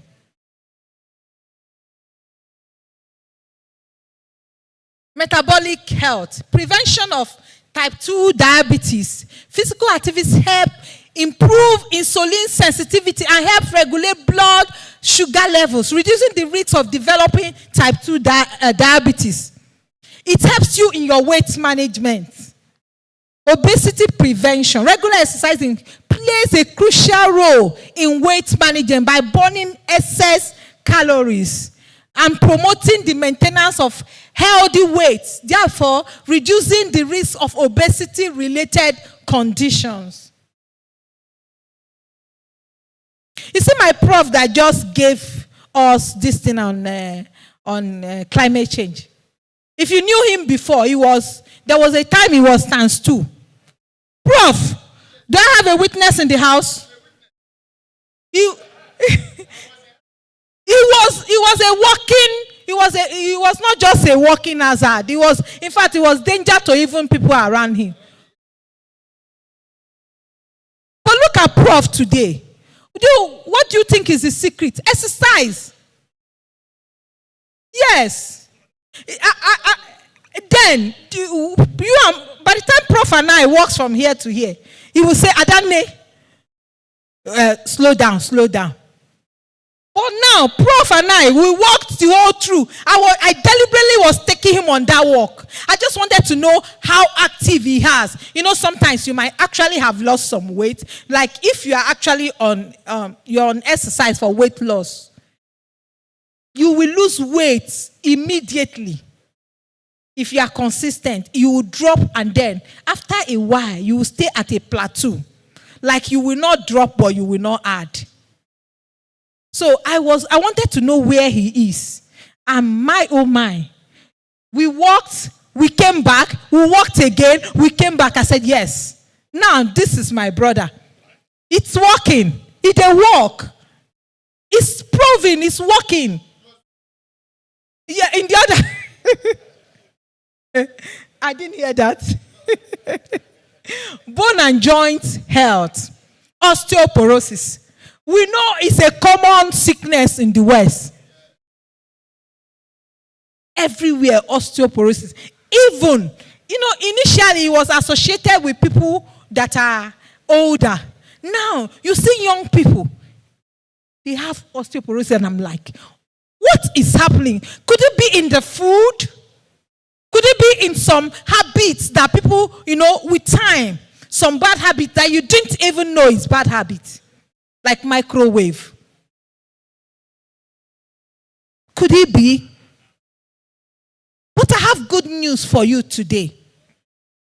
If you have been having challenges with your knee, your bones, you see this pain on your joints. Just a little, I can recommend just Start with 10 minutes walk. Don't do brisk walking. Just so that you can feel yourself. Start small, but aim big. Start small so that, if you start and then you jump from 1 to 10, you will crash. But if you start 1, you've counted 1, and you count 2, then you go to 3, you just keep building. Before you know it, you will not remember that you had bone joint issues. Exercise can do that magic. It's a magic drug, but you don't even have to drink it.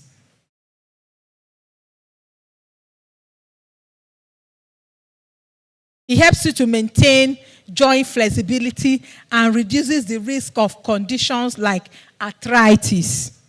You say, that my arthritis don't come again. Why will you claim a disease as your own?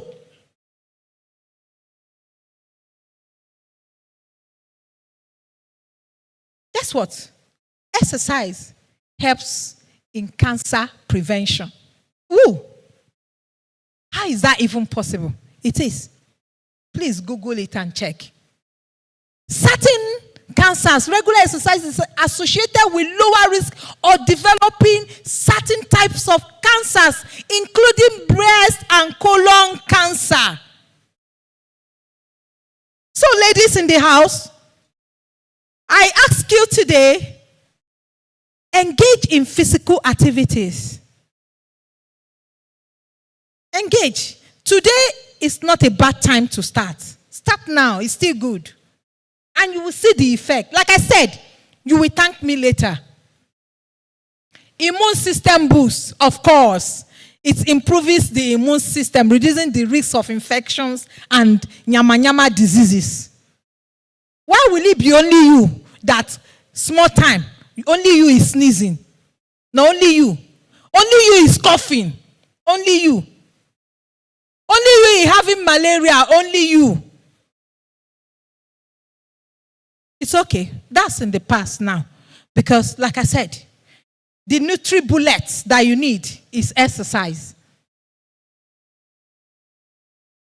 It improves sleep, of course. I won't dwell on that again. Stress reduction. Improves respiratory health.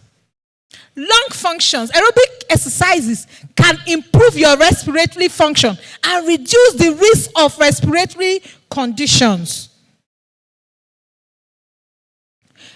Reduces risk of depression and anxiety. I've said that in the other slide.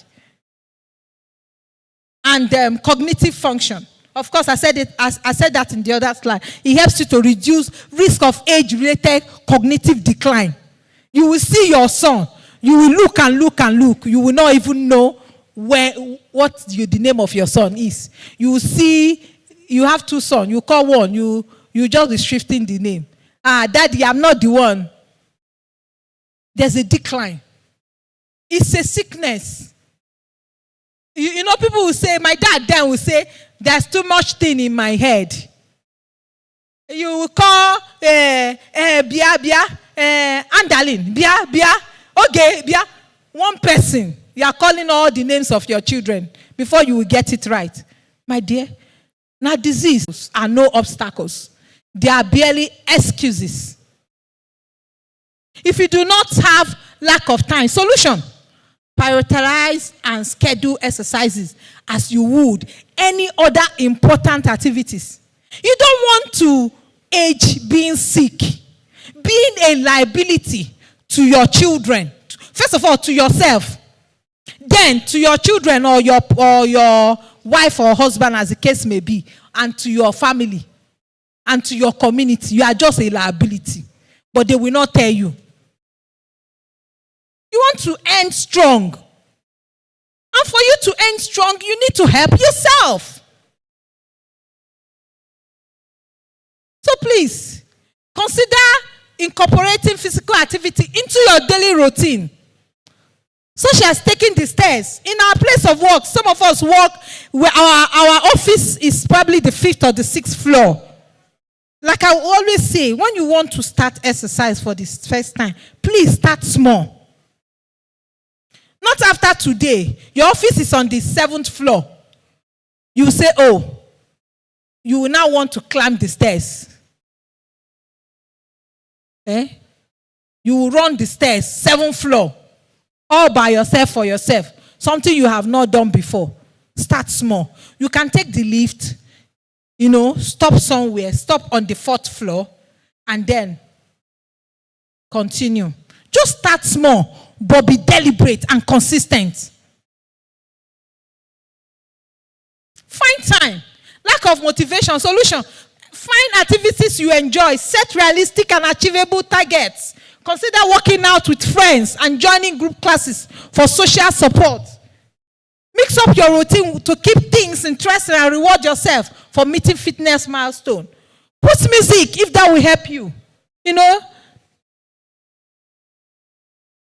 Your neighbor, if you live in an estate, get someone to join you, and you people will just form a routine. So that when you are tired, the other person will encourage you. Fatigue solution. Ensure that you get enough sleep to support energy level. Start with low intensity exercise like I said earlier. Then gradually you can increase. As your stamina improves, you increase. You will say that the problem is that you don't have money to join the gym. You don't even need the gym. I think for over 5 years now, I haven't entered a gym. And I think I work out regularly. I live in a community that's a little bit safe. So in the morning, I just time myself. 5 o'clock, I'm out. And I have people like me. Some people even come out by 4. And then just do brisk walk. So you don't even need gym. So you won't say that money is your problem.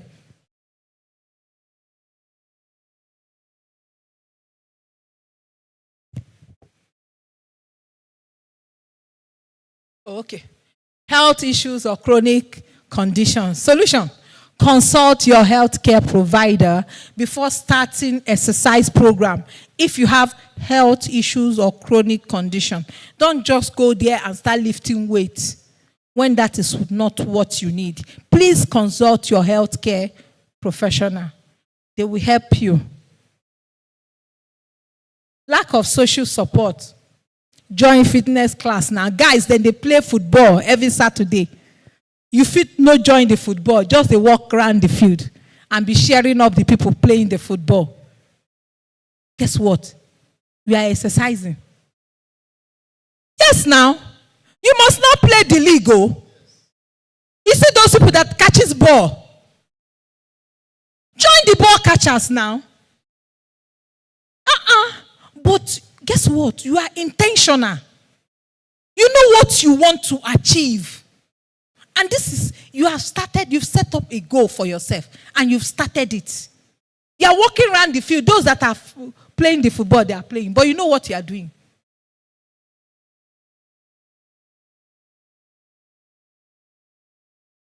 So whatever it is that is your excuse. I'm just trying to say that there's a solution for any of the problems that you think you have for not engaging yourself in any form of exercise today. In the life that we live now, in the present state of Nigeria, you will stay. You will not engage yourself in physical exercise. You don't walk.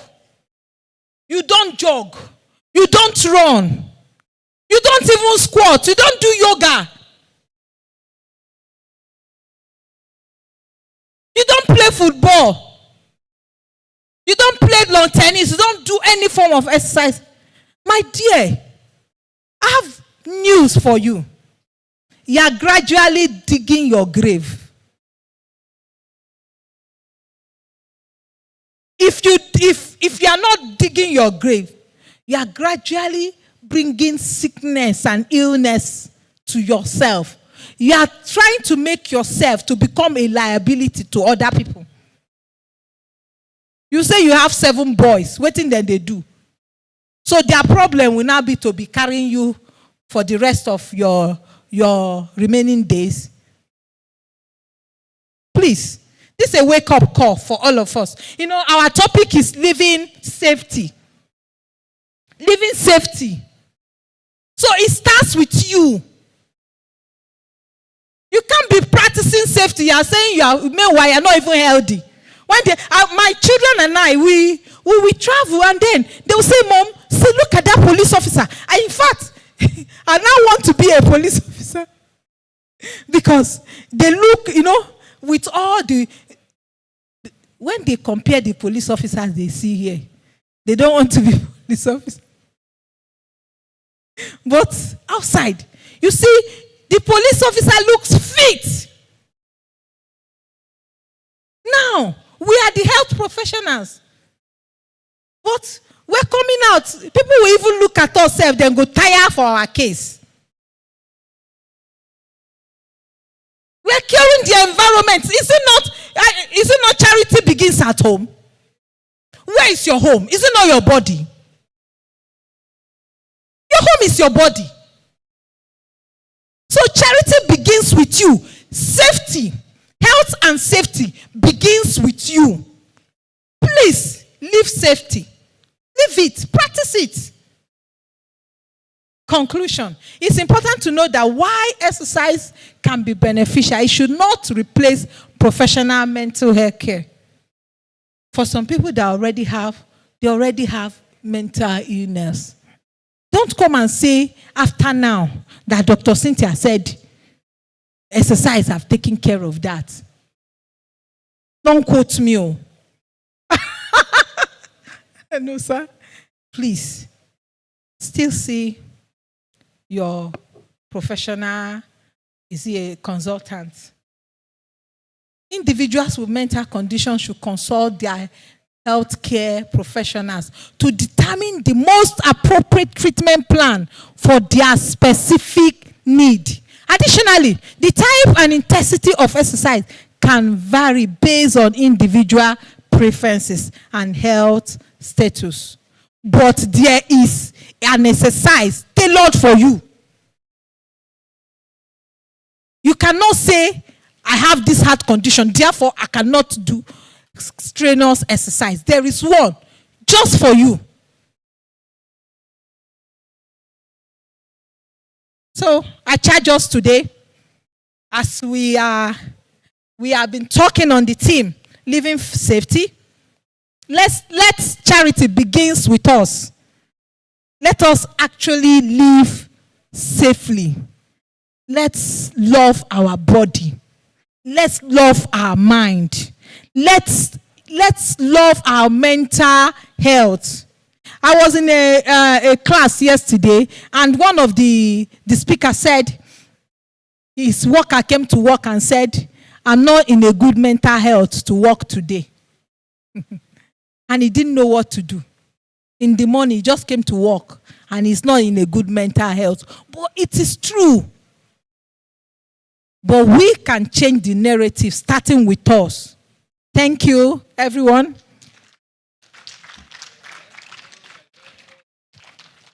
So, this is the time where I say contribution is welcome, question is also welcome.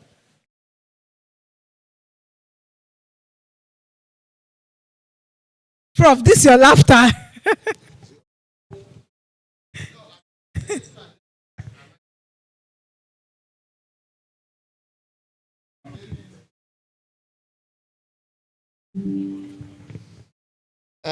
Maybe for the sake of the underaged here, I wanted to say something.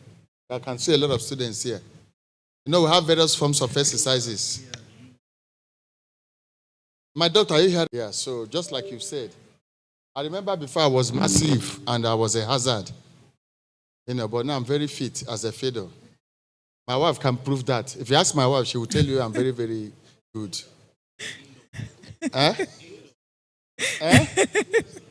Twins? No, I have twins already now. I'm a grandfather already now. I can't be having children. So that is it. So this is very, very important. Do exercise. In fact, I have a very wonderful therapy. I apply it most of the nights. There are times I'll be up because of academic works. You know, the moment I finish what I'm doing, the moment I just do that exercise, I take off, I sleep. The best exercise you can think of. That was the addendum I wanted to add, my doctor.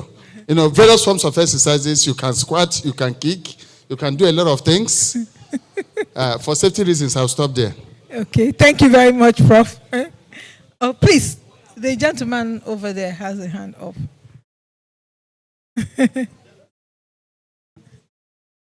They will have to consult him to know that exercise. Yeah, good afternoon. Yeah, my name is Dr. Bayo. I just want to add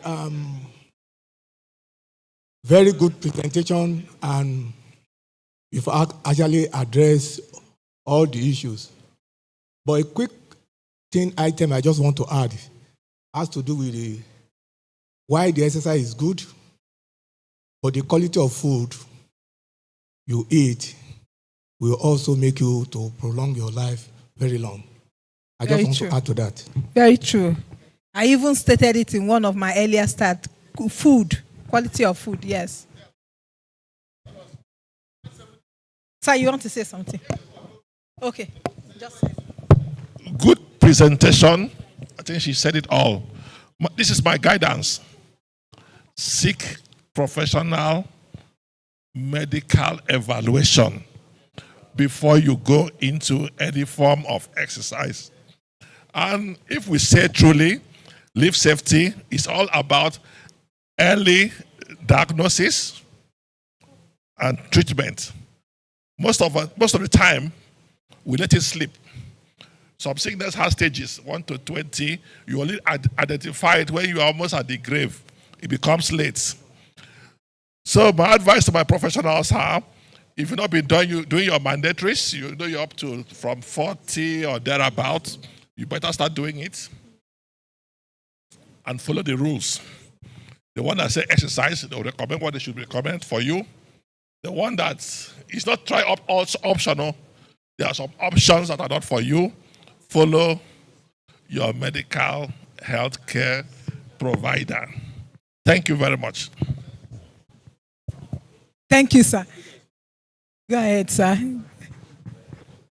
Yeah, thank you so much, doctor. You've done very, very well. I think for me, I always start a lot of exercise, but I'm not consistent. That's my issue. But you told me to be consistent today, and I will try. Also, I want to say something. Most often, we talk and we don't implement. As professionals, I think when we are having conferences like this, we can also bring it in. Okay? Maybe in the morning times, around 6 or 7, okay, we can come out somewhere and have 1 hour exercise and go back to our hotel, rest and come back maybe around 10. Okay? So that will also help us. Then also, what my boss just said now, that was one of my contributions I wanted to make before now. You know, you said if you are not doing exercise, the person is dying or going to grave and all that. And we also, that's the point he mentioned, we seen people doing exercise and they went on early grave early because of not following the medical advice as it were. So we should understand that, very key. Most importantly for the aging people, don't just do exercise because you see B doing it. You must understand and know the kind of exercise you need to carry out. Thank you. Thank you. It's not just even about age. You might be young and you have a certain disease or illness. Don't say because you have age on your side, you want to now go and do some type of exercise. You should still see your consultant before you do that. Any more contribution? Okay. So, if we do not have any contribution, can we all just stand up? Can we stand up? Stand up, please. So, we're just going to do a simple exercise. Don't worry. Anybody can do this. So, you are going to shake your leg. Oh yeah, kick it out. 1, 2. 1, 2. 1, 2. Kick it. 1, 2. Doctor, I'm seeing you from behind. You are not kicking nothing. You are not kicking anything. 1, 2. 1, 2. So please help me to raise your hands. Raise it, raise it. Take it like this. Go. Bring it down. Take it again. Go. Bring it down. Like this. Thank you, sir. Like this. Take it down. Then, thank you. The last but not the least, I want you to just try and pick your pen. Just go like this. Pick your pen. Just pick it. Yes, pick it. You are now fit now. Before you cannot do this, remember. Pick your pen. 1. Pick it again. 2. Count of 10. 3. Pick it. 4. Pick your pen. 5. Pick it. 6. Pick your pen. 7. Pick your pen. 8. Pick your pen. 9. Pick your pen. 10. Then shake it out. Shake it out. Shake it out. Shake it out. Release all your hands. Shake it out. Shake it out. Shake it out. Shake it out. Shake it out. I need you to shake it out. Doc, you're still not shaking it out. My eyes on you. Shake it out. Wow. Thank you, everyone.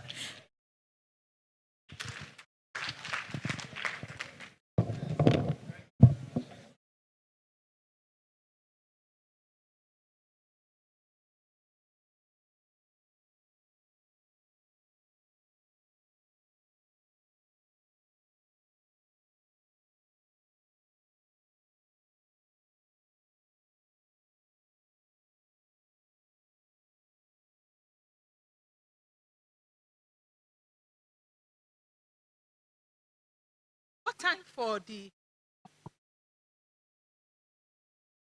Okay, so we're going to have the PPE parade. And after the parade, okay. Hello. Good evening, everyone. Like we had advertised earlier, there is going to be a PPE parade. And we'll be waiting for those in the other rooms to come and join us. So just wait a little. And after the PPE parade, guess what? It's dance, dance, dance. Yes, thank God it's Friday. Yes, so the hall is going to take another shape. And there will be cocktail. It's going to be a cocktail party. So just relax. We understand, huh? Please. Music, please. Hello, music, please. Yeah, you start.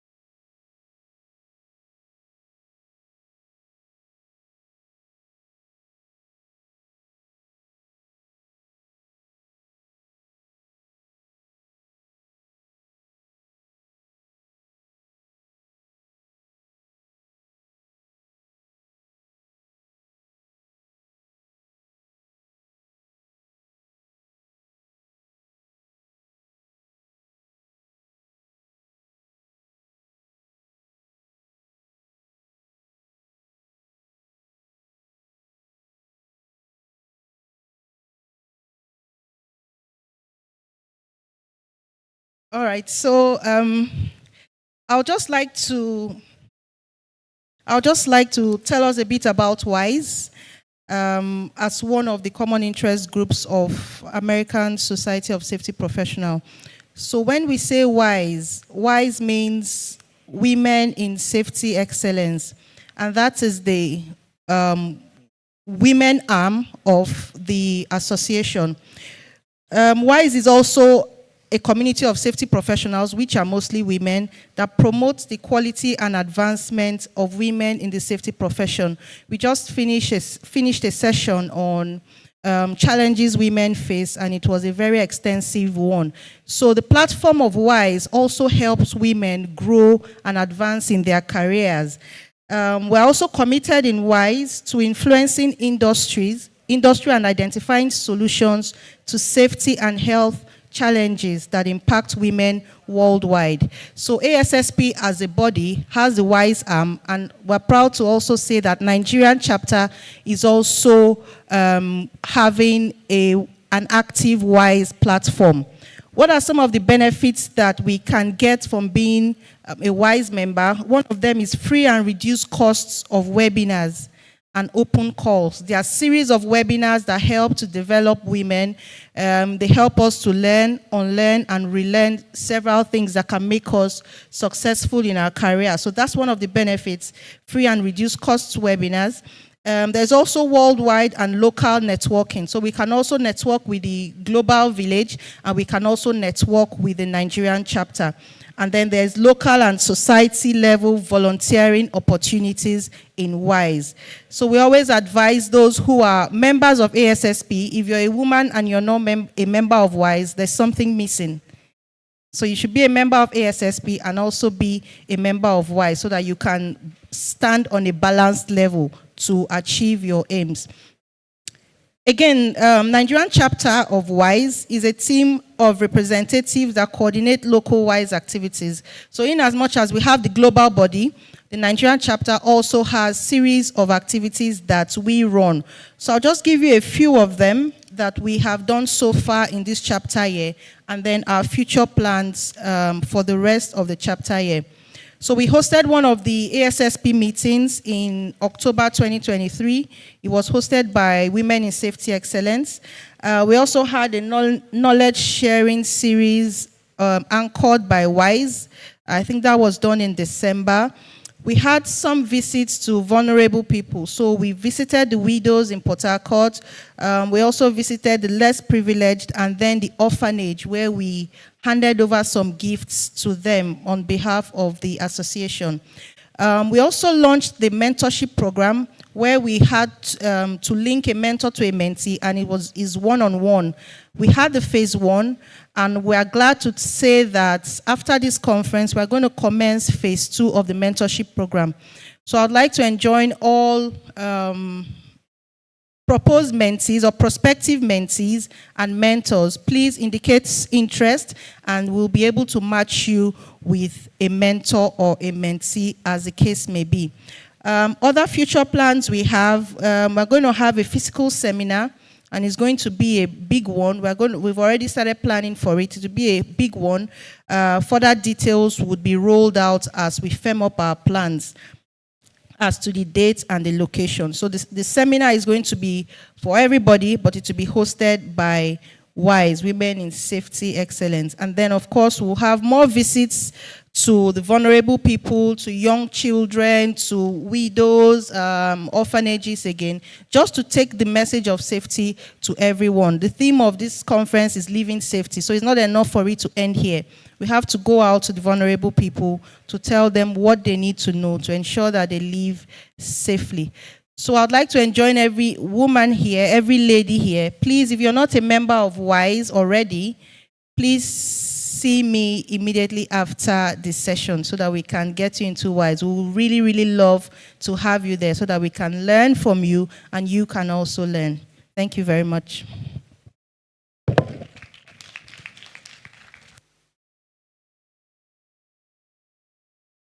Thank you very much. So we want a representative of Future Consign, the people sponsoring our PP parade.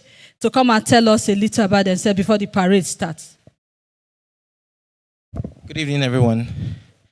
I want to thank the organizers of ASSP for the opportunity to be here. It's a privilege. Future Concerns has been around for 27 years, and we've been part of ASSP. We've supported a lot of their programs. We attended a lot of their conferences, and to be able to sponsor this one here in Abuja for female engineers is exciting. Females are a core of our business at Future Concerns. Our EDs, 3 out of 3 of our EDs, 2 are female. They've been with the company for over 26 years. So the females are really at the center of Future Concerns. The title of this presentation, which will also speak about the female engineers, is Living Safety, featuring protecting the female engineer 1 PPE at a time. Next slide, please. Obviously, we're going into intro to living safety with Future Concerns, to the female engineer, her head, her body, her feet, and caring for her PPE. Future Concerns Group is a group of companies. We have about 4 companies. Future Concerns Oil Field, which has to do with well site intervention, which has to do with EPCIC, and basically helping you with your engineering consulting, as the case may be. We have the Future Automation Calibration Technical Services, which speaks about automation, calibration, your SCADA, PLC, and DCS systems to help you with that. We have the Future Concerns Safety Center, which is the pioneer company of Future Concerns Group, which is an intelligent business platform, HSC Excellence, and we manage the MSA Service Center in Nigeria. Also, we have built the Future Concerns PPE factory, which is going to produce coveralls, jackets, pants locally in Nigeria. It's part of our commitment to living safety, because PPE is one critical aspect of living safety. Future Concerns Safety Center, resource for corporate HSC, emergency response as well. Where 3 S&T value proposition means that we keep spares, we sell the products, we're able to also train your people on their location or on our location.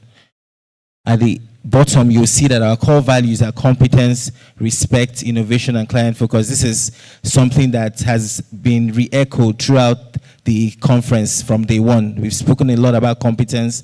We've spoken about respect for one another, mutual respect between companies, mutual respect between male and female genders, and innovation also as a critical aspect of safety. Obviously, there are a lot of ways the safety shoes were made in the days, and those things have changed. We've innovated, we've become better. Client focus, obviously, Future Concerns, being a provider, has always consistently relied on its clients to continue to exist in Nigeria. And want to thank many of you who have worked with us in the past and who are set to work with us in the future. Our safety engineering solutions include manufacturing of made in Nigeria garments, fire-resistant garments, gas detection, fire detection, self-contained breathing apparatuses and services, PPE solutions, fixed and mobile prescription safety programs, fall protection, engineered systems, SFID, lockout, tagout, and spill control, anti-slip safety solutions, as well as provision of vast training modules. We have strategic alliance with a lot of OEMs all over the world who have helped us to be also in relation with different ISCs that we work with, and NOCs as well. These companies have helped us provide the best service to you. So living safety at Future Concerns, safety can be defined as a state of being free from danger or harm. It's a pivotal aspect that ensures the well-being of a person or group of persons. For us, living safety begins with anticipating danger, but having ultimate trust that the safety systems we've built would help us to overcome such adversity if they occur. So for living safety for us is, we know that we've built safety systems, we've been in existence for a long time, and these systems have helped us prepare ourselves. Obviously, there's the fact that we have to speak about living safety means that we have to speak about danger. There has to be danger for us to speak about safety. There's a chance of danger, and for that, we live safety so that we can prevent ourselves from getting harmed by such danger. For us, active leadership is very key to living safety. We must strike a balance as safety leaders to be in the arena, not hiding from leadership, but leading from the front, being in front of safety, to make sure that those around us are always encouraged to make their own safety their own concern. So you have to lead people to direct them and make them understand that if, as much as the company or as much as the organization is trying to make sure they are safe, safety is also, and most importantly, their own. It's them that has to decide it. We seek out and gather in small chunks, striving how to make things work, rather than in trunks complaining about system failure. One thing that we've seen a lot when it comes to safety is people like to complain. They like to complain about the coveralls they're giving, or the shoes they're giving, or the system that has been set up by the leaders in the company. But one thing that matters is, for us, we want to make sure that guys are not looking at complaining, but rather looking at getting better, looking at how to improve the system, how to contribute rather than complaining.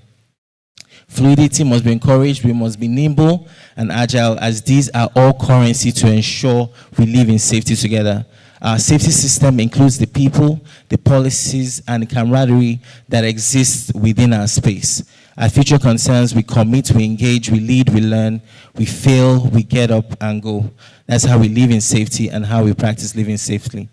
We have the Future Concerns PPE factory, which I mentioned earlier, which is manufacturing segment of Future Concerns, and will provide globally certified PPE. These PPE are all certified to onshore and offshore safety standards, including the EN 1149, which is for ACFlash, EN 11612, NFPA 2112, to ensure that our clients are practicing living safety. This is the PPE factory location. We has obviously mega volumes of PPE, customization, speed and agility, rapid response, bespoke designs. We're able to design your coveralls to your specification. Like you would see when we go ahead with presentation for female engineers, we're able to design female coveralls on location to the right size, to the right fit, to the right functionality and comfort. This also means on-time delivery, also means commercial and quality value proposition available locally, cost reduction, readily available with local sales support. For us, living safety is about the safety infrastructure. Living safety is about the safety equipment that we use. Living safety is more about safety equipment. It's about the people at Future Concerns. It's about people. Obviously, it's about all our people. I will just quickly play this video. And can you play this video, please?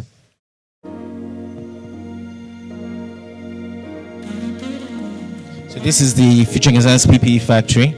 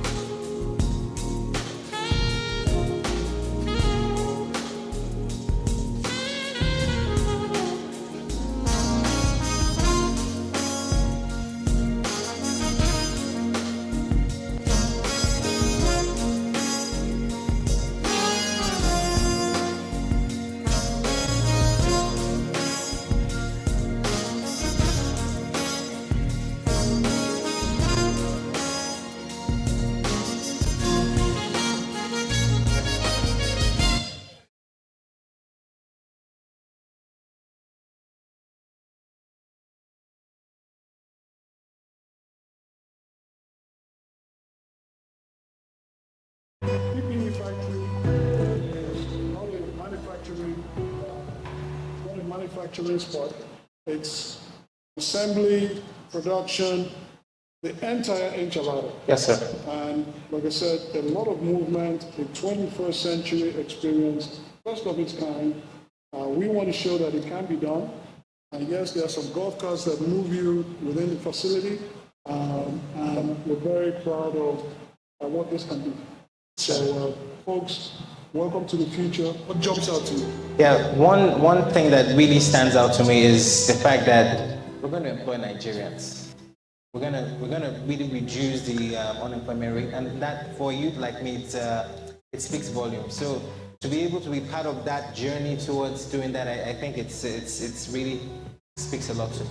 Yes, yes, sir. Great. Why don't you talk about inspiration and developing jobs? Right now we're over 100 and something people already. Yes, sir. We're very Firstly, I would have Chineye come up for the female engineer. Thank you very much.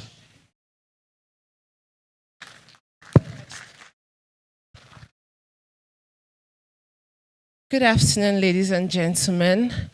They are different from male body, ranging from their PPE, from their coveralls to their footwears and all that. So, besides industry safety, comfort, fit, and functionality are key considerations for the female engineer. She needs to be comfortable. It needs to fit perfectly without sacrificing functionality, and it has to suit the job requirement. Now, this means that it's not every PPE. There are some PPEs that you don't need coveralls for as a lady. There are some job requirements that you don't need PPEs, you don't need coveralls for. You need just a vest and a hard hat. But then you have a lady wearing a very bulky coverall going to the office. I mean, it doesn't make much sense, and she doesn't feel comfortable in it.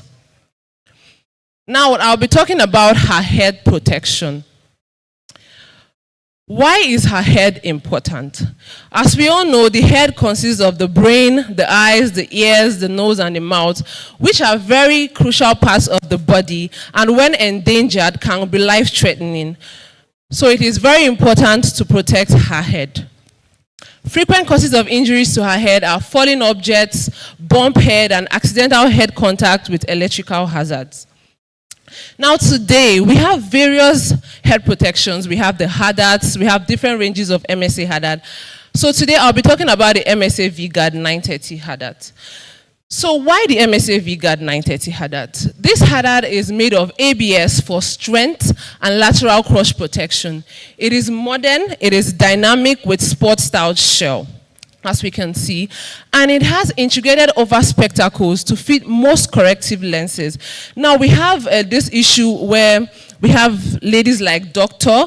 She has a corrective lens, and she would have to wear a hard hat and go in. And sometimes it's not the corrective lenses don't have impact resistance and UV protection and anti-scratch and anti-fog. So you need to always put on your eye goggles. And sometimes it's not safe.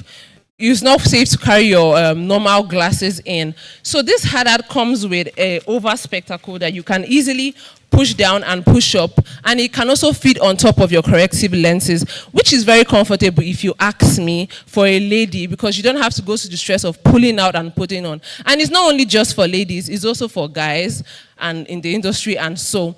And the another good thing about this hard hat is it has been approved by Total Energies that all contractors for Total Energies must have this MSA 930 hard hat. Now this MSA 930 hard hat has a 6-point fast track and 4-point chin strap.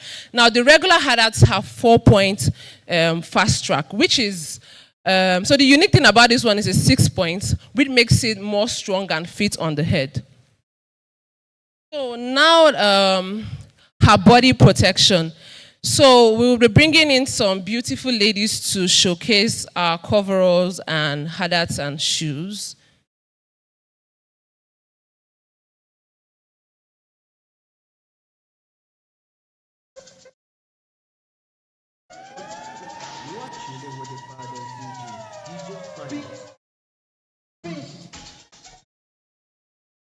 So as we can see, she's putting on the V-Guard hadat.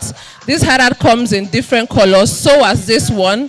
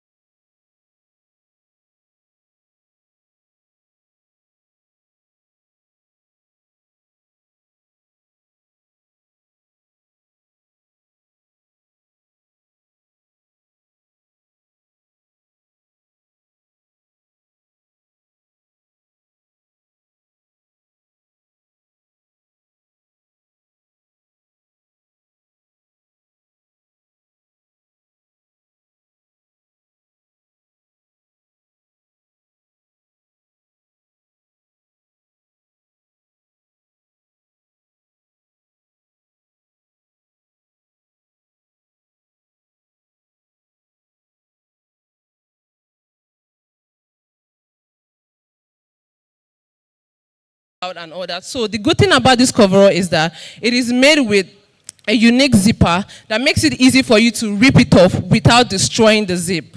So it's something.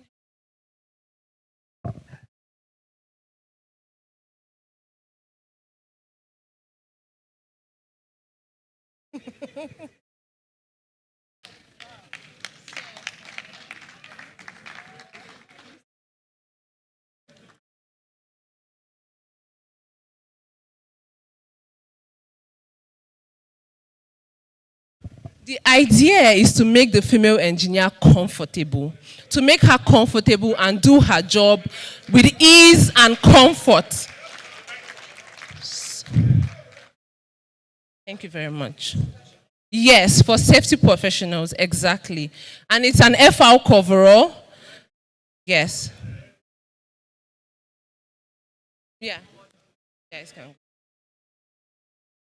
So this coverall is available in different colors. And the good thing about our PPE factory is the fact that we can make coveralls at your taste, still the standard requirement. So some people might say they want a coverall that is detachable. The zipper goes round and is detachable. And that's something we can do in our PPE factory. If you want a coverall that is a certain style and whatever you want for your body shape, for any body shape, for a woman that is pregnant, anything, we can make it for you at our PPE factory. All we need to do is come to your facility and take your measurement, or you come or you send it to us, and we do exactly what you want to your taste. So the primary purpose of body PPE, so as we can see, this is all I've described. It has the drop lock system, black high density polyester coil zip with press stud closure, the elastic waistband with 2 horizontal zippers for convenient opening at waist, 2 side pockets, and concealed press stud to make it fit. Now her foot protection. Why foot protection for her? The foot PPE is essential for protecting her feet from various work hazards like abrasions, impacts, cuts, electrical hazard, chemical exposures, and so have you. They also provide support and stability for her feet and ankle. So for the foot protection, we'll be talking about the Red Ring 2375 safety boot. Now, why the 2375 safety boot? Amongst, we have other safety boots. We have this one I'm putting on, and we have different styles as well. It is electrical hazard, it is waterproof, it has the aluminum toe cap, the Vibram outsole, chemical resistance, and it has an insole too, which is very soft and fit for a female foot. Now, we have other PPEs that are, like I said, it's not all job requirements that you have to wear a coverall for a lady. So we'll have some beautiful ladies come in with our vests and hats as well.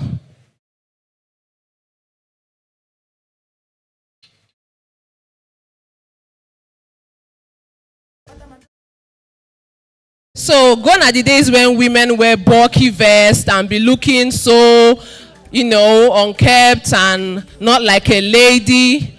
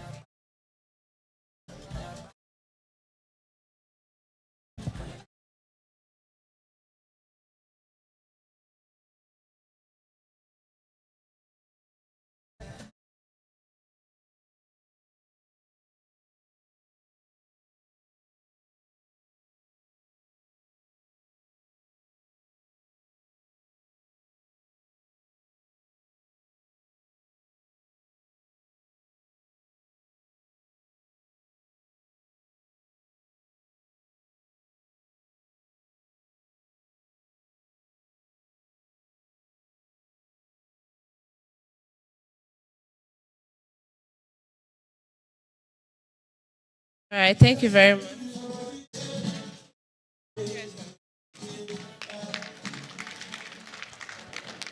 Thank you very much. So, now we move to caring for her PPE. Now, this is not just for her PPE, but this is for PPE, caring for your PPE. So, you have to clean your helmets regularly with approved cleaning solutions and replace after no more than 12 months of use. Do not wear undersized or oversized coverall, shirts or pants, and even shoes. Do not use cleaning agents. So the thing about this sizing is, most of the issues we hear from ladies is that before was that you can't get a lady, like she said, Mrs. Desere, yeah. She said that she has been finding it very hard to get a size 36 for one of her female engineers. So the thing is that then they used to give ladies male shoes, and you can't get a male 36. That's the thing. So the sizing is different for male and female. But now we have the female coverall, the female shoes and the female coverall, where you get your exact size. So, it is advised that you wear a size above your size and not 2 or more. You are endangering yourself or less. Do not use cleaning agents. Do not clean on regular basis. Now, keep your shoes stored in a cool, dry location away from sunlight. The ideal temperature for storing Red Wing shoes is between 60 to 80 degrees Fahrenheit or 15 to 26 degrees Celsius. Now, we get a lot of complaints from some of our clients where they say they buy shoes and they keep it for let's say a year or two, and they come back and it's peeling. So the issue is the storage. Most times it is the storage. It's not properly stored, and it can cause breakage of the shoe.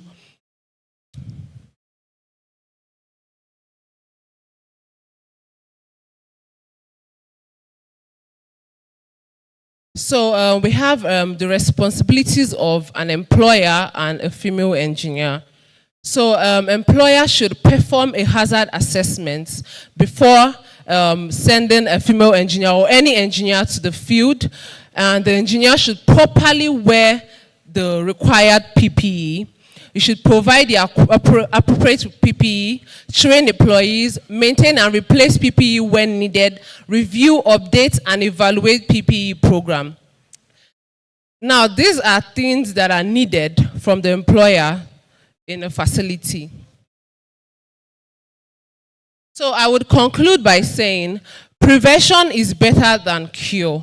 Wear your PPE, do what is right, not what is easy. Safety is in your hands. Wear, protect, and live. Thank you very much.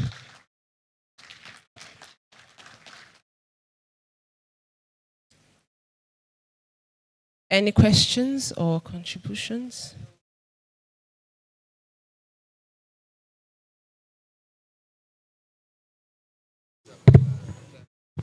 Yes, we are. So we are one of the key channel partners and distributors of MSA in Nigeria and West Africa. I think I'm impressed with what I've seen so far. Thank you, sir. So kudos to your company. Keep it up. Keep up the good job you're doing. Thank you, sir. Thank you.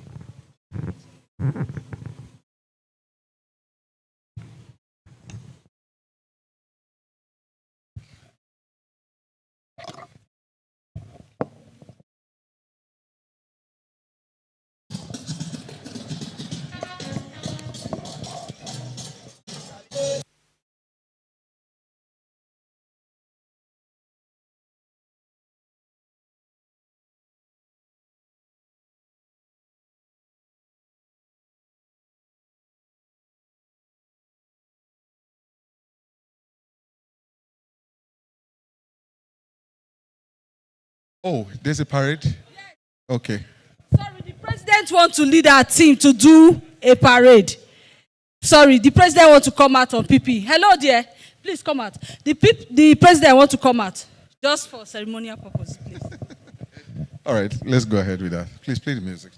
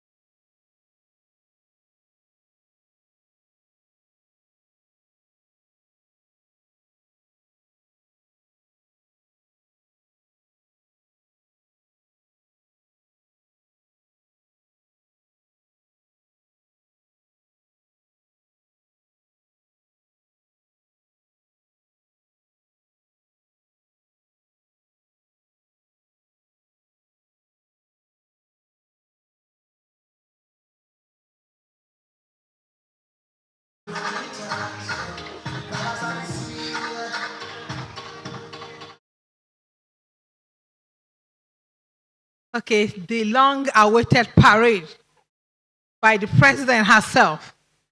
It's starting now. Please help me to welcome the president and her wise EXPO, even as they march out in their PPEs.